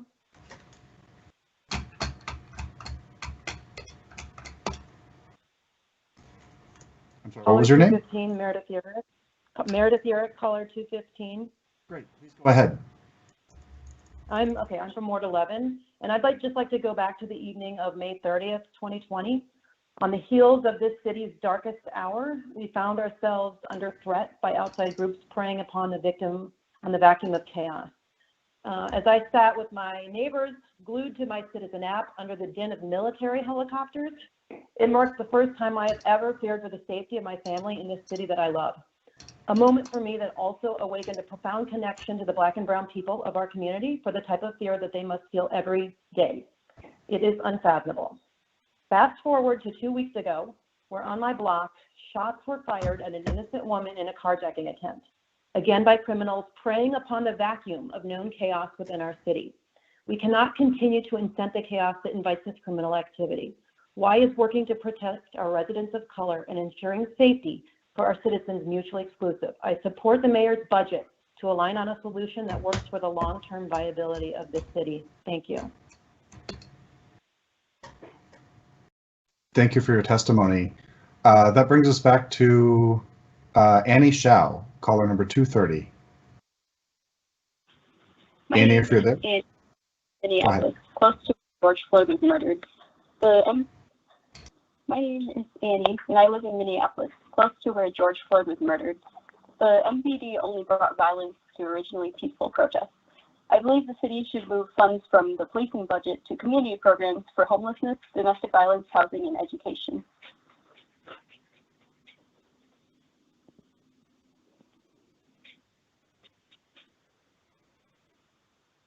Thank you. Thank you. Next up is 231, Annie Mack. Hello. Hi, welcome. Thank you. Good evening. My name is Annie Mack, Ward 4, and I am here tonight because I believe that more money for the police will equal more murders.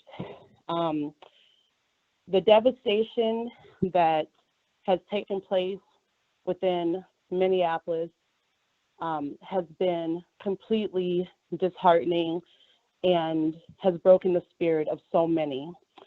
To give more money to an agency that has established itself as a terrorist community to kill Black, brown, Indigenous people, and to create an environment of fear and to create a legacy of authority and the abuse of authority has been extremely horrifying to watch and to witness. I do not agree with funding the police. It will equal more murder. No child should have to live in an environment where police sirens cause them to be alarmed and afraid. It is shameful, and you have the power as a city council to change this and to make sure that there's housing. Mr. Chair, I'm sorry, the time has run out for that speaker. Thank you, Mr. Clerk, and thank you, Ms. Mack. I appreciate your testimony. Next up is caller 232, Doug Ritzema, followed by 233, Phyllis Roden, and 234, Fidencio Cruz. Please go ahead, Mr. Ritzema.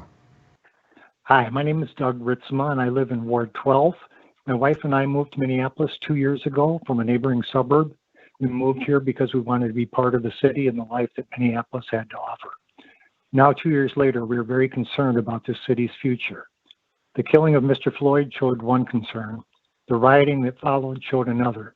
And the efforts now to defund the police shows yet another. Please make every effort to discipline and remove the bad police officers from our city. But also please make every effort to support the good police officers in our city and work to elevate the force itself. And if other options should be considered, please make efforts to try those options without so weakening the police department in the process that it will be doomed to failure. I ask you to give our police chief your support in uplifting the individuals and organization for which he is responsible. Reductions in staff at this time is not the way to make Minneapolis a desirable place to live, for those who have lived here all their life and for those wanting to come here. Thank you. Thank you for your testimony. Next up is caller 233, Phyllis Roden. You can hit *6 to unmute. Hi, my name is Phyllis Roden. I'm a 30-year resident of Minneapolis and currently live in Ward 7. I'm in favor of justice reinvestment, but I'm concerned by a clause in the budget which reduces the number of officers and goes against the recommendation of the police chief. I echo the comments of previous speakers. I think it is premature and irresponsible to guess today what the size of the police force should be 3 to 5 years from now.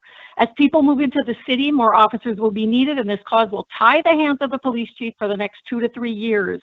I urge you to wait for the results of the independent staffing study that you have funded and which is due next year. I urge you to support Chief Arredondo during this challenging time. I support Mayor Fry's budget. Thank you.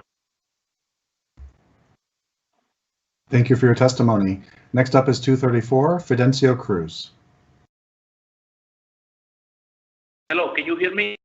I can hear you. Please go ahead. Hello, can you hear me? Hello, yes, welcome.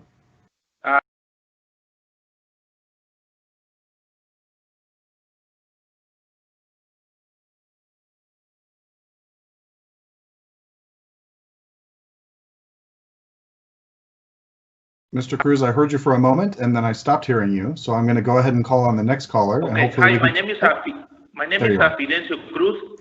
Yeah, and I'm speaking today as a business owner on Lake Street. I believe that we need to address the safety. We need more police officers. Our businesses needs to be a safety place, also for our customers, as well as our community.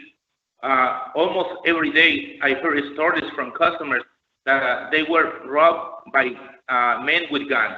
Other customers that come as a visitors to Minneapolis, they complain that they don't come as before because they don't feel secure.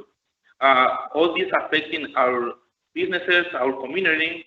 So don't cut the police budget. In the street right now, there are guns, drugs, prostitution, and it will become worse if it happens. Criminals are taking advantage of the lack of police officers right now. Thank you.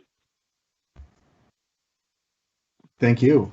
Caller 235, Maureen Foley, followed by 236, Charles Tyree, 237, Carolyn Askew, and 238, Bob Link. Go ahead, Maureen Foley.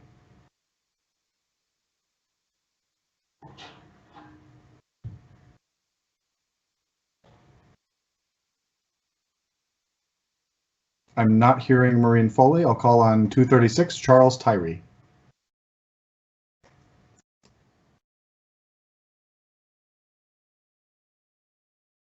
Hit *6 to unmute.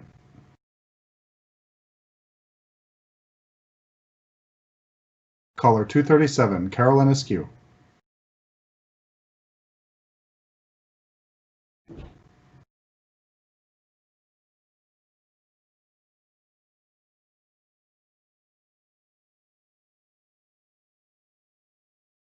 Caller 238, Bob Link. Hit *6 to unmute.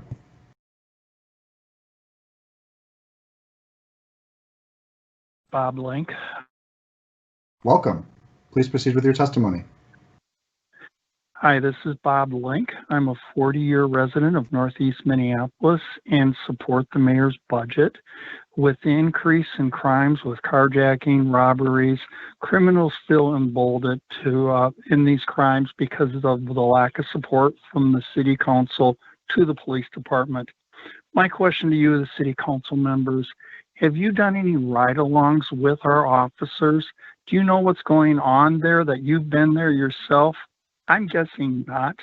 Yes, there needs to be accountability to the police and improvement, but there also needs to be accountability to the city council for how you've handled things. Go along with Mayor Fry's budget and wait for your report to come out and do a good plan, not just cutting in the safety of Minneapolis. People don't want to come to Minneapolis. People are going to start leaving if you keep going along this way. Please work at this smart. Thank you for your testimony. Next is caller 239, Sonia Meidels, followed by Walker Rice, Anthony Scallon, and Deborah Wagner. Go ahead, Sonia. Sonia? Can you hear me? We can hear you. Please proceed with your testimony. Okay. My name is Sonia. I live in Ward 10, and I'm happy to see the City Council commit to funding resources that truly keep us safe by passing the Safety for All plan. We got here because thousands of community members demanded it in the streets and in budget hearings. Don't disregard our community by watering down Safety for All. This is the bare minimum that we expect, so please pass it as written. As a reminder to those that seem to have forgotten, police do not prevent crime. They react to it. and often this results in the terrorization and sometimes death of our community members. For far too long, police reform has focused on reforms that try to reduce the harms of policing rather than rethink the overall role of police in society. There is little evidence, if any, to show that more police surveillance results in fewer crimes and greater public safety. I urge the City Council to pass the Safety for All budget plan as the first step in safety for all in our community. Thank you for your time. Thank you. Next up is caller 240, Walker Reese. Hit *6 to unmute.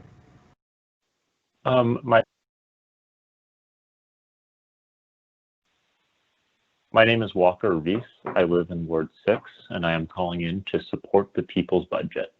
If you feel unsafe leaving your home, please know that no defunding of the police has actually yet happened, and any increase in crime is happening with a fully funded police department. I urge you to consider the limitations of policing as a means to create safety in the community, and reform efforts have failed, and the redistribution of money into programs to meet the basic needs of our most vulnerable is the only just option. The Safety for All budget is a first step, but should be seen as a minimum. Please use your power under Minneapolis's government, which is a weak mayor system in every sense of the word, to override a mayoral veto and then work on the police budget, or excuse me, the people's budget. The only good use for a police force is glue. Thank you.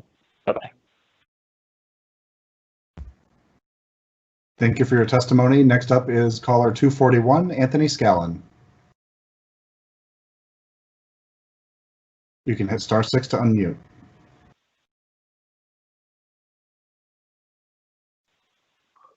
I'm supporting the mayor's budget. I'm also supporting very strongly the hiring of police officers. I hear this, that it doesn't matter. Yet we've had the worst bevy of assaults and all kinds of car shootings and carjackings. I think that the city council should not defund the police. And what's more, and what scared me, I'm a good Democrat, but we lost a lot of elections because of the defunding the police issues that some council members have come. So I urge you to adopt the mayor's budget. Thank you for your testimony. Next is caller 242, Deborah Wagner, followed by Patrick Ray and Daniel Engelhardt. Please go ahead with your testimony, Deborah Wagner. Hello, my name is Deborah Wagner. I'm a 36-year resident of the Jordan neighborhood in North Minneapolis. I speak in support of Mayor Fry's budget proposal. We are in the middle of the largest spike in crime since 1995, when our city was dubbed Murderopolis. This time, the entire city is under siege. To cut law enforcement budget at this time, when the police currently don't have enough resources to handle the current situation, seems like madness to me. In fact, while affecting the entire city, the crime unduly affects the Black residents in poorer communities, with the entire community threatened by random gunfire, entering homes, terrorizing whole families. Everyone was horrified by the video of George Floyd in his last moments of life while in police custody, but taking your anger out on the entire police force by cutting their budget, at the same time sacrificing the safety of Minneapolis residents. Thank you for your testimony. If you had more to say, you can certainly email council comment with the remainder of your remarks. Next is caller 243, Patrick Ray. Welcome, Is it possible Patrick. for me to give my time? Thank you. Is it possible for me to give my time to Miss Wagner? Sure, that's She fine. ran out. Okay. Deborah, are you still on? If not, that's okay. I can talk. All right. Okay. Yeah, I'm Deborah's neighbor. I didn't know she was calling before me. She, like the rest of our neighbors, know how terrible it is in North Minneapolis right now. I'm hearing from people who have lived here their entire lives, Black neighbors, white neighbors, Hmong neighbors, Hispanic neighbors. Everybody knows it's terrible right now, and cutting the police budget, it's just it's not a good idea, and I am in favor of the mayor, his budget, and am hopeful that he will have the courage to veto the city council's budget. Thank you. Thank you for your testimony. Next up is caller 244, Daniel Engelhardt. On Dan Engelhardt. Welcome, Dan. Sure. Oh, wait, am I just now talking? Anyway, Dan Engelhardt, Ward 1 resident, and I'm imploring the council to at least approve the Safety for All people's budget would be great. I represent state employees governed under PELRA, the same law that the Police Federation works under. For years and years, we've been gaslit and lied to that you can't do things, and with no further proof than Mayor Fry coming out and saying we can't change policy and then changing it the very same day, saying we're going to, not bargain, but then change a policy that we've been told we can't change forever. Councilmember Fletcher, you've been brave enough to show that the corrupt occupying force that's killing people slows down calls if you stand up to them in the littlest of ways. So why would we put any more money towards this corrupt occupying force that is literally killing people? White people too, may I remind you all. So at least support the Safety for All. Move towards the people's budget. This is why put any more money to this corrupt force. When we start seeing reform, maybe then, but putting more to it and then having to deal with it later, that's just irresponsible. Thank you for your testimony. Next up is 245, Patrick Handley, followed by 246, Nikki Cotta, and 247, Jim Durda. Go ahead, Patrick Handley. Hello, my name is Patrick.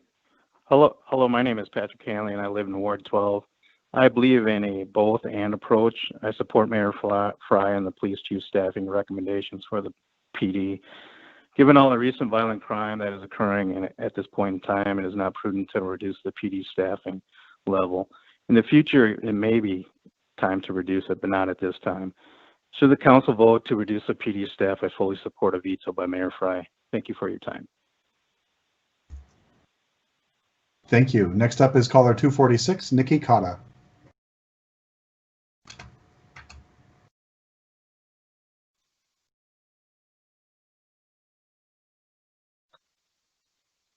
Hi, can you hear me? I can hear you, yes. Hi there, my name is Nikki Cotta. I live in Ward 9 currently, and I just want to let you know that I support the people's budget. I do not support Mayor Fry and his budget, and I am optimistic that we can finally make some much needed change in our city, and by investing in community and taking unnecessary funds out of the police budget. Thank you. Thank you. Next up is caller 247, Jim Durda, followed by Susan Harridge and Elizabeth Lindsay. Go ahead, Jim Durda.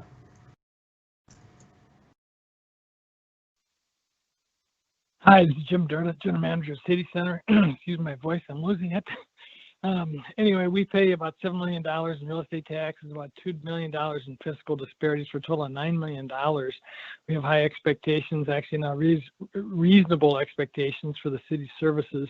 I was born in North Minneapolis. I've been working downtown for 27 years in tall towers. I understand what big taxes are. We'll do what we can to help the police. I'm urging you to please help the police. We have tenants, big box and small immigrant stores. Their employees don't feel safe. They can't walk out of Nicollet Mall without feeling unsafe. They can't take the bus without feeling unsafe. According to a published list of largest police departments in the state, in the country, Minneapolis ranks 49. Denver, our comparable city where we're losing business, 1,400. Nashville, 1,400. We need radical change in the police department, no doubt. Get the right guy in charge. We need more social services, absolutely, no doubt. They got to work together. We urge you to help. Thank you for your testimony. I'll call on caller 248, Susan Harridge. You can hit *6 to unmute.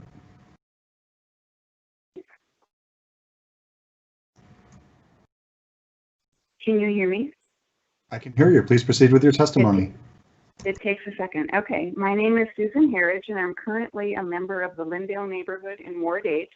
But I've lived in Minneapolis for 54 years, and before that was in Tangletown, Lyndhurst, and Windham, so a longtime resident. I'm speaking in support of the Safety for All budget amendment, which, I'm listening to the testimony tonight. I know defunding sounds really scary, but if you look at just what that amendment says, it is, to me, a very appropriate reallocation of a very modest chunk of the budget that would actually help the police by getting more police calls into hands of trained people that could handle it better and freeing them up to do other things. So I'm not sure it's worth the hissy fit that the mayor and the chief are having about, quote, cuts to the budget, because it's really a reallocation and other people will be doing the work and helping the police. I also want to say that I'm very proud of the council for the way they worked on this, and I'm especially want to commend you for the open testimony periods, the patience, and how respectful you are to people that. Thank you for your testimony. And that's proof that we're using the timer to cut off anybody, even when they're complimenting us. With that, I will hand the gavel back to Council President Bender after we get the next testifier started. I'm going to call on caller 249, Elizabeth Lindsay.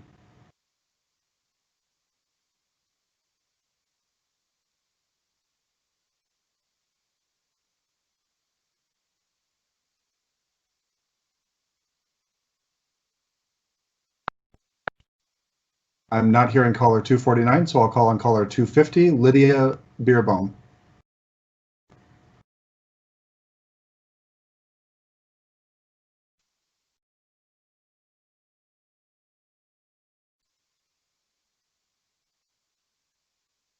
I'm not hearing Lydia, so I will call on 251, Mark Anderson.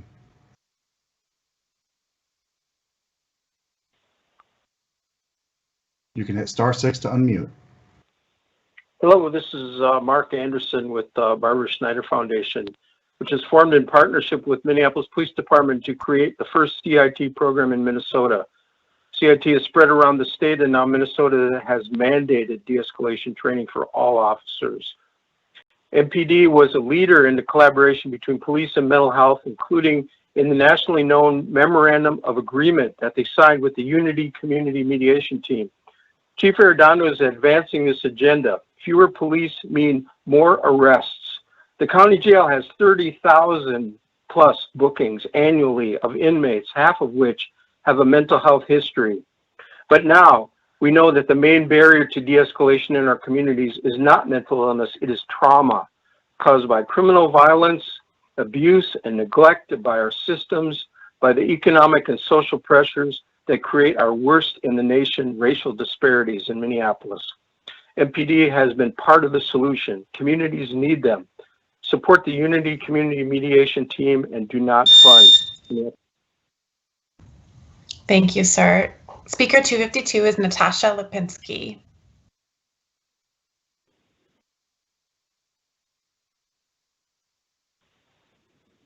Hi, this is Natasha Lepsinski. Thank you all so much, City Council members and the community that's listening tonight. Just by listening to the testimony, you can see and hear how much people care and are passionate about this issue. I think it's important to note that the language that you're hearing around defunding the police is not a buzz, it's not a slogan, it's a policy position that has been around for decades. There's been a lot of work done both by MPD 150 and groups around the Twin Cities and across the nation that have invested research time and have the strategies that work. For myself, I've been doing restorative and transformative justice for over 12 years. There's 7 nonprofits in the Twin Cities that do this work and hundreds of people that are trained in this work. We know that the policing and the way that we do it in this country is rotten from the core. It is time for restorative and transformative justice. Please pass the people's budget. Thank you so much. Thank you. Speaker 253 is Brandy Bennett, followed by Ryan Watts, Matt Swenson, and Susan Hitchner. 253 is Brandy Bennett. Hi, this is Downtown Brandy. These budget cuts are reducing MPD to a bare bones force of robo-cops, cops that only respond to violent crimes. homicides, rapes, carjackings, and shootings. Imagine a police officer that only sees violence for their 10-hour shift. What will the impact be on their mental health? You could fund 1,000 positions next year, but who in their right mind would apply to work in blood and misery day in and day out? You are leaving no time for community engagement, no time to stop at a child's birthday party, no time to hand out blankets to the homeless, no beat cops that work with business owners and residents. Every unit within MPD that builds bridges has been or is being stripped away. Bike cops, PALs, mounted patrol. Chief Arredondo created the community navigator position to build relationships between police and the community. You are taking that from him. You are removing the crime prevention specialist from the MPD umbrella. Stop with the defunding. I support Mayor Fry's budget. Thank you. 254 is Ryan Watts.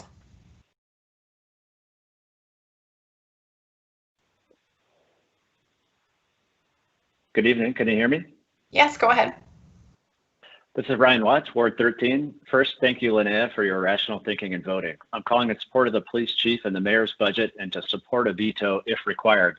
No doubt our policing needs reform for more accountability and equality. However, defunding is not the answer. We need more funding to make that happen, not less.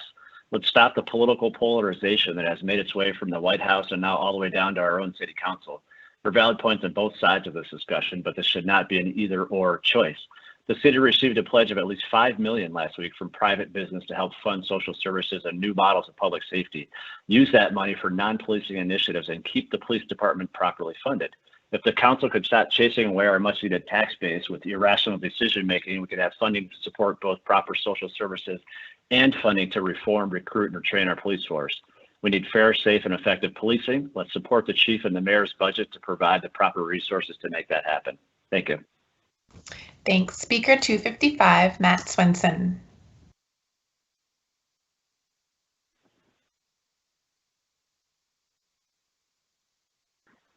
My name is Matt Swenson. My wife and I bought our first home in Tangletown last fall. We love our neighborhood and our neighbors. We hope to raise our family here in a safe, vibrant city that gives all its residents equitable access to justice and opportunity, no matter their race, age, or address. We were horrified by the murder of George Floyd, and like our neighbors, we are demanding change because Black lives matter. I believe we can make urgently needed, long overdue reforms without drastic and dangerous cuts to our already diminished police force. Someone tried to break into our house this summer. 3 of our neighbors have been burglarized, and just down the street in broad daylight, 2 criminals shot brazenly into a woman's car as she begged for her life. An elected official's first and most sacred responsibility is ensuring the safety of their community. This budget does not meet that high standard. I urge a no vote, and if needed, a swift and decisive veto. Thank you. Thank you. Speaker 256, Susan Hitchner. Susan Hitchner. Welcome. Can you hear me? Hello? Yes, go ahead. Yes, go ahead. Okay. Thank you. A key duty of the Minneapolis City Council is to provide for the health and welfare of the city and its inhabitants. Violence and crime are surging, yet the council has voted to reduce the size of the police force, and several members are proposing an $8 million additional budget cuts. Residents and businesses are begging the City Council to return to common sense governance. Yes to police reform, additional training, and a fully funded police force. Yes to creating a separate fund for mental health service and finding alternatives to some police calls. But no, excuse me, no to robbing Peter to pay Paul. They are not mutually exclusive. Minneapolis City Council, please fulfill your duty. Keep Minneapolis safe, fully fund the police, and figure out a way to fund the other services. Thank you. Thank you. We're at 8:30, which means we have 1 hour left in our public testimony.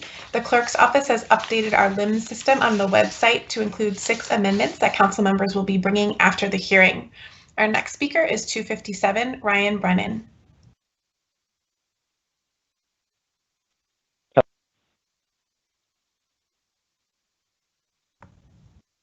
Welcome. Hi, I'm Ryan Brennan. I'm in Ward 1. Thank you, Madam President. I'm calling to ask the City Council members to please strike Amendment 14A5 and to change the funding in Amendment 14D to be on an ongoing basis. CM Fletcher, during Monday's Budget Committee meeting, you said that lowering the authorized number of sworn officers to 750 was to reflect the reality on the ground. And the reality on the ground is that our current low police staffing numbers aren't working. Our chief has repeatedly asked for 1,000 or more officers throughout recent years. And over those years, those requests have been denied, which has contributed to the failures of MPD and the erosion of public trust. Then those failures, partially caused by lack of support from the City Council, are used as justification for further denial of support for MPD. So the real status quo of our recent past has been not adequately funding MPD. Our chief is trying to improve the department, so please give him the resources he needs to do so. Everyone in this forum is concerned about the quality of MPD, and an understaffed department of any nature is going to lack quality. So please continue your great work in proposing mental health response and crime prevention initiatives, but please. Thank you. Speaker 258 is Ashley Hart. We'll then have Tessa Cunningham, Agor Ray, and Melissa Ellering. 258 is Ashley Hart. Hello. Welcome. Excellent. My name is Ashley Hart, Executive Director at the Shift Co-op in Ward 5. In the midst of a full-blown pandemic, you actually have an obligation to prioritize people's health and safety. Committing to the Safety for All budget is a positive first step, but it is the bare minimum. You must support the people's budget as is. I urge you to fund profound change in how we run our city and we care for each other. Put money where your mouth is. If you can't commit to funding real solutions to the many crises Minneapolis faces, why are you even representing us? We're all here today because Mayor Fry is pressuring y'all to meet a bottom line, right? Since May, that's all he's done. So let's be honest. Mayor Fry is a money-hungry, cop-loving, black and brown community-destroying punk who'd rather throw a fit than uplift his city. What a shameful excuse for leadership. He's a disgrace, and so are the racist, murderous police he so avidly stands behind. Safety isn't and should not be a privilege. Make the right choice today, Council, or you're going to be on the wrong side of history for the next 400 years. Thank you for your time. And as always, justice. Thank you. Speaker 259, Tessa Cunningham. My name is Tessa Cunningham. I live in Ward 1. On May 25th, George Floyd was murdered by Derek Chauvin of the MPD. On May 31st, MPD sprayed a chemical irritant at point-blank range at victims fleeing the I-35 bridge after a tanker truck narrowly missed them. Concerned onlookers were also maced without warning as MPD drove past. Video of this was published on Twitter and has been viewed 7 million times. On November 4th, 600 plus demonstrators were kettled and arrested on I-94 by unmasked police officers. They were held for 6+ hours, increasing their risk of contracting COVID. This event is available for each of you to watch on the Unicorn Riot website. These are just a few of the atrocities MPD was willing to commit while the world was watching. To reallocate 4% of the police budget to the people and organizations that are actually working to keep our community safe is the bare minimum this council should be doing. Our community deserves so much more, and MPD deserves so much less. Thank you. Speaker 260, Agor Ray.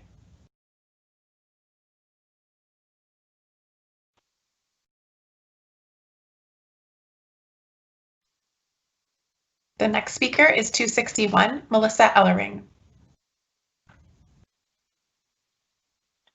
Hi, this is Melissa Ellering. Can you hear me? Yes, welcome. Okay.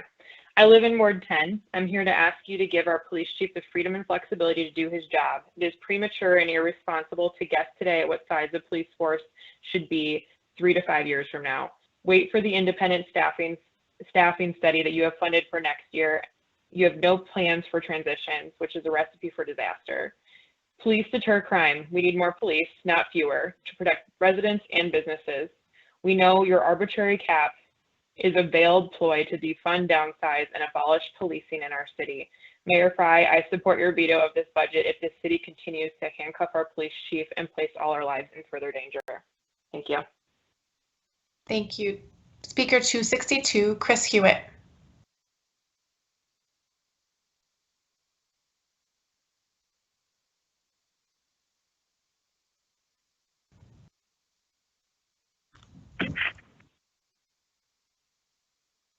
Can you hear me?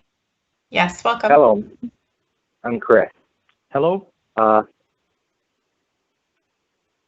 Chris, go ahead, please. Hello? Okay. Hello, my name is Chris Hewitt, and I live in Ward 4. I am here to voice my concerns for the so-called Safety for All amendment.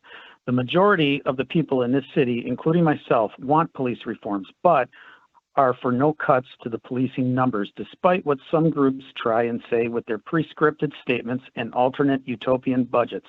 In fact, only 40% want cuts to the policing numbers based on the most recent polling. The National Alliance of Mental Health has also come out and said that they are not for this amendment. We see through the council's charade, and every cut is a belly punch to all the 80 families of those who have been murdered this year on the bloody soaked streets of this city, mostly those of color. The data clearly shows that if you want to put programs in place, you need to run them alongside the police, not instead of the police. This council has failed this city, and we urge for the mayor's veto. Thank you. Thank you. Was there another speaker who had been called before?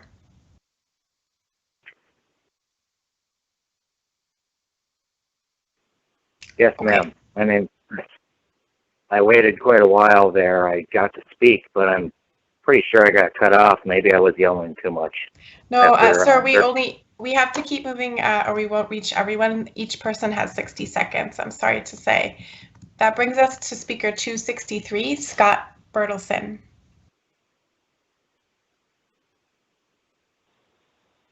We'll then have Becca Thompson, Heather Magnuson, and Cindy Lou Ferris. Speaker 263 is Scott Bertelson.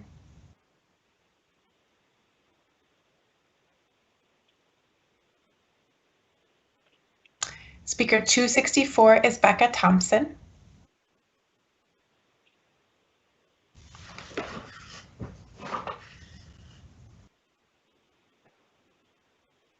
Hi, can you hear me? Yes, welcome. Thank you. Hi, my name is Becca Thompson, and I live and work on the north side. I live in the highs, and I work in the lows, and if you're a north sider, you know what that means. And I am calling yet again to support the chief and the mayor's budget. Many on the council have said there's been lots of engagement and overwhelming support for your Safety for All plan, but I would like to ask, how did you engage our elderly citizens in the middle of a pandemic in less than 2 weeks? How did you engage children and families who are working from home and stressed over multiple levels of school, especially on the north side where my students and my child reside? My council member's done nothing more than a few Facebook posts. I don't know if that's engagement. Additionally, overwhelming support is not quantifiable. I'm curious to know hard, actual numbers and demographics of what and whom you polled for this. If you could make that data publicly available before the vote, that would be fantastic in an effort of transparency. Lastly, tonight's call is obviously skewed because working people don't have hours to sit on a public call when they are with their families and helping their children with homework, and then they go back to work at 4 a.m. like my neighbors. I'm here because I can be, and I would like to be a voice for my neighbors who cannot. Mayor Fry, if you have to, veto this. Thank you. Thank you. 265, Heather Magnuson.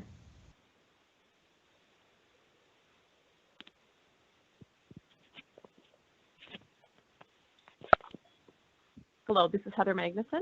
Welcome. Thank you. I've lived in Ward 11 for 17 years. I'm asking the council to support our police chief and give him the necessary tools to do his job effectively. It is extremely obvious listening to the public comments that we are a fractured city, and I am saddened by the divisive language and the finger pointing. Crime is up, that is a fact, and we cannot ignore it. I urge this council and other residents to remember that when a crime occurs, and there are plenty of them occurring right now, there's often a victim at the other end of that crime. And often those victims are people of color. What about them? Do they not deserve resources, protection, and support?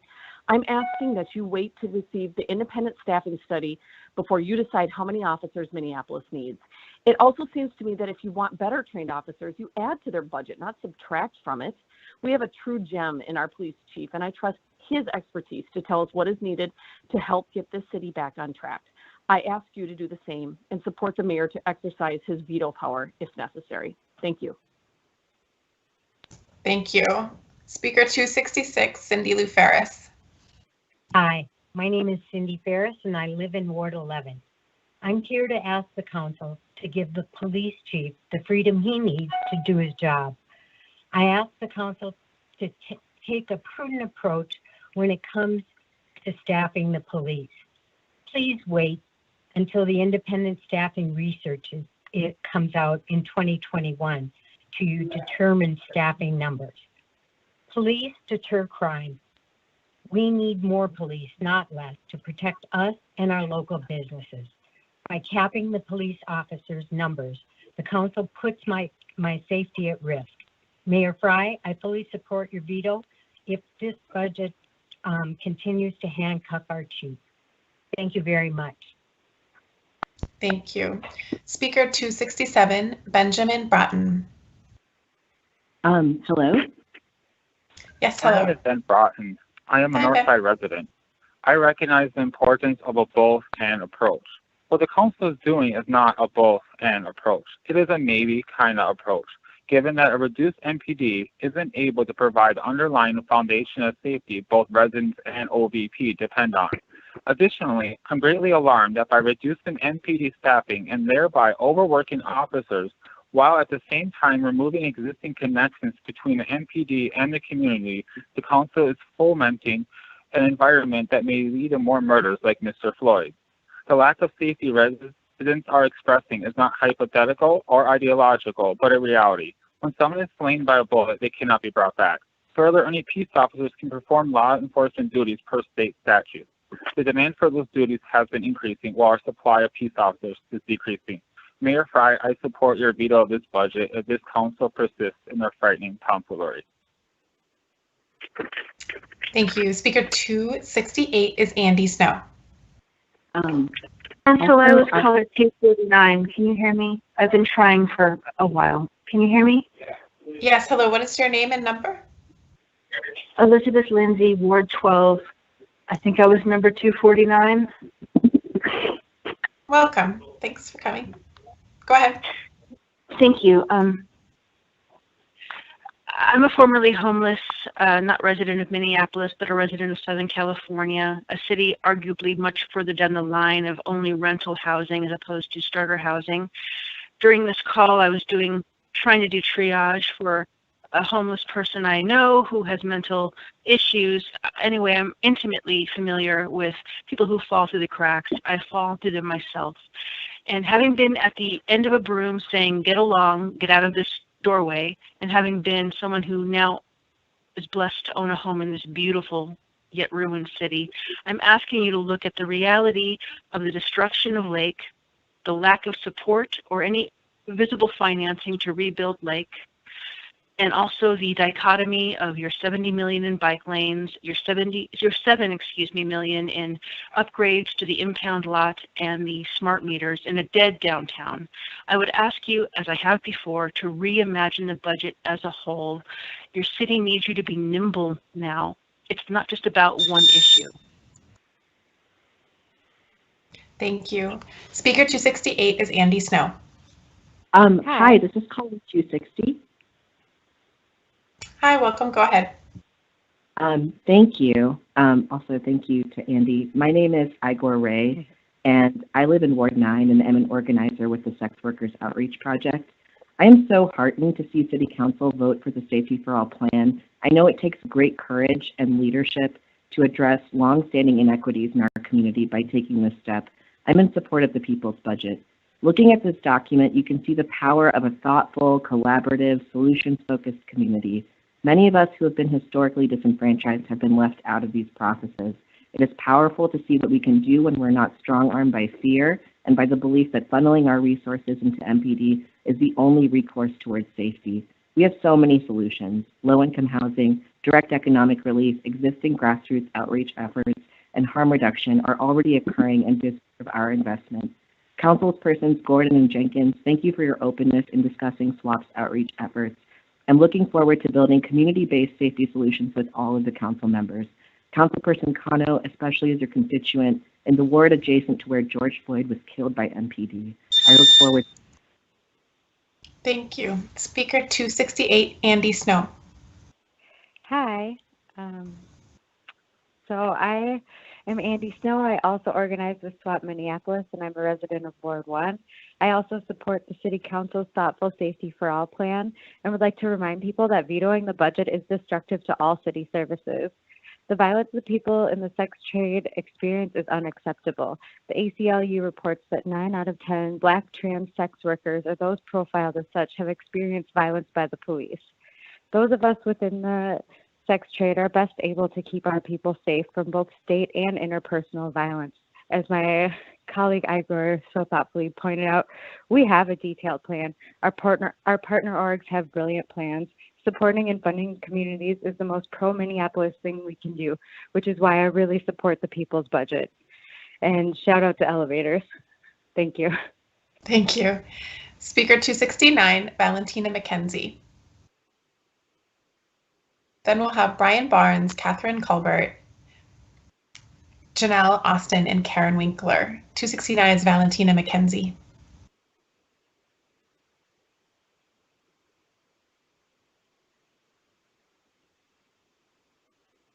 Speaker 270 is Brian Barnes.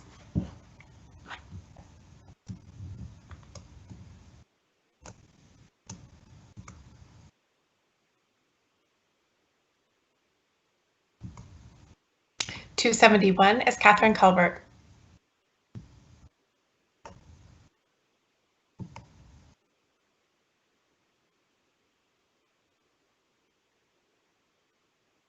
(272) is Janelle Austin. This is Yes, welcome. Hi, this is Janelle. Can you hear me? Yes, go ahead. Hi, I'm Janelle Austin. I am Black from Ward 8 in George Floyd Square. I support the people's budget. I support justice, which is the process of making things right. This budget is not right because the MPD is not right. On Friday, I witnessed them use excessive spending and force with 12 cop cars to arrest one man. They pushed my friend and pulled a gun on her when she calmly asked why they were arresting him. They pushed an on-duty member of Agape, a respectable organization for community safety. They targeted, body slammed, and arrested a watching bystander. They slammed the head of their suspect already in custody against the windshield of a vehicle. These violations happened steps away from where Derek Chauvin lynched George Floyd. Please reallocate more of the MPD budget to expand funding to areas that bring justice, such as integrative health services, jobs with livable wages, grants for BIPOC-owned businesses, undoing racism training, the 2019 Livability and Safety Platform proposal, resources for vulnerable youth and accessible housing. Our budget must bring stability and justice for people. Justice brings safety. Thank you. Thank you. Speaker 273, Karen Winkler.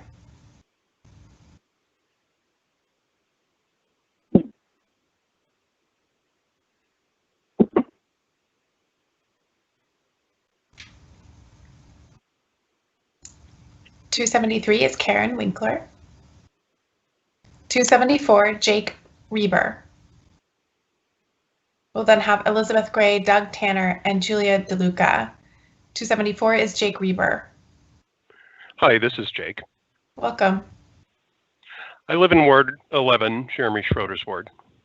I'm a gay person, and I don't need or want others to speak for me, as I have heard many do on this call.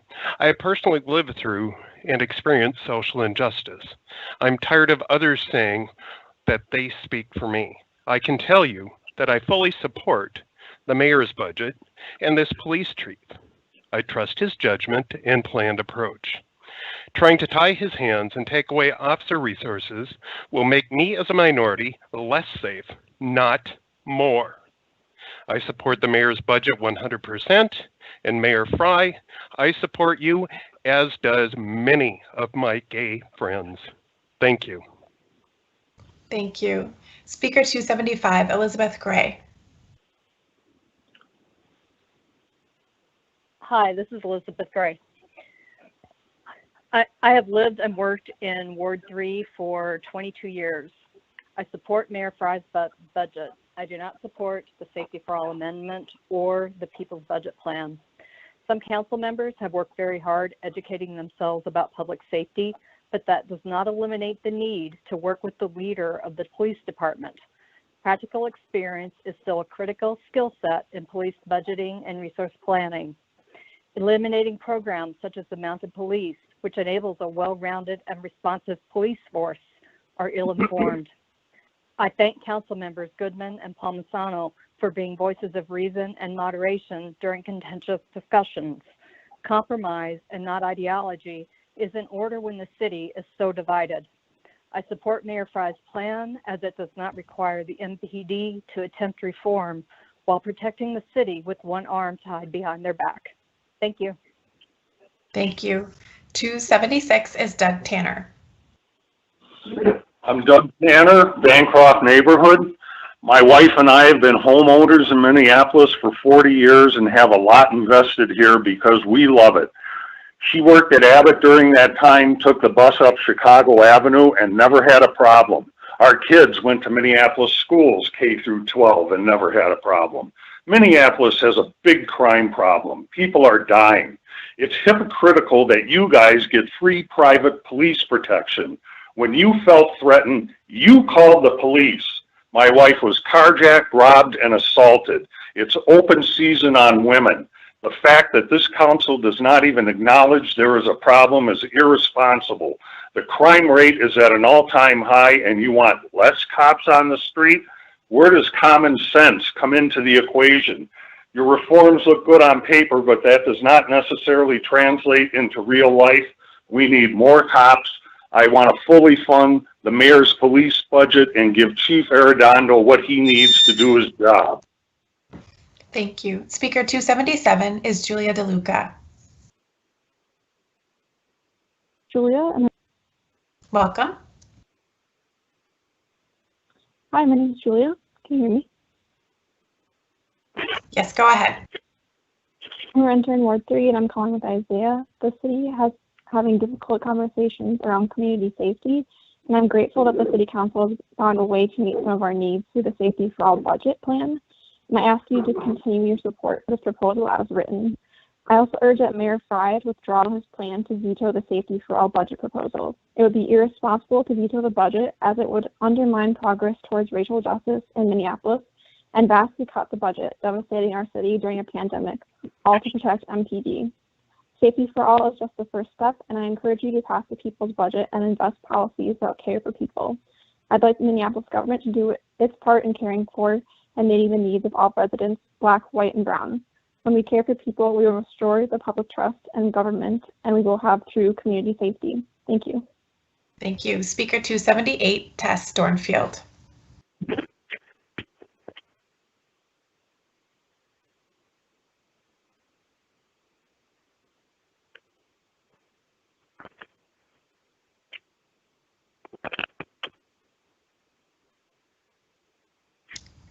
$279 is Brianna Patnode.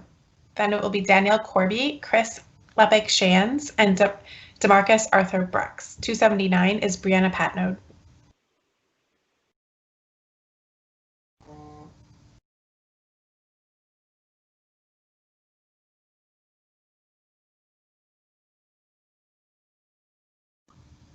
Speaker 280, Danielle Corby.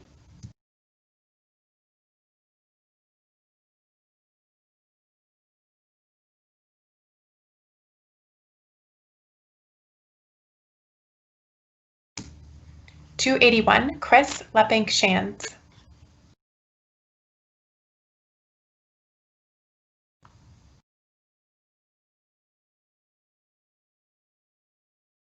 $282, DeMarcus Arthur Brooks.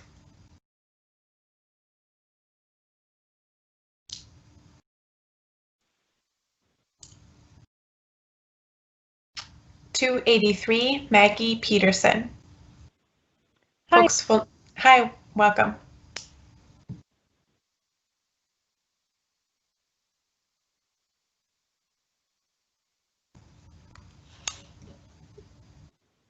You may have remuted. Folks will need to push *6 to unmute.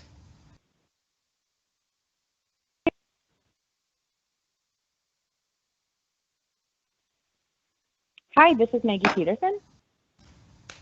Welcome, go ahead. Hi, sorry about that. I am a part of the Twin Cities Mutual Aid Project, and we support the people's budget.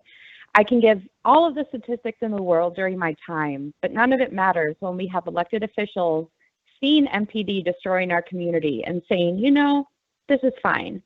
Mayor Fry, while you hide away in your ivory tower threatening to veto this budget, allowing your cops with no mask to prevent the spread of COVID, assault and murder my neighbors, It's despicable. We are the ones creating communities of care that you are not providing, and that MPD sure as hell is not providing either.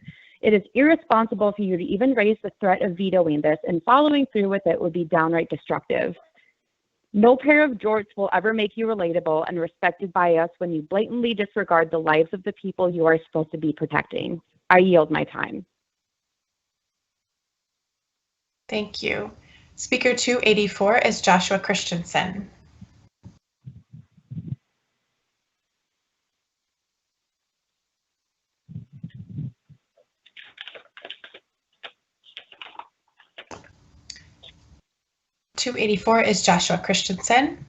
Then we'll have James Ronnie, Tahiti Robinson, and Steve Tannen. Joshua Christensen. 285 is James Ronnie. Hello. Welcome. Hello, my name is James Ronnie and I live in Ward 13. We need a fully funded and fully staffed MPD now, more than ever. There's widespread support for identifying and validating supplemental and alternative public safety proposals. However, there is no need to do so at the expense of police staffing and public safety. Police do prevent crime. Police do provide safety. Your anti-police budget proposals serve only to hobble the MPD and intentionally set the department and Chief Arredondo up for failure. You are prematurely dismissing your own staffing study and recklessly cutting our #1 public safety resource.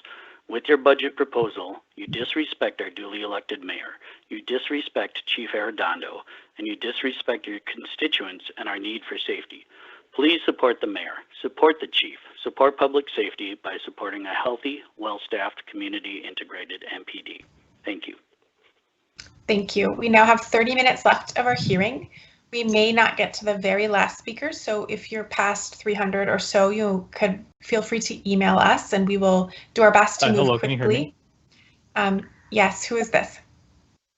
I'm Joshua Christensen, number 284. Yes, welcome. Go ahead. I live in Ward 10. I support the Public Safety for All amendments to the budget to implement citywide mental health response and to reassign positions outside of MPD.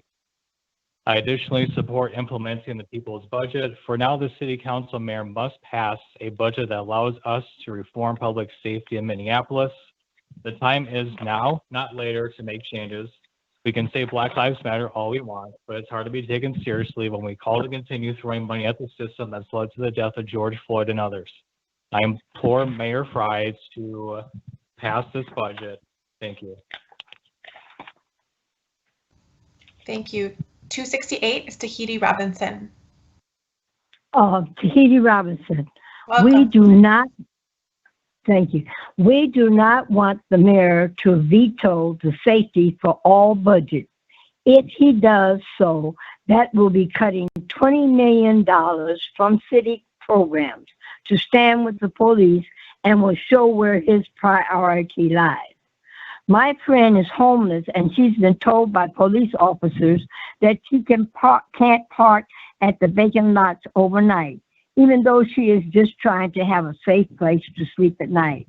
Why is it that in a city with more vacant housing than I can count, we are prioritizing harassing people like my friend instead of finding him a place to live? I urge the City Council to vote on a budget that prioritizes getting our homeless affordable housing instead of funding their harassment. Help us make our city and our state more beautiful and friendly by making it more livable for everybody. Thank you. Speaker 287 is Steve Tannen. Can you hear me? Yes, go ahead. Hi, can you hear me? Yes, go ahead. Hi, this is Steve Tannen. I'm a 20-year Hispanic Minneapolis resident. I'm a USASOC combat veteran, small business owner, dad of 3 girls.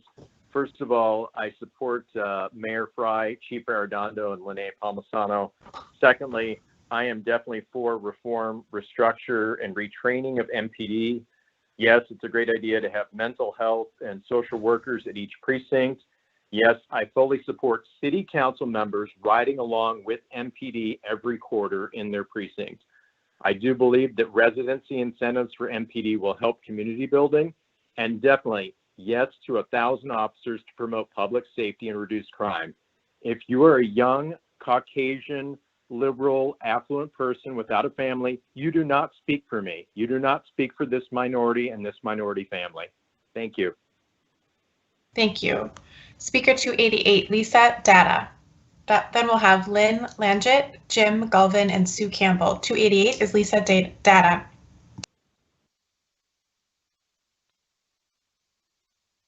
This is Lisa Data from Ward 2. I am asking for a veto to the cuts to the police budget and support the mayor's budgets. There has already been a privately funded pledge for $5 million that can be used for alternative policing. I want the chief to have the freedom to do his job. We cannot ask the citizens of Minneapolis, especially our most vulnerable, to be subject to an experiment. We have the chance to build a diverse police department, and we cannot afford to lose that. As a victim of domestic violence, I feel that police presence is the most effective to prevent further harm. I'm also the parent of a disabled child. I cannot allow the disabled population of the city to be driven out by the current community violence. And after listening in on these budget calls, I want to ask all citizens to stop the vitriol and the shaming. If people continue this and not work together to address the issues from discrimination to housing to violence, the budget will cease to be an issue. If you care about the community, groups like Big Brother, Big Sister are facing shortages. Please volunteer and make the difference in the life of a young person. Thank you. Thank you. Speaker 289 is Lynn Langit.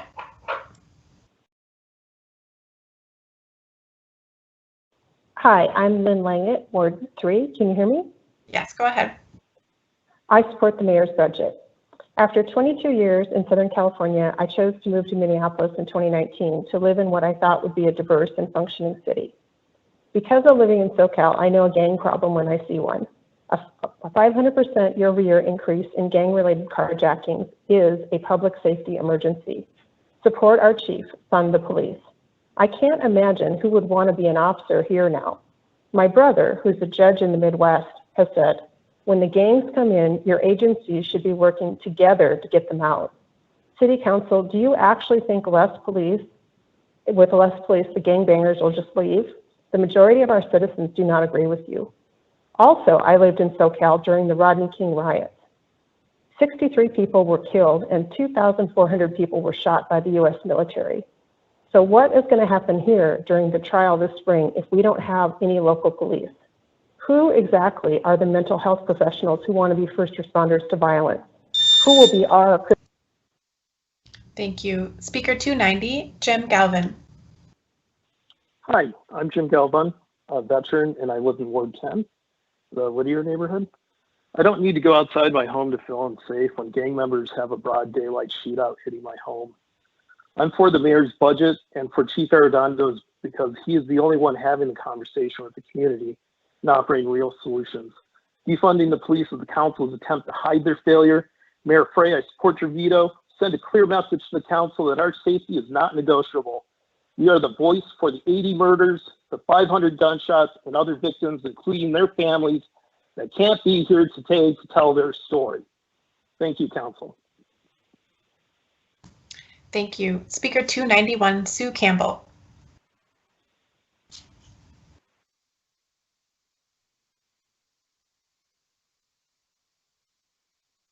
Hello, Sue Campbell here. Welcome. Go ahead. Hi, President Bender. In June, you went on CNN to talk about the concept of privilege and calling the police, while at the same time, some of the other council members thought nothing of using taxpayers-funded security for themselves because they felt unsafe. But Minneapolis residents of all races were and continue to be terrorized by violent criminals because you allowed our police department to be decimated. Over the past several months, there has been talk on social media that you do not even live in the 10th ward anymore, and you are living in Duluth.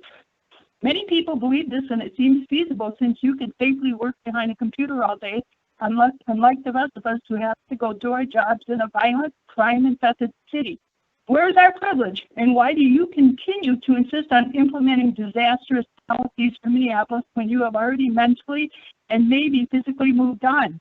Bender, you need to resign today. You have put your own interests and safety ahead of your constituents, and we all have had enough of your nonsense and hypocrisy. The rest of you council members who are running again for Thank you. Speaker 292, Jamari Jones. Can you hear me? Yes, go ahead. Greetings, President Bender. I am Jamari Jones from PYC School of Technology and Arts, Special Events Co-Chair for the Minnesota Second Chance Coalition, as well as doing work with the Youth Advisory Board on youth reform and youth justices, and currently a field report on KRSN Radio.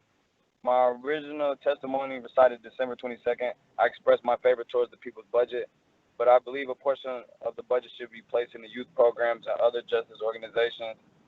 I would like for certain matters to be reevaluated in the future cases of police brutality as well. If we can revisit some of these past instances where the same problem did occur, people would at least know the punishment for discrimination and also know that the situation will be handled accordingly to a guideline or a set of laws. We need to build a foundation where our youth and minorities can actually visualize the change in their communities. Thank you. Thank you. Speaker 293, Bill Rodriguez. Hey, good evening. I am a member of the Latino community, and it's important for you to understand that not all of us believe in a utopian policeless society. We value common sense.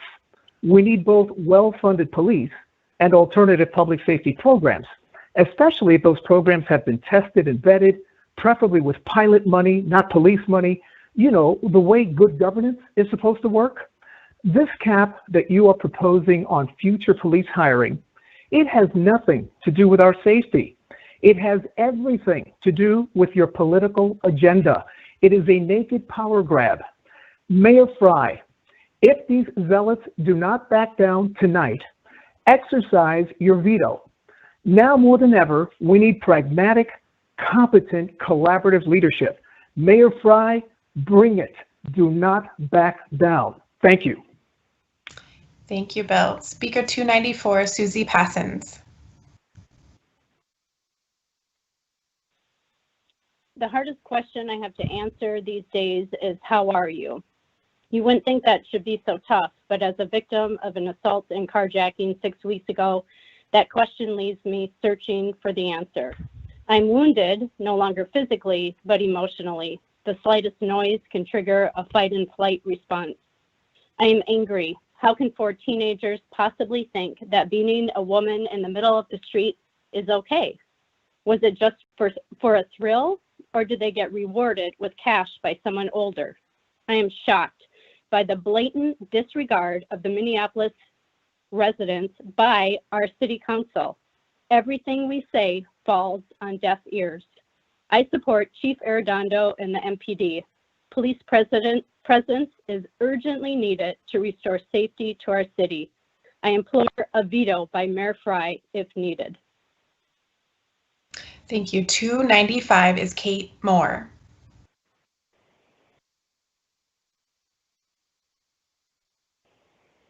Hello, Kate Moore here. Can you hear me? Yes, welcome.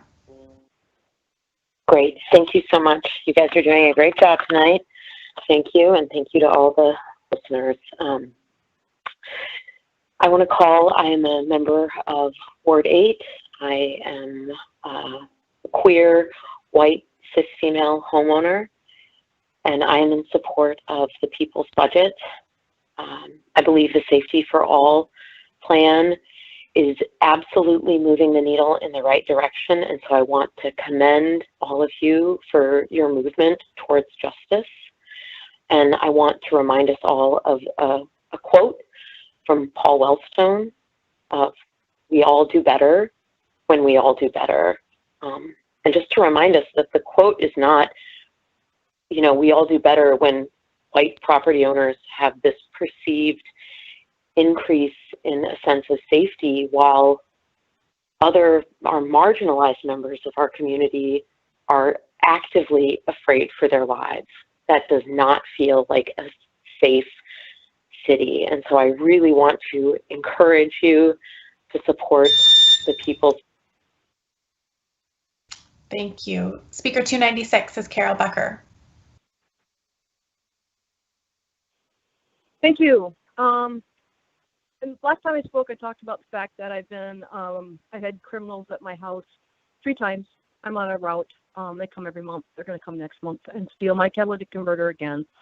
And nothing's being done. There are no cops to respond when we call in the middle of the night. There are no cops to investigate when we literally give them the license plate numbers to investigate.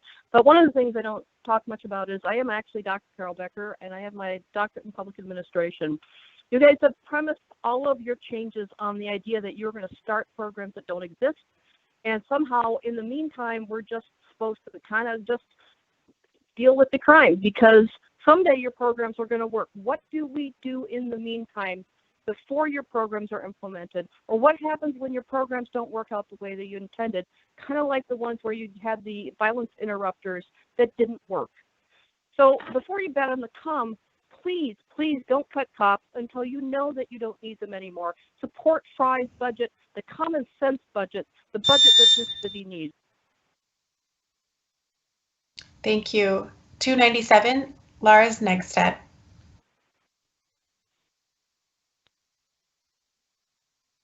Can you hear me now? Yes, go ahead. Thank you. Yes, my name is Lars Negstedt. I live in Ward 12, and I'm with Isaiah. I wanted to thank the majority of the City Council for voting for the Safety for All proposal. It's an important, concrete step in the right direction. Over the past couple of years, there's been a rather twisty debate about what power the City Council actually has over the Minneapolis police. The charter gives, quote, complete power to the mayor, and the mayor fought strenuously against amending that charter. So where is the reform part of this both and we keep hearing about? It is not enough for the mayor to say his hands are tied until the state legislature passes real arbitration reform, and it is irresponsible for him to threaten to veto the Safety for All plan. I congratulate the council majority for using what power you do have, namely the budget. I urge you to rebuff the veto threat and stand strong with the people of Minneapolis who are demanding real accountability and change. Thank you. Thank you. Speaker 298, Aluchi Omega.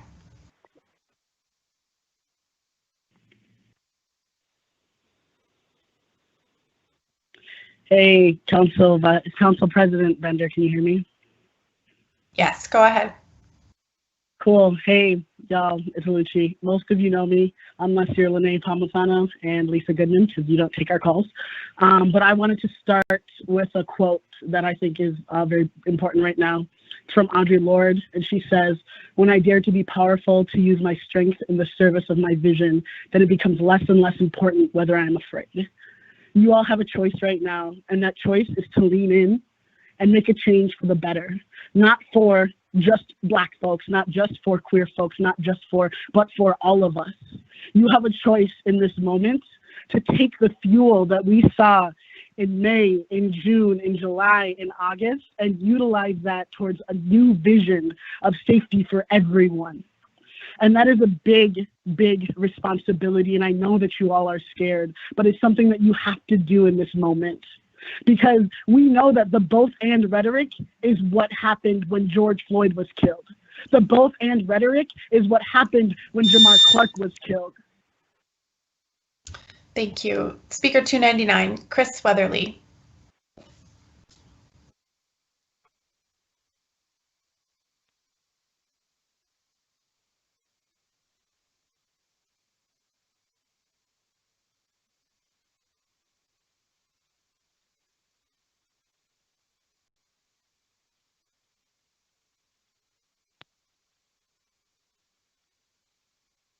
Speaker 300, Chuck Turchik.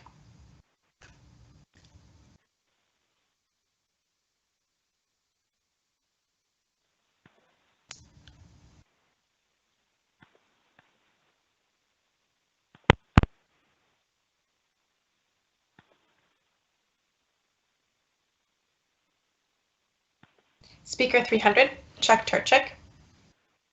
Speaker 301, Colleen Kepler.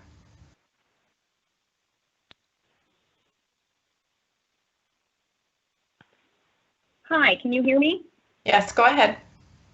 Hi, this is Colleen, Ward 13. Tonight I speak on behalf of the Crime Prevention Specialist.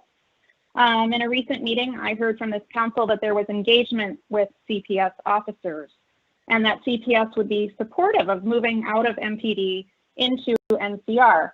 But after engaging with CPS myself, I learned that they are not on board and they were never approached by council members or the innovation team. This is what they've told me. They say they have made great inroads among police and neighborhoods, problem solving around crime trends, but now they are disinvited from community meetings. So many of their coworkers are gone, and it distresses them not because their job is harder, but because they see neighborhood people suffer. Residents are being victimized twice, by the criminals and then again by this council. Still, they dig deep every day to build bridges between community and police. They actually care. Mayor Fry, if you need to, please veto this budget. Thank you. Thank you. 302, Mike Hallenbeck. This is Chuck Turchik, 300. Hi, Mr. Turchik, go ahead. We'll come back to you, Mr. Hallenbeck. Thank you for beaming me up to the enterprise again, and thank you for the many, many hours you have put in on this proposed budget. One small item may be symbolic. When you moved the MPD Public Information Office to the Communications Department, Councilmember Fletcher said, "You really should hear from the journalists." So at the next meeting, Councilmember Goodman brought a statement from the Minnesota Society of Professional Journalists, and they opposed the move. Fletcher was unfazed, and you passed the motion anyhow. Now, on December 7th, the motion was made to move MPD Communications back to the MPD, and the director of the Communications Department supported the idea. That failed. So we have the journalists, the police, and the Communications Department all opposed to this idea, but you did it nevertheless, all in the guise of bringing the MPD within the greater enterprise. Please beam me back to the planet. Please. Thank you. Thank you. Mr. Hallenbeck, number 302. Yeah, can you hear me? Yes, go ahead. Hello, my name is Mike Hallenbeck. I'm a proud resident of Ward 4 on the north side, a homeowner and a business owner. I want to thank my council rep, Philippe Cunningham, and the other council members who were brave enough to put forward the Safety for All amendment. And I encourage the council to keep pushing to reimagine public safety as a right and a benefit for everyone, regardless of what they look like or where they live. For too long, policing has operated as an instrument of harassment, intimidation, brutality, and murder for people of color in our city. It's time to address the root causes of violence and build new systems that work to keep us all safe. Thank you for your time. Thank you. Speaker 303, Dave Bicking.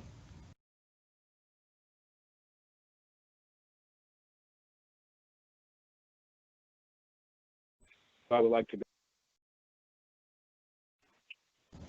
Hello, this is Dave. Welcome. Hello, Dave Bicking, Ward 8.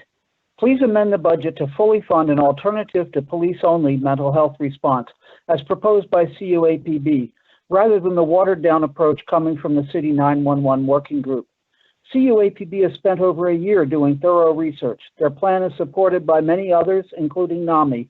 It prioritizes responders with mental health experience and credentials, not EMTs.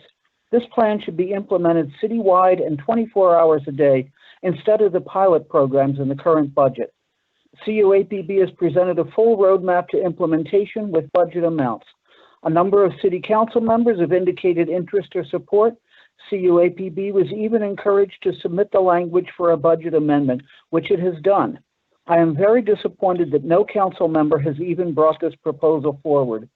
We need to create mental health teams that can actually reduce the need and cost for police response.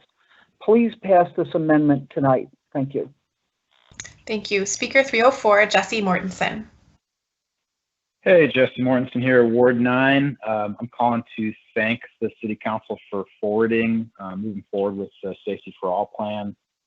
Really appreciate you taking this important substantive step towards change. And I want to say that to all the folks who are saying that there's no plan here, I think there is a really good plan, actually, and it's based on 30 years of experience where people have already piloted mental health response. Other cities, Portland, Denver, San Francisco, are moving forward or are about to move forward on similar plans. We're talking about spending 1% of the police budget to start to address 6 to 7% of the 911 calls. So that sounds like a pretty concrete plan, and I don't get where people are missing the boat on that. Nobody's talking about handcuffing anybody. In the case of mental health calls, you actually do want to move the response from police to mental health professionals. It doesn't make sense to say both, because in the case of police, we have a long history of violence, unnecessary arrests, escalation of problems. That's the case where the plan is. Thank you. Speaker 305, Rick Rauter.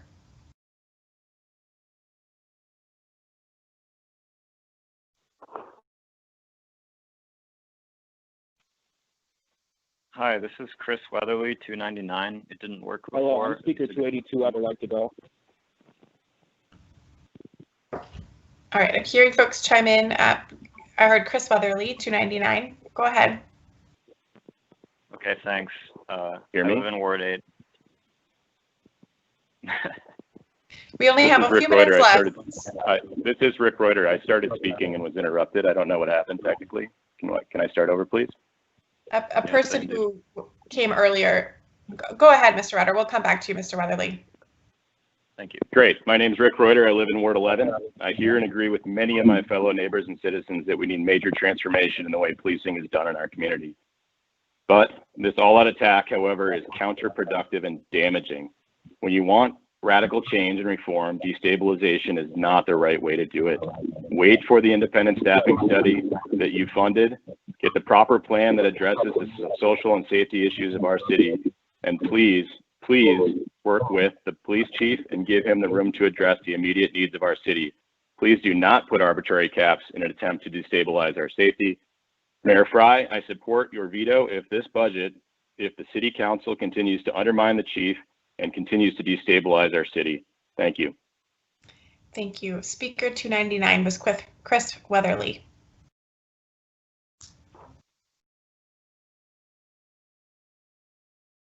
Hi, this is Chris. Thanks for having me back on. I live in Ward 8. Thank you. I wanted to say that, like some of the other white collars on this line, I'm scared of the violence that we're seeing in the city. Because when an agent of the state can kill a man in the street by kneeling on his neck, that scares me. When armed men are patrolling my community without accountability, that scares me. I haven't seen this apocalyptic crime wave I'm hearing about. I feel safe when I walk around my neighborhood, but a lot of people don't have that privilege. When a lot of my brown and black neighbors go out, they have to worry if they're going to become a statistic. This is a credible fear, unlike the baseless paranoia that some of the other white and affluent callers have reported. I would urge the council members not to let them frame this debate around property and imaginary fears. This debate is about the real police violence suffered by BIPOC residents. Please pass safety for all and pass the people's budget. Thank you. Thank you. Just have a few minutes left before we hit 9:30. 306 is Kathy Higgins Victor. Hello, my name is Kathy Higgins Victor, and I've lived in wards 10 and 11 for the last 35 years. My family was recently the victim of an armed carjacking, and I would like to ask the City Council to stop grandstanding and start fixing the escalating violent crime in our city. I support the mayor's police budget for MPD. City Council knows that they can use the Transforming Public Safety Reserve to fund the Safety for All budget, but they are choosing to politicize our public safety and punish MPD. The Safety for All budget does not address the current escalating violence. It is irresponsible and reckless to guess today what the size of our police force should be without any data or research. The City Council does not have well thought out plans for transforming MPD, and you're putting my safety at risk by restricting the chief's ability to do his job. I support the mayor's veto, and I support. Thank you. Speaker 307, Al Geeson. Hi, I'm 278, Tess Dornfeld. Okay, go ahead.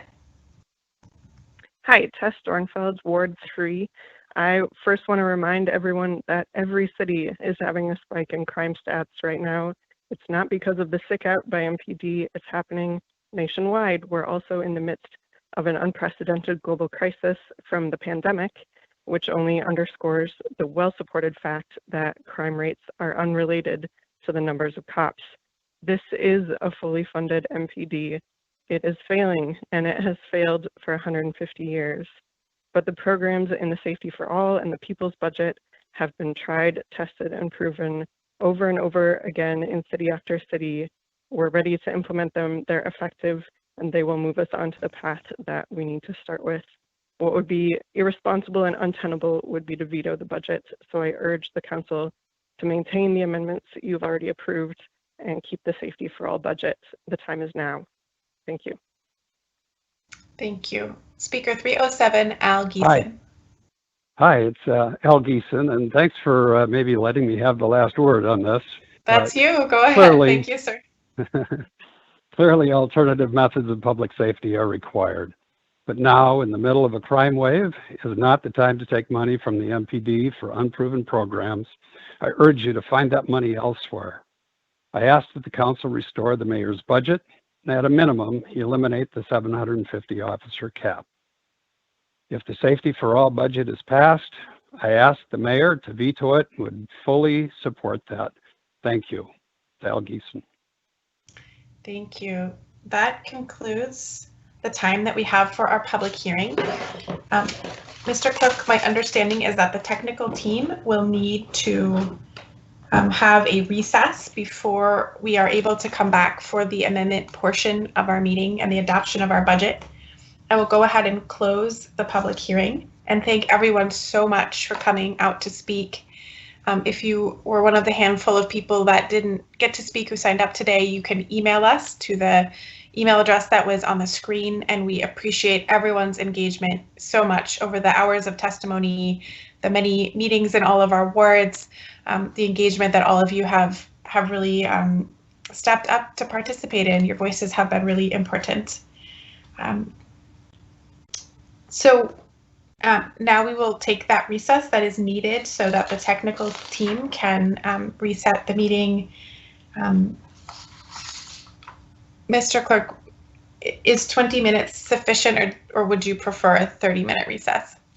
Madam President, we can make it work within the 20 minutes, and I think just to be simple, if we can say that the meeting will recess until 9:50 and that the council would reconvene at 9:50 to take up the resolutions that constitute the budget, we would be ready to go.